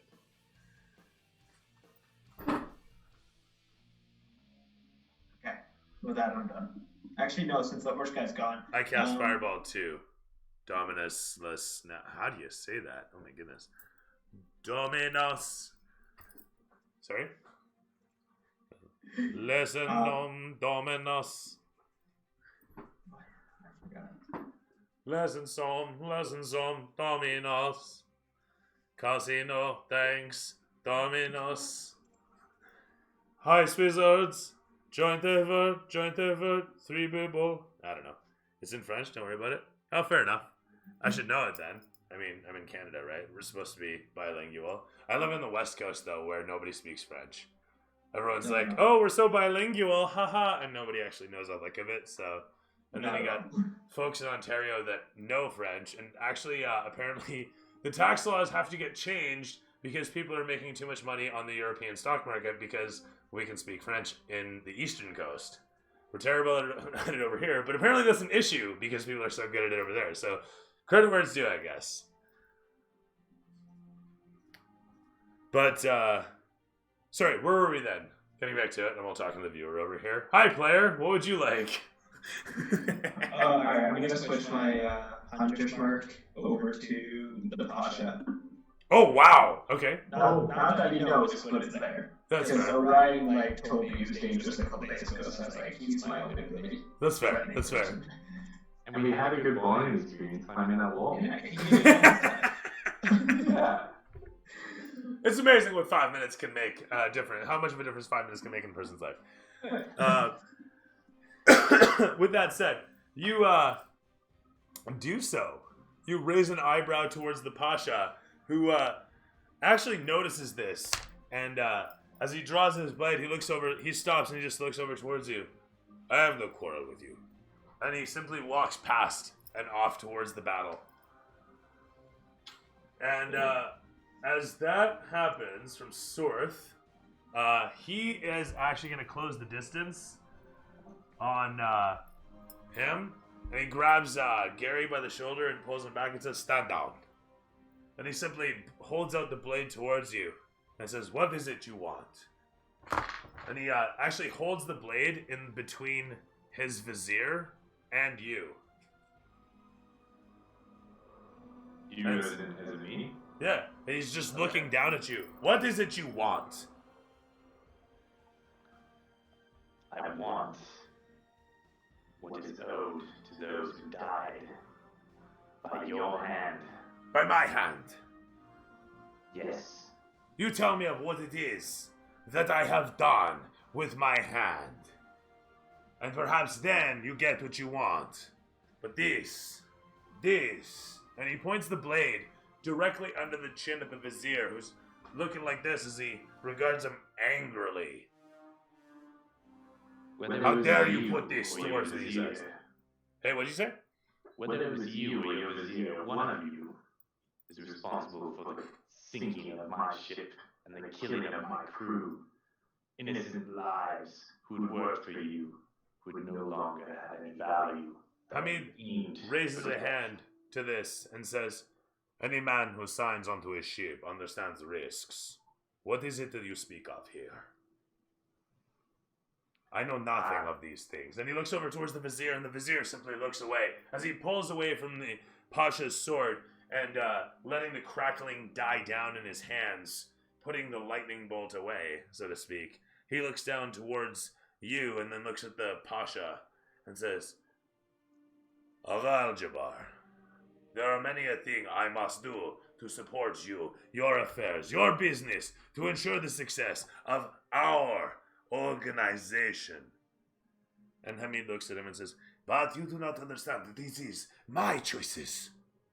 What has happened here? What is his issue here? What do you speak of? I speak of the sinking of the Lost Kraken and its crew. As the Pasha looks up to the darkness in of the horizon, and he looks back down towards you, he just simply shakes his head. How long ago was this? 2 years, 3 months, and 16 days ago.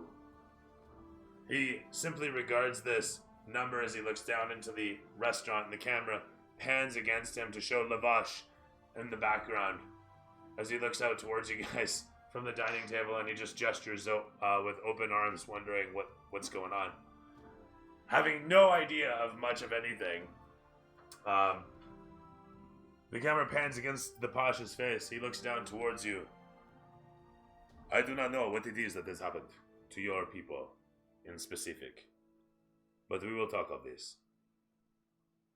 As I say to you, and he looks over towards the metal man with a minotaur head upon him, every member of this organization is important. Do not for a moment, do not for a moment believe, and he grabs a hold of his scabbard and he gives a flip and he puts the blade away, that I would be so quick to extinguish anybody, and neither should you be so quick to do so. And he looks towards the vizier. I need to know more of this. You will tell me more of this.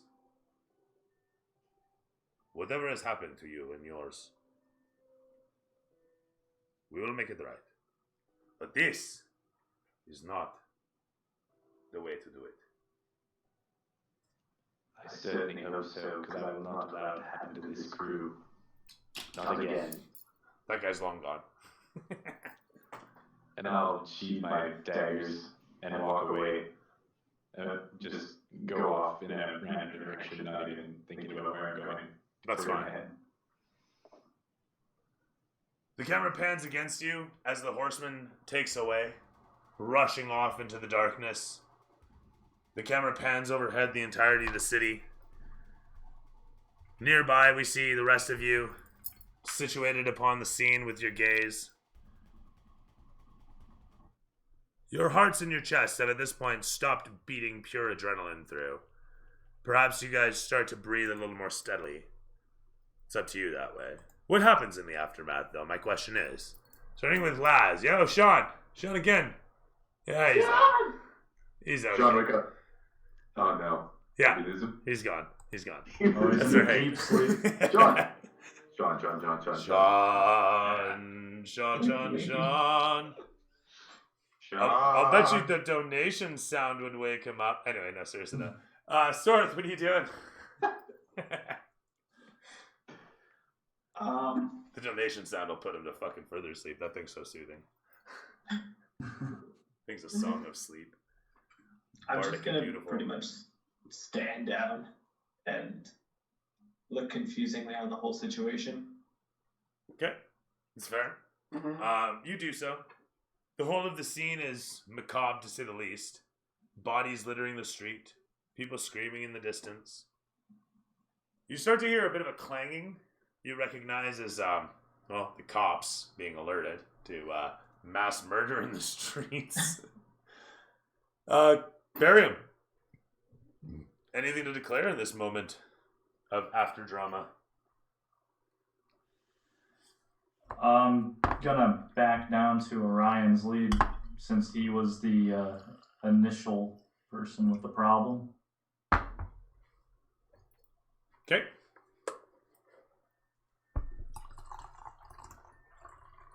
And Bjorn.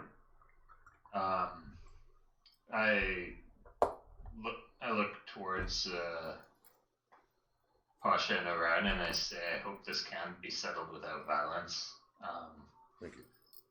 And then I lower my axe.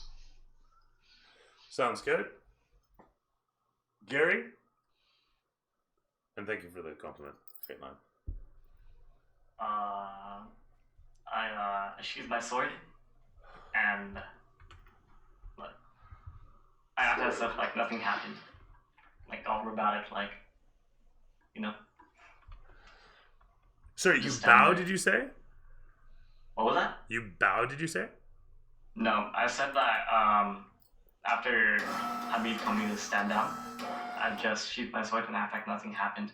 That's fair. Stoic and solid, you stand there for the brief moment. And as this happens and the camera pans against Orion, what do? Oh yeah, you're wandering off. The camera pans against to show Orion wandering away. Fuck, what is that rock and roll song that plays when Yeah, who cares? Anyway, Like that Drake song. yeah. Upset song. I'm upset. 50,000 on my head is disrespect. Yeah, like that. You head off through the city streets. The camera pans against your face, showing an expression of what? Just I'm gonna put my hood up and just glare into the nothingness. Okay, very good. As you head off into the nothingness, searching for purpose, meaning, whatever it might be in that nothingness, the camera cuts back to Hamid Pasha, who is wordlessly in a montage with open arms and a serious look on his face, giving a nod. Hey, right on. What's up, Rosie? Thank you for that. Giving a nod towards you approvingly, speaking a few words as he gestures back inside, comically towards the restaurant. And Lavash, at this point, does one of these as he opens his arms, saying, and beckoning. With that, the lot of you, I'm assuming, follow suit, filing into the room. Yes? No? Yeah. And the camera crossfades to show you all assembling, pulling up chairs, writing tables, moving them out of the way. A couple of the staff who have huddled in the place give a bit of a clap and a bow as they come out towards you, picking up a few bits here and there. They banter between one another as a fresh plate of rice and vegetables and whatnot is brought out towards you, and a few bowls of dip and whatnot. It's all set up, a nice little buffet in front.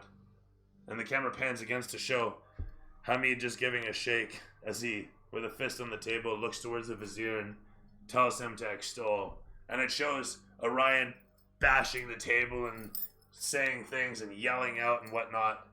And Hamid simply listening as he sits on the other side and looking over towards the vizier. And the vizier is doing the same. He's yelling back towards you, and at one point he just turns away and he protests towards Hamid, and Hamid simply just stands up and does one of these and tells him to sit back down and talk it out with him.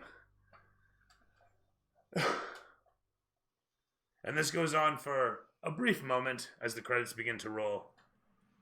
And the servers bring around a fresh flagon of wine as the camera slowly rotates around the lot of you and then crossfades to black. And Sean, would you like? Right on, man. I totally feel that. Right on. Yeah, buddy. Fuck yeah. Love you. Right on. And we'll talk about the 3D printing. Cool. Well, buddy. he's moving. Oh, is he stirring? Is he stirring alive? Sean! He's heaving. His chest is heaving. Sean, rise, my brother. Bring yourself Gary, alive. give Sean in Robot. Consciousness calleth upon thee. Gotcha, dude. My man Sean. Nothing. Everybody Alright. in unison? Oh shit, I did it! I fucking did it! I did it! You woke him up from the dead. Oh. It's the song of awakening. Alright. It's a great ending. dude, We it killed is- everybody, dude. It is 2:30. Alright, my apologies. I am so sorry. Honestly, I am so sorry for that. As I was saying though, is you guys close out, and from there, Sean, what'd you like? My nap. Man, I don't blame you. It looked like a good one. But seriously though, what'd you like? No, it was good having this all come together. I mean, trying to figure out what the hell is going on, in the background outside of Laz's knowledge. Mm-hmm. We've been catching hints of it. Obviously, Laz couldn't make it to the end of this one to really catch on, but no, it's been good. It's been good to see it going on. Cool, man. Right on. Alex, what'd you like? I had a lot of fun at the end there, trying to rationalize in my head what I'd actually do in that situation, and yeah, it was a interesting internal struggle going on over here, trying to actually assist and then ending up not really helping anyone. Well, at the end of the day, it's funny. Everyone in the end got so distracted by the drama, I was forced to just let the dude run away. I just want to make that clear. I hate to do that to everyone. But yeah, it just seemed like everyone was really involved. Nobody gave a shit about that guy. So, after that last strike, it was just Vamuski. He was almost dead, mind you. But so maybe he's dead in an alleyway nearby, having bled out or something. Anyway,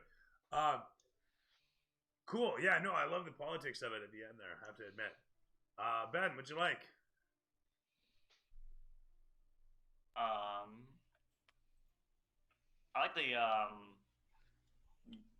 part where Ryan starts like rallying his friends over to beat up the Vizier. Mm. I was really tempted to, because made a good point, but like I got hit on the head, so I forgot everything that happened on I forgot everything that happened during like the little girl mission, bro.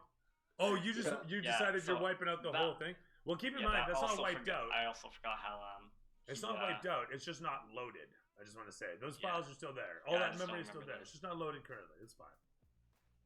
Yeah. How did that happen? You got knocked over the that head. part. You got smacked over the head. Yeah.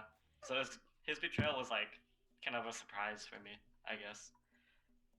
So me being as loyal to Hamid as always, I tried to get rid of him, but like not kill him because of my past with Orion. And then that's what I liked. What I didn't like was my shitty luck as always. Rolling a 3, amazing. Dude, luck was all over the place tonight, eh? It was really crazy. It was. Oh, yeah. Thank you. I think all of the attacks I've done this game, they all missed. Like this mission. No, they didn't. You hit the guy once. Really? There was one in there. Like literally, the first hit you had, I think you Yeah. ripped some guy. Yeah, that was it. And then for the rest of it, you missed. But you hit the guy the one time. That's amazing. I'm writing it on my wall of fame. Before I forget, everybody takes another 600 experience.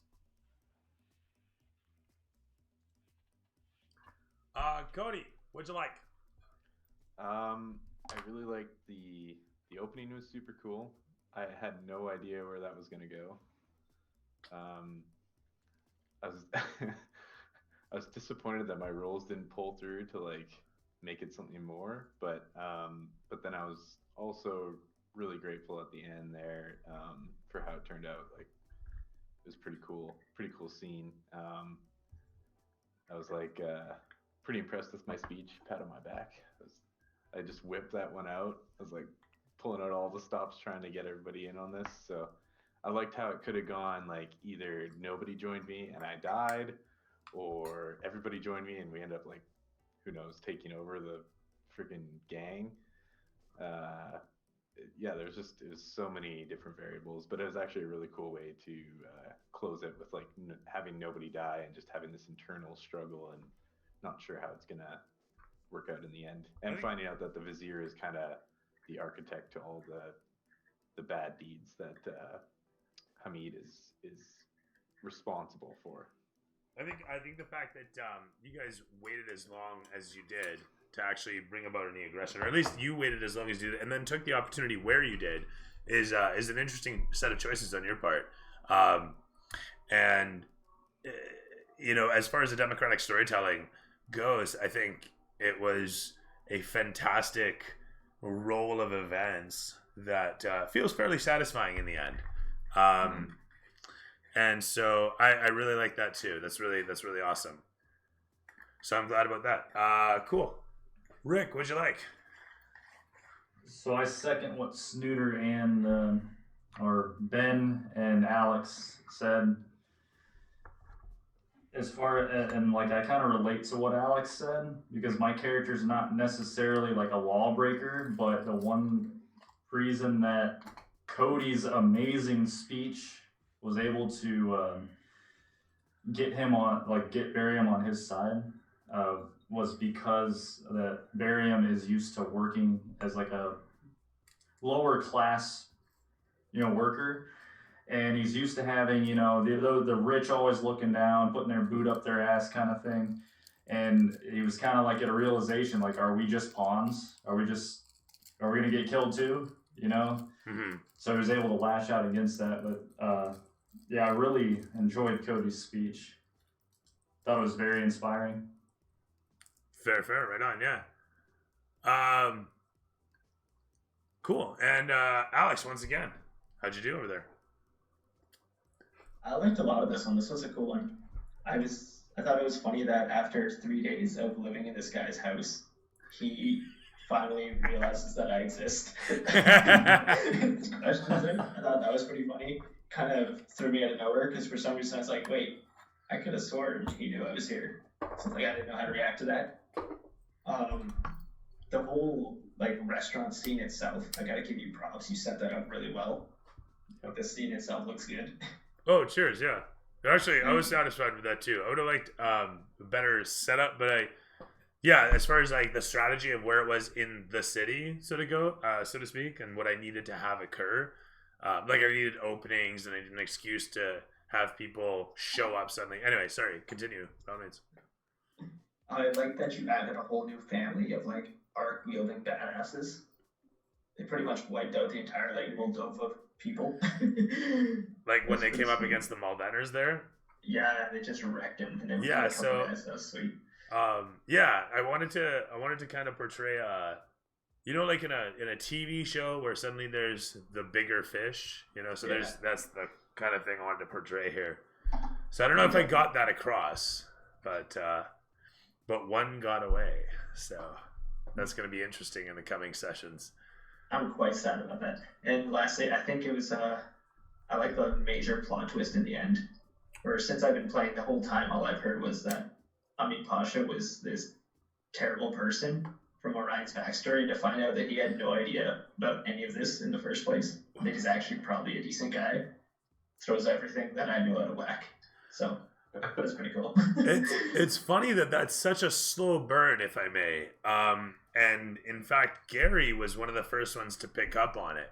And it's been this running theme that I've had going on over the last 3 sessions specifically.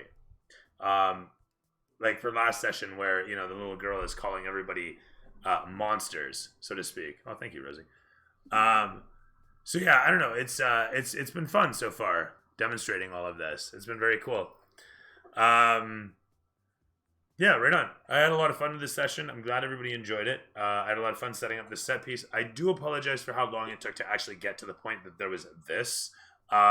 Nobody's really said too much about the whole run up to it, but something I've noticed is that I'm getting kind of long in the tooth when it comes to the maintenance and setup in the beginning of the session, and that is partially just to give everybody an ample opportunity to portray themselves within the world in some fashion, because really not every day is going to be high seas adventure and whatnot.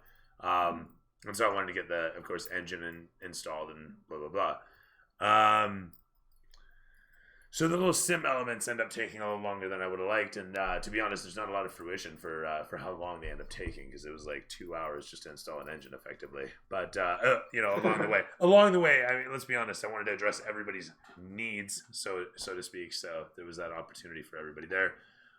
Again, I do apologize for how late we are going, because it's like 20-1 now for me and 20-3 for my man Sean again. I am so deeply sorry, my man. I am so deeply sorry. I apologize. No, not even almost. Not even almost. I said to people, this would be over by 10, and so we're starting at like 8 and going till 1. So, D&D. D&D life! And I feel like my fault too. Even if we start at 7 and then 20-4 for this guy. Holy smokes. Set up at 7 and then start at 7:30. That might work better. That would be good. But time to get here, and I don't know. You mean like Also, live? I was gonna change the subject and bring up something funny. I rolled 1 5 times today. The only time I rolled good was when I hit Gary. I rolled it. That is fantastically terrible, eh? Oh man. It's comedic relief, right? Check it out. It's Fantastic Dice Rolls and Where They Live by Joe Crowling. Right on. No, this has been good. I'm glad everybody had fun. It was a really role plays heavy session. Like I say, it can be a bit of a slow burn when you got a lot of players to go through that way, a lot of maintenance tasks. But so is the cost of world building. And if only Game of Thrones could be 4 or 5 hours, right, per episode. Anyway, Again, it's been my pleasure to be your entertainer, your dungeon master, with my fantastic palette of personalities that is my plethora of players. I thank you all for being a part of the experience that is Dungeons and Dragons here in my garage. And yeah, until next time, your 20s always land on 20. So, Hopefully. yeah, you know. Thanks. Cheers. Thanks. Have a good night, all. Remember that sword I picked up? Do I have to like inspect or anything to add it into my inventory or what? So long and the short, that thing, I mean, you're gonna have, I guess I don't need to share a screen, so to speak. You can do this. That, thing's gonna give you, what was it? 1d6 cold damage, as it is. Okay. Now I have to add that as a custom weapon. There may be a sword with cold damage on it. I should almost have a... But yeah, you it might be quicker to just honestly add the custom weapon for it. I'm gonna do it tomorrow. Just gonna put it... I'm writing this down somewhere. D6 cold. To all the viewers that are viewing, there's a lot of you. This is actually quite a few people watching. It's a pleasure to see you all in there, and I thank you for watching. Sincere thanks for coming out and checking things out. My dance card is pretty full, as with the COVID restrictions, I am taking all of my live games online. I might be convinced to run a one-off, but, you know, my email address is freely available. You can find me at dungeonmaster.ca if you're curious about anything about me. Well, am I even streaming to anybody currently? I don't even think I'm on camera at the moment. Hi, how are ya? Hi, Dooley. Right on. You taking off? Later. So yeah, cheers. So, hello all. This is the time after the game when I speak to you, the viewer at home. You have the opportunity to speak to me, one-on-one. Please let me know your questions, that I may answer them to the best of my ability, as it were. Anybody? Nothing? No questions at all? No, I'm kidding. There's a delay. So I'll just sit here and drink whilst you rack your brains. Yes, thank you. I've been doing it a long time. You know, it's not hard to be a good dungeon master. Can the DM lift my dice curse? I cannot do this. I cannot, unfortunately, do this. Well, we start at, if it's 7 Pacific, it's like 10 Eastern. I don't know what time zone you're on. I'm assuming Eastern more than... Thank you, Rose. Yeah, brutal. I gotta stop doing that to you guys. I apologize for that. You guys gotta be like, hard stop, duels. And I'll be like, oh, fuck, yeah, never mind. I mean, there are times when sessions in the past have just been like, okay, well, you know, all we did was a little bit of roleplay and maintenance, and now we're gonna move on. You know, it happens. It's just people want to get to the point where they're rolling dice, killing shit. That's what D&D is about on some level. But it's like I say, I mean, the real game of Dungeons & Dragons is in the nuances. You know, if you have an opportunity to have some sort of political thing going on, that's always fun. And then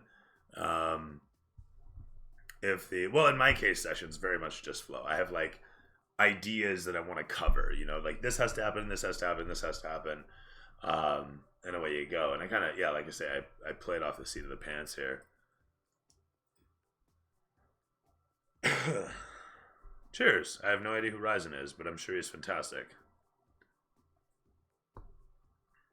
There's a lot of people doing this now. It's crazy. When I started this back in 2011, it was a bitch for me to get online, and there wasn't many people doing it. But now it's, now we're at such a point where everybody and their dog's online, and everybody and their dog is producing new gear and equipment and material and whatnot. And it's been however many years that we've had however many different Kickstarters, and so we got the deck of many whatevers out there, and we got actual miniatures they can buy by the swath. We've got all these various minis that are available. You can buy a Dungeons and Dragons miniature ship that you can paint yourself. It's fantastic. It's fantastic. I love the industry now. It's expanded to such a point. There's so much available. There's these adventure in a box where you have one box and it comes with the minis and the etc. that you need for running that particular adventure, and it's terrific, fantastic stuff that way. I couldn't have asked for a better result, you know, in the end. I couldn't have asked for a better result with it all. And And so here I am on the I'm 40 and the game's been around for however long, and we're in the 5th iteration of it, and even that 5th iteration has been along for however long, and it's evolved to such a degree. It's fantastic to see it having come to such a point. I mean, I wouldn't have thought, like, I thought I was getting into some niche thing, and hey, I'd have to convince people to play it and whatnot.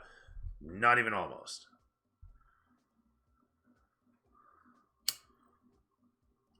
And that's an important thing. Is one thing that I'm always doing, and one thing I would suggest that every dungeon master do is pay attention to what your players' motivations are, as well as establish motivations for your player. Think of it like a TV show. You always think of it like a TV show. Is you want to make it interesting for each player, but the interest lies within each player working within the group, right? Within the greater story. And so, I do this sort of B story thing where I'll focus on players doing their own thing for a moment, but I don't really make that a B story in the traditional sense. B story being that there is literally a separate story arc aside your A story arc. In this case, of course, we have a B story from time to time. The current, how can I put it? There's like a seasonal arc and there's episodic arcs. And within the episodes, there might be the occasional B arc, but within each session, there's just like one primary arc. And so every session I've tried to establish, I miss every player that comes through, but it's like, I kind of have a thing about, always trying new people out. Don't get me wrong. Like, if you can figure out a way to get around, then there's the chance you could always come back to the table and try things out again. But transport was really the issue. So if you're close by, then problem solved, right? Actually, I met a couple of people that are like right close by. But like I say, right now the dance card is so full too. Like, not to be a dick, but to be quite emphatically honest, it's, oh my god, I have normally 3 regular weekly games plus 2 monthly games, if you will. And yeah, no, dude. The fact that you're here 4 a.m., my goodness. Pandemic! It's a wonderful thing, What can I say? When you don't have to make a commute. Like, oh, I live in Brampton and I work in Hamilton. Like, I don't know, 3 hours. I don't know. Just kidding, but oh yeah, I forgot, you're an Americano. Streamers, I guess. I don't know like too many other streamers. Dated one for a while, but it would be with you. Thank you. But no, seriously, shit, man, I have so many games going on. No, honestly, and fucking, what do? There's so many people that want to play it, and I'm like, I want a dungeon master for you all. But then it's like, literally, I'm running however many games, and each of these games is however many hours, and that's however much hours out of your life. And you become really aware of it when you're in your later years, right? Fucking preaching to the choir over here is just like, how much of your time is being consumed by what thing? And that leads to that anxiety that I think a lot of adults have, where we're like, oh, am I doing something productive with my time? Or am I just wasting it away? Oh my God, I want to have fun, but I gotta get sad in life, I don't know. And so it's, it's a pain in the ass. You're dealing with all those emotions and whatnot when it comes to just enjoying yourself. And so, here I am spending upwards of 10, 12 hours of my life running whatever fantasy realms. But at the end of the day, you do what you like, right? That's what life is about. For sure. That's cool, actually. That's very cool. Dungeons and Dragons is a nice exploration of a lot of things. At the outset, I mean, really, it's just a board game. That's what it is. The level you take that board game to is up to you. And so in this case, of course, I've taken it to kind of the nth degree, haven't I? But there's other people that take it to even further level of hobby. And the funny thing about that is that you can say any role-playing game, any tabletop role-playing game, Dungeons & Dragons, for example, being as popular as it is a fantastic example, is like Microsoft Office of hobbies. There's so many hobbies within this hobby. And within this hobby, you can exercise however many hobbies. Do you like miniatures? Do you like putting them together? Well, you can do that. Do you not want to bother with the miniatures? Well, you can have pre-painted ones. You can have perfectly, fantastically pre-painted ones. Oh yeah, the cameras aren't available. Like this one right here, this cutesy, right? Fantastic stuff. You pay for it, but you can have it. Or if you like painting miniatures, there's scads of unpainted ones now. And you don't even have to use D&D minis. You can use pennies. You can use whatever the fuck you like, right? I mean, at the end of the day, it's whatever level you want to take the hobby to. And so you have a hobby that is, and what is the hobby? It's a tactical tabletop game, but it doesn't even have to be a tactical tabletop game. It can be theater of the mind through and through. You don't have to bring out any miniatures, any pieces, any tabletop whatsoever. You can just have it theater of the mind, telling each other what you're doing, and so you go. It's fantastic that way. So at the end of the day, you can make it as much or as little as you want. And yeah, it forces you to think creatively no matter what the level of the hobby you go to. And you get to choose whatever creativity you want to pour into it. It's fantastic that way. And, you know, I mean, it's not the only hobby like that, obviously. You know, it's something as simple as sewing. You know, I do it to repair things. I do it to make quilts. I do it to whatever, you know, make curtains and etc.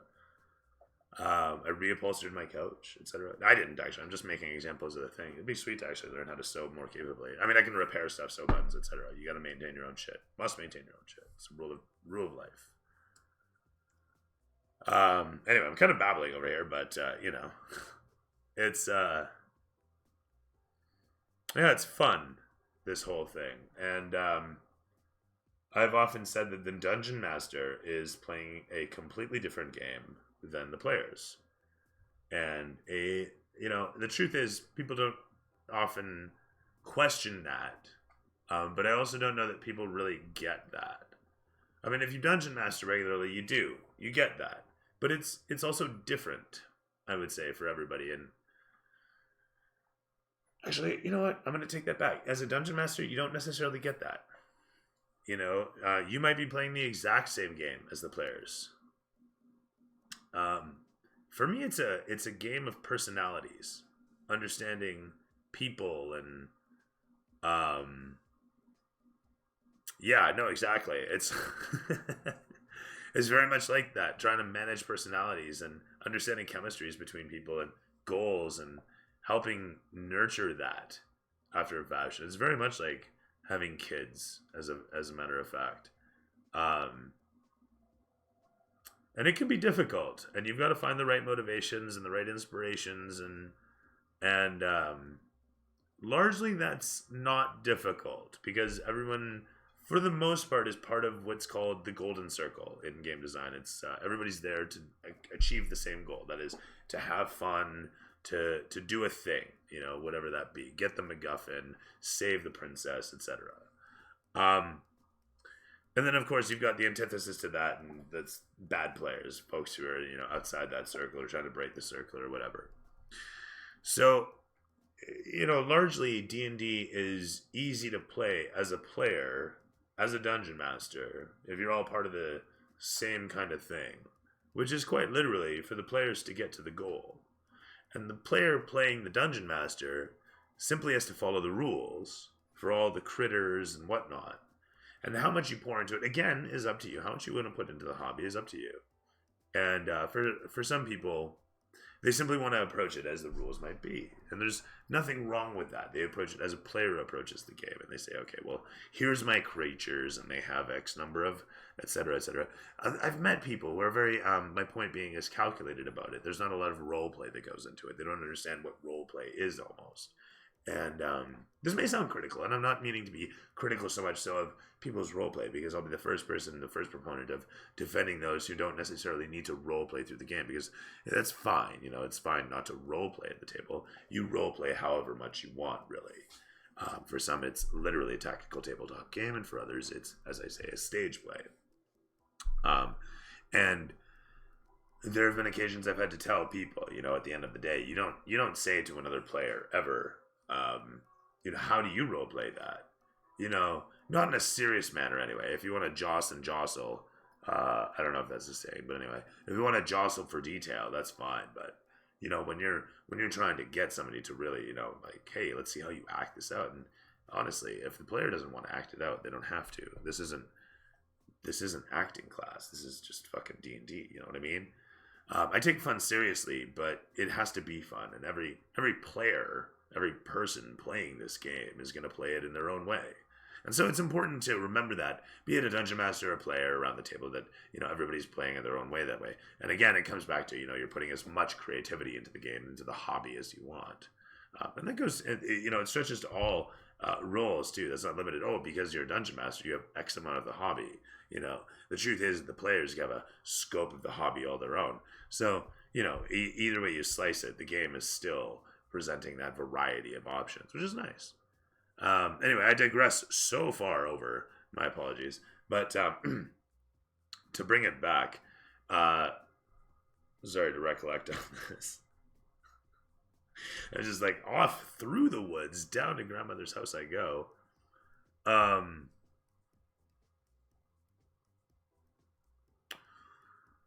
Bringing it back, acting, players, influence, don't tell other people what to do. A long train of thought. Damn, I rambled a while. Somebody help me out. Where was I? What was I talking about? I'm sorry. Oh my goodness.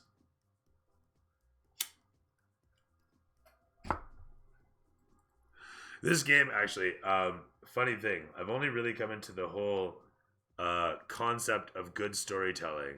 I've only come into it, meaning I'm only feeling like I'm getting decent at it in like the last year.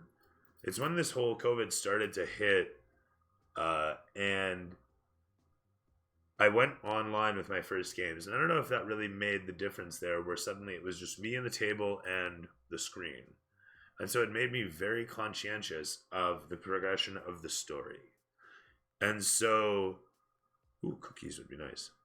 Here we are at such a point where I've kind of developed a habit for delivering the story in a filtered manner. So I'm doing good that way. I'm doing this exposition that I'm making up, and it's in service to the story at all times. I'm not getting distracted by anything around. That comes with time, and that's it's like, you know, what is that website about tropes? I cannot remember the name of it, but TV Tropes. So TV Tropes is great for inspirations. TV Tropes is terrific for inspirations, and being abreast of those various tropes is terrific for a form of fan service where you can deliver to players something they recognize that everybody can glom to.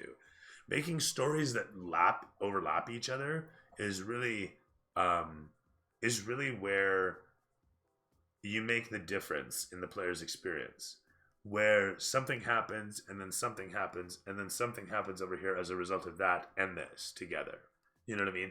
And that's what you want to go for. You want to have things overlapping back over. You want to have new opportunities for experiences within the gameplay as well. And that comes down to your combat design. And so I try to make different combats contextual and something about them environmentally interesting, if that makes sense. It's important to establish a variety to the experience of your players as they progress through the campaign. I like to think that every session should be a new experience. And that new experience is, you know, technically the same experience. Oh, look, there's dudes. Oh, look, you killed them. Oh, look, they had loots, you know. But it's not that simple when you want to deliver story and, you know, progression of arc and self, and, you know, you want to have this living, breathing world around the players. You got to kind of take the time to world build a little bit during the session, like I was saying earlier, and that takes time and patience on the player's part and interest in the story thereby. And so you have this kind of like either a cyclical growth or a snake eating its tail as you deliver good story that interests the players, or you flounder trying to deliver something that hooks people and fails, and so they're kind of just dragged along, kind of like behind a motorboat on a tube, you know, where one guy's going in the circle and the other's going to fly off. And anyway, so terrible example maybe. I'm having fun with it though. Point is though, is when you're doing your stories, like I say, you want to overlap your points. You want to focus that story such that what the players are doing is overlapping previous things and building on previous things. And so it behooves you to, like, at every opportunity, establish a few things, okay? And then you build on that. And then you establish a few things. And then you might establish a few more. And then you build on this. And you kind of, like, get this weird tower of story points as you build up the story. And everything should kind of build onto each other. I look at it like good level design in games where you go one way to build up a thing, and then you come back with those solutions to get through into the new area. This sort of quest is good because it brings the players back over the same scenery. They feel they've grown because they're seeing this later on after having done something else. It establishes roots. It builds the world within the player's realm as opposed to your own. So it's one thing to have the players show up somewhere. You know what? It's as simple as having a character that always sounds the same. If you have an NPC that's popular throughout the world, if you have like a signature villain, they have to have a signature voice, and that voice always has to be the same. And whatever the voice is, it can be anything, but it always has to be the same. And so, if you're a really good dungeon master who is really, keen on doing voices, and you want to work that into your world building, you need to practice specific voices and say, okay, this is going to be all my smiths, and this will be all my tavern keepers, and this will be all of this and that and the other thing. And largely, I mean, it is what it is. You're just kind of doing an English or whatever regional accent for whatever sort of peoples as best you can imagine it, right? And you deliver that, and largely it's fine. I mean, nobody really cares as long as it doesn't sound like you. Hey, he's doing voices, fucking A, right? He's trying, and that's worth something. Doesn't matter how you sound. At the end of the day, you're putting the effort in, right? And again, goes back to how much creativity do you put into the hobby? It's up to you, and that's the beauty of it, right? And of course, again, the whole concept of don't tell other players how much to put in, and certainly don't gatekeep on other people. Oh, you're not putting enough into it. Like, what is that? Get the fuck out of here with that shit. Everybody who's part of the hobby is part of the hobby. It doesn't matter how much they put into the hobby. They're part of the hobby, and fuck anybody who's gatekeeping at any level, be it Edition Warriors or, whatever. I don't dig on snobbery in the game. I try to be very open about it. Like to a fault, like I know that myself. But yeah, I mean, I enjoy delivering it and everything. So it's this thing of, how can I put it? Back to, of course, prioritizing myself and my time and my whatnot is, you're spending however much of your time out of your life and doing something that you love doing that really isn't getting you anywhere, and you're doing it because you enjoy doing it. And so it's like, okay, I'm doing 3 games a week. That's a little much, maybe a little excessive. Like, maybe pull that back or just leave it where it is and ignore it for a while, like a small fire. Anyway, no, I like doing it. It's just, it is like a serious time sink, right? It's a serious investment of time. Fortunately, I'm really good at the dynamic production. I can make shit up real easy, and largely work it through. Although I'm prone to forgetting things, and thank God for Sean and his fantastic review of everything. Yeah, cheers. No, I really do. I really do enjoy what I do. I mean, honestly, if I didn't, fuck. I considered stopping, and I was like, I can't stop. I can't stop this. Not a chance.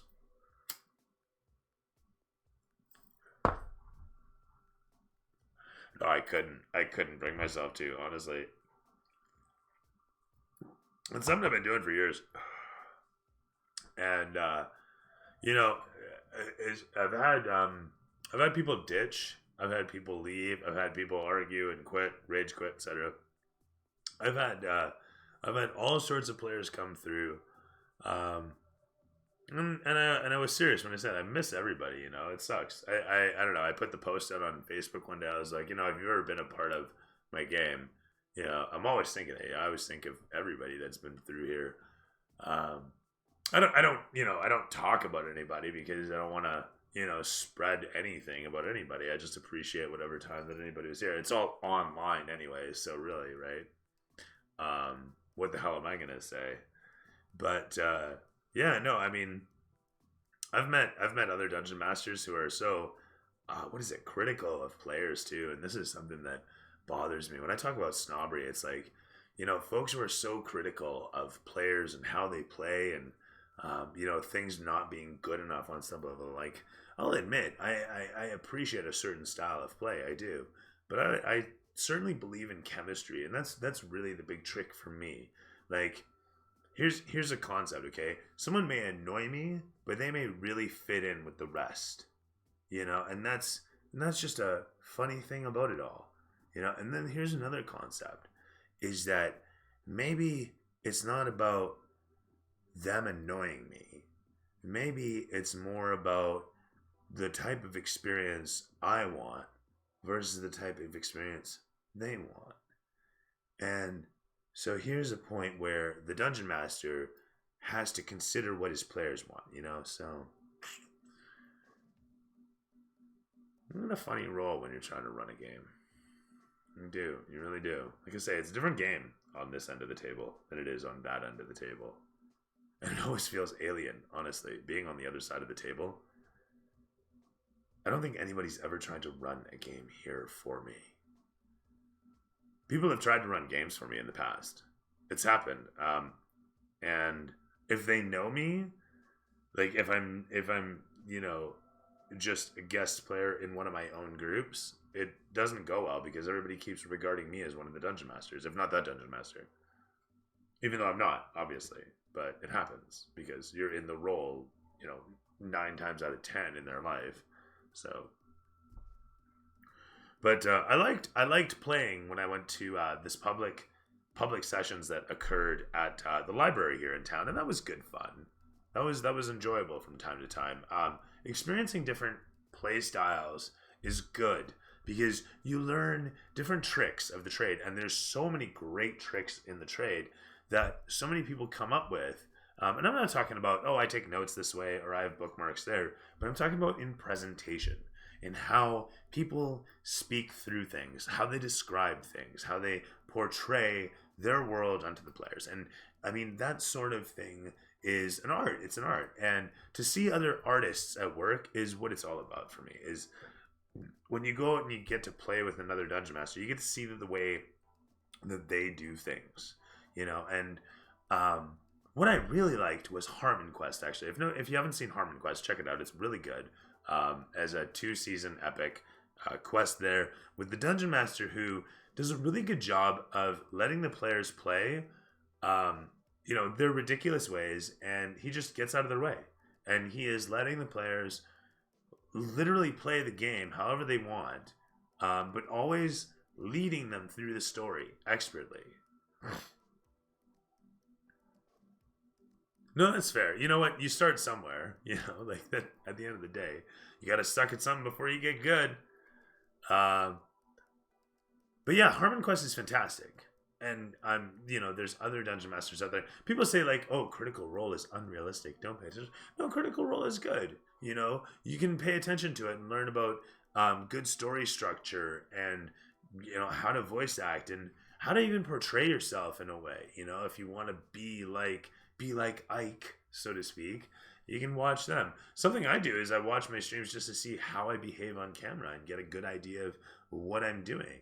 And moreover, like tics and whatnot, like learning a form of kind of screen control, if you're into that sort of thing. Which, I mean, if you're doing a stream of any level, let me tell you, you really want to do, because good gods, fucking tics and whatnot. The never burning joints, I tell you. Anyway, I've been babbling on for a while. But yeah, the point being is that, looking at tutorials, looking at other people doing their thing, paying attention to the way other dungeon masters do things. I mean, you may not agree with the way somebody does something, but it's like Bruce Lee said, take what's good, discard the rest. Whatever works for you. Take what works for you and apply it. But you don't have to pay attention to everything. And filtering through that is the secret to life. Just, don't sweat the other stuff. People are people. People are individuals. People all, what is it? There was a fellow, his mom said to him as he went to art school, you're going to a school where you're going to look at a lot of people just practicing their own signature. And so there's, that's what it is. Everybody DMs their own way. Everybody plays the game their own way. The number one thing I look at when it comes to this, I say to people, know your rules. Your rules as a player. Know your rules. Know your class and your race and your whatnot rules. And then when it comes to nervousness on camera, don't have it in front of you. You get used to it after a while. I mean, it's just right there, and there's nobody here. You're a list of names, so far as I'm concerned. It's that's it. And then you just kind of yourself. I mean, really, you think about how you are, and that shouldn't change. You're not trying to portray anything for anybody. You're portraying it for an empty room. Literally just a camera and some lights. I behave the same way as if I was watching a movie. I think. I haven't given it a lot of thought, actually. Pleasure, Josh. I'm Dooley. And this is, the garage. Welcome. That board, I made it out of a patio door.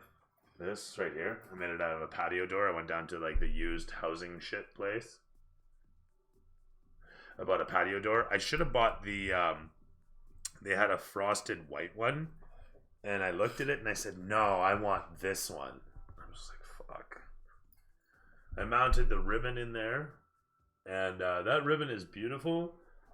But, man, if I could do anything, I would go back several versions of their light app. These are LiFX bulbs. They're fantastic for streaming because they have infrared light.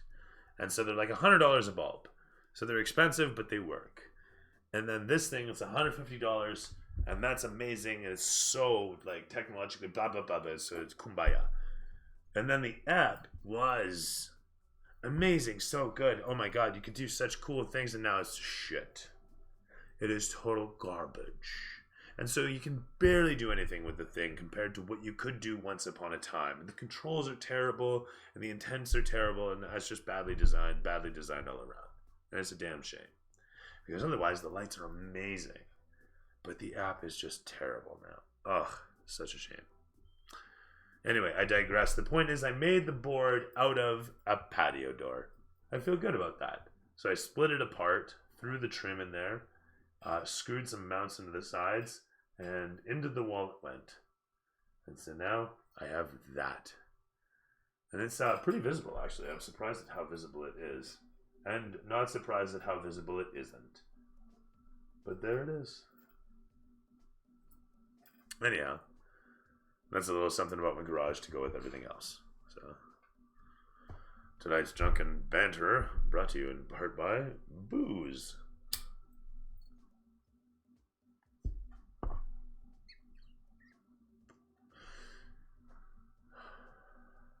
Nanoleafs are expensive. I want nanoleafs. Those things are terrifically beautiful. Having them crawling up the wall and such would be fantastic. If I start dungeon mastering Shadowrun, which will probably never happen, I would definitely invest in a bunch of nanoleafs to have on the walls as decorum during that.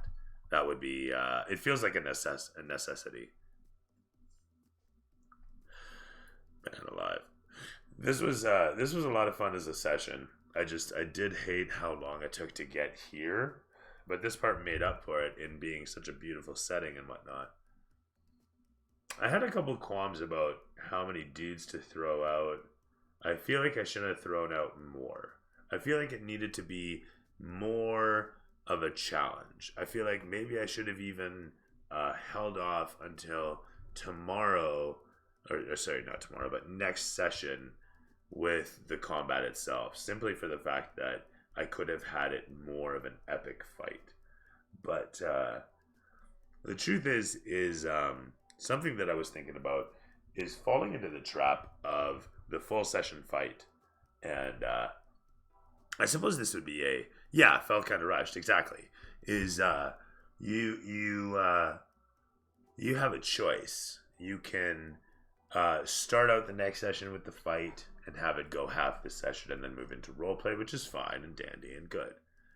You could fall into the trap of the full session fight and then the roleplay fight and then the full session fight and then the full session fight and then the roleplay session and then the full session fight and then the roleplay session. That's what I'm going to say. The point being, though, is that you have a pattern that some people fall into where this is the session where we talk through a bunch of shit, and then next session we're gonna have a big fight about it. You know what I mean? And I've seen that. Like, it's just a thing. And there's other folks who are like, years have passed, shit happens, make some rolls. Cool. Okay. Okay. Years have passed. Shit happens. You can make some rolls. Cool. Oh, you guys have a fight. All right. So the fight is between you and the Queen's soldiers, and it's like I've seen all sorts of DMing, right? So, yeah. When I say you gotta think about different styles. Like, I don't think I really addressed how many different ways there are to deliver D&D. You know, because again, what is D&D but like a tactical tabletop game? And it's supposed to deliver some rules for various facets of gameplay. So, for example, like exploration and food, water, weapon maintenance, land ownership. All of this is covered. You know, creating magic items, commercial systems, etc. All of that's there. You know, the simulation side of it, it's all there. But at the core of it, this is a game that was born of a tabletop war game, Chainmail, back in the day. We all know this. Point being, basic knowledge. Okay. This game is a tabletop tactical game, be it theater of the mind or otherwise or whatever, right? And so, how you deliver that, how you present that, how you frame each tactical tabletop experience is up to you that way. And so, in my case, I do it as like this serial experience of role playing and combat and role playing combat and so forth, right? Like a sitcom. Like I always, a buddy of mine actually said that I relate everything to camera. This is my standard delivery. I mean, up to date, that is my standard delivery. Even just a year ago, it was much different in my delivery of the game. And, it's funny, like I say, doing it online is wholly different from doing it in person. And I very much like doing it online for the detachment of myself from the players, for my focus on the story. I think that's very good for me. In providing service to the players, providing the service of the story, service to the story. I can't wait to buy these for $20 a hit and get like 2 more of them. Just a bunch of these fucking massive worms. I have little versions actually of them painted up and ready to rock and roll. So I'm looking forward to bringing those out. I was speaking of something earlier and I completely fell off the topic. Oh yeah, the modern take. Getting back to it is that this is more or less just how I want to DM. I like dungeon crawls. But it's not my strength as a storyteller. My strength is nuanced human behavior, nuanced social behavior. It's just something I'm decent at portraying and showing and telling. And understanding to a degree, I don't necessarily understand how people behave. I just understand some triggers, tics, behaviors, and whatnot, and I'm good at portraying that. That's what I mean. And then, of course, the set pieces. I'm very adept at putting a lot of crazy shit together. And more to the point, I have a lot of shit that's been built by players over the years, like the tables, the benches, the etc. Everything you're seeing here in this restaurant scene was completely crafted by players who've come and gone. And Gosh, even this miniature chest is literally handcrafted. Just something else. Anyhow, I've been babbling for a while. It is now 20 after 1 here. If you're curious how you can be a better player or dungeon master or anything, I mean, really, the first and foremost method is do it. And do it as much as you can. And quick anecdote to that. There's a fellow, famous fellow, I don't remember his name, some sort of Playboy fellow. God, all I can picture is Tony Robbins, and it's not Tony Robbins, but regardless. Anyway, this guy made his money playing online poker, and this was back in the day. When I say back in the day, I'm talking about 20 years ago in the early 2000s, because don't forget, it's 2020, baby, and you are fucking old. So with that said, he was playing online poker, but he was playing like how many ever windows open, however many games at once. And so the point is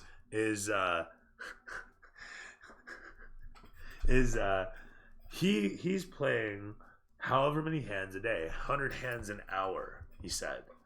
You know, you want to play 100 hands an hour, and you play 100 hands an hour, and you get good by playing more games per hour. You play more games, and by playing more games, you learn more tricks. You build instinct. You get better at the game because you're practicing more. And so it's the same thing here. Is I'm playing 15 hours a week, 12 hours a week, 10 hours a week. Delivering story and thinking of story and remembering details about the way players played, the session. It's crazy, getting that much practice in this.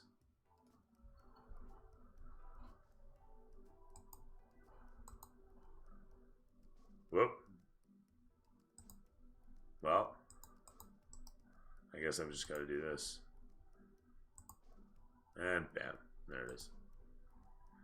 All right. And how do I...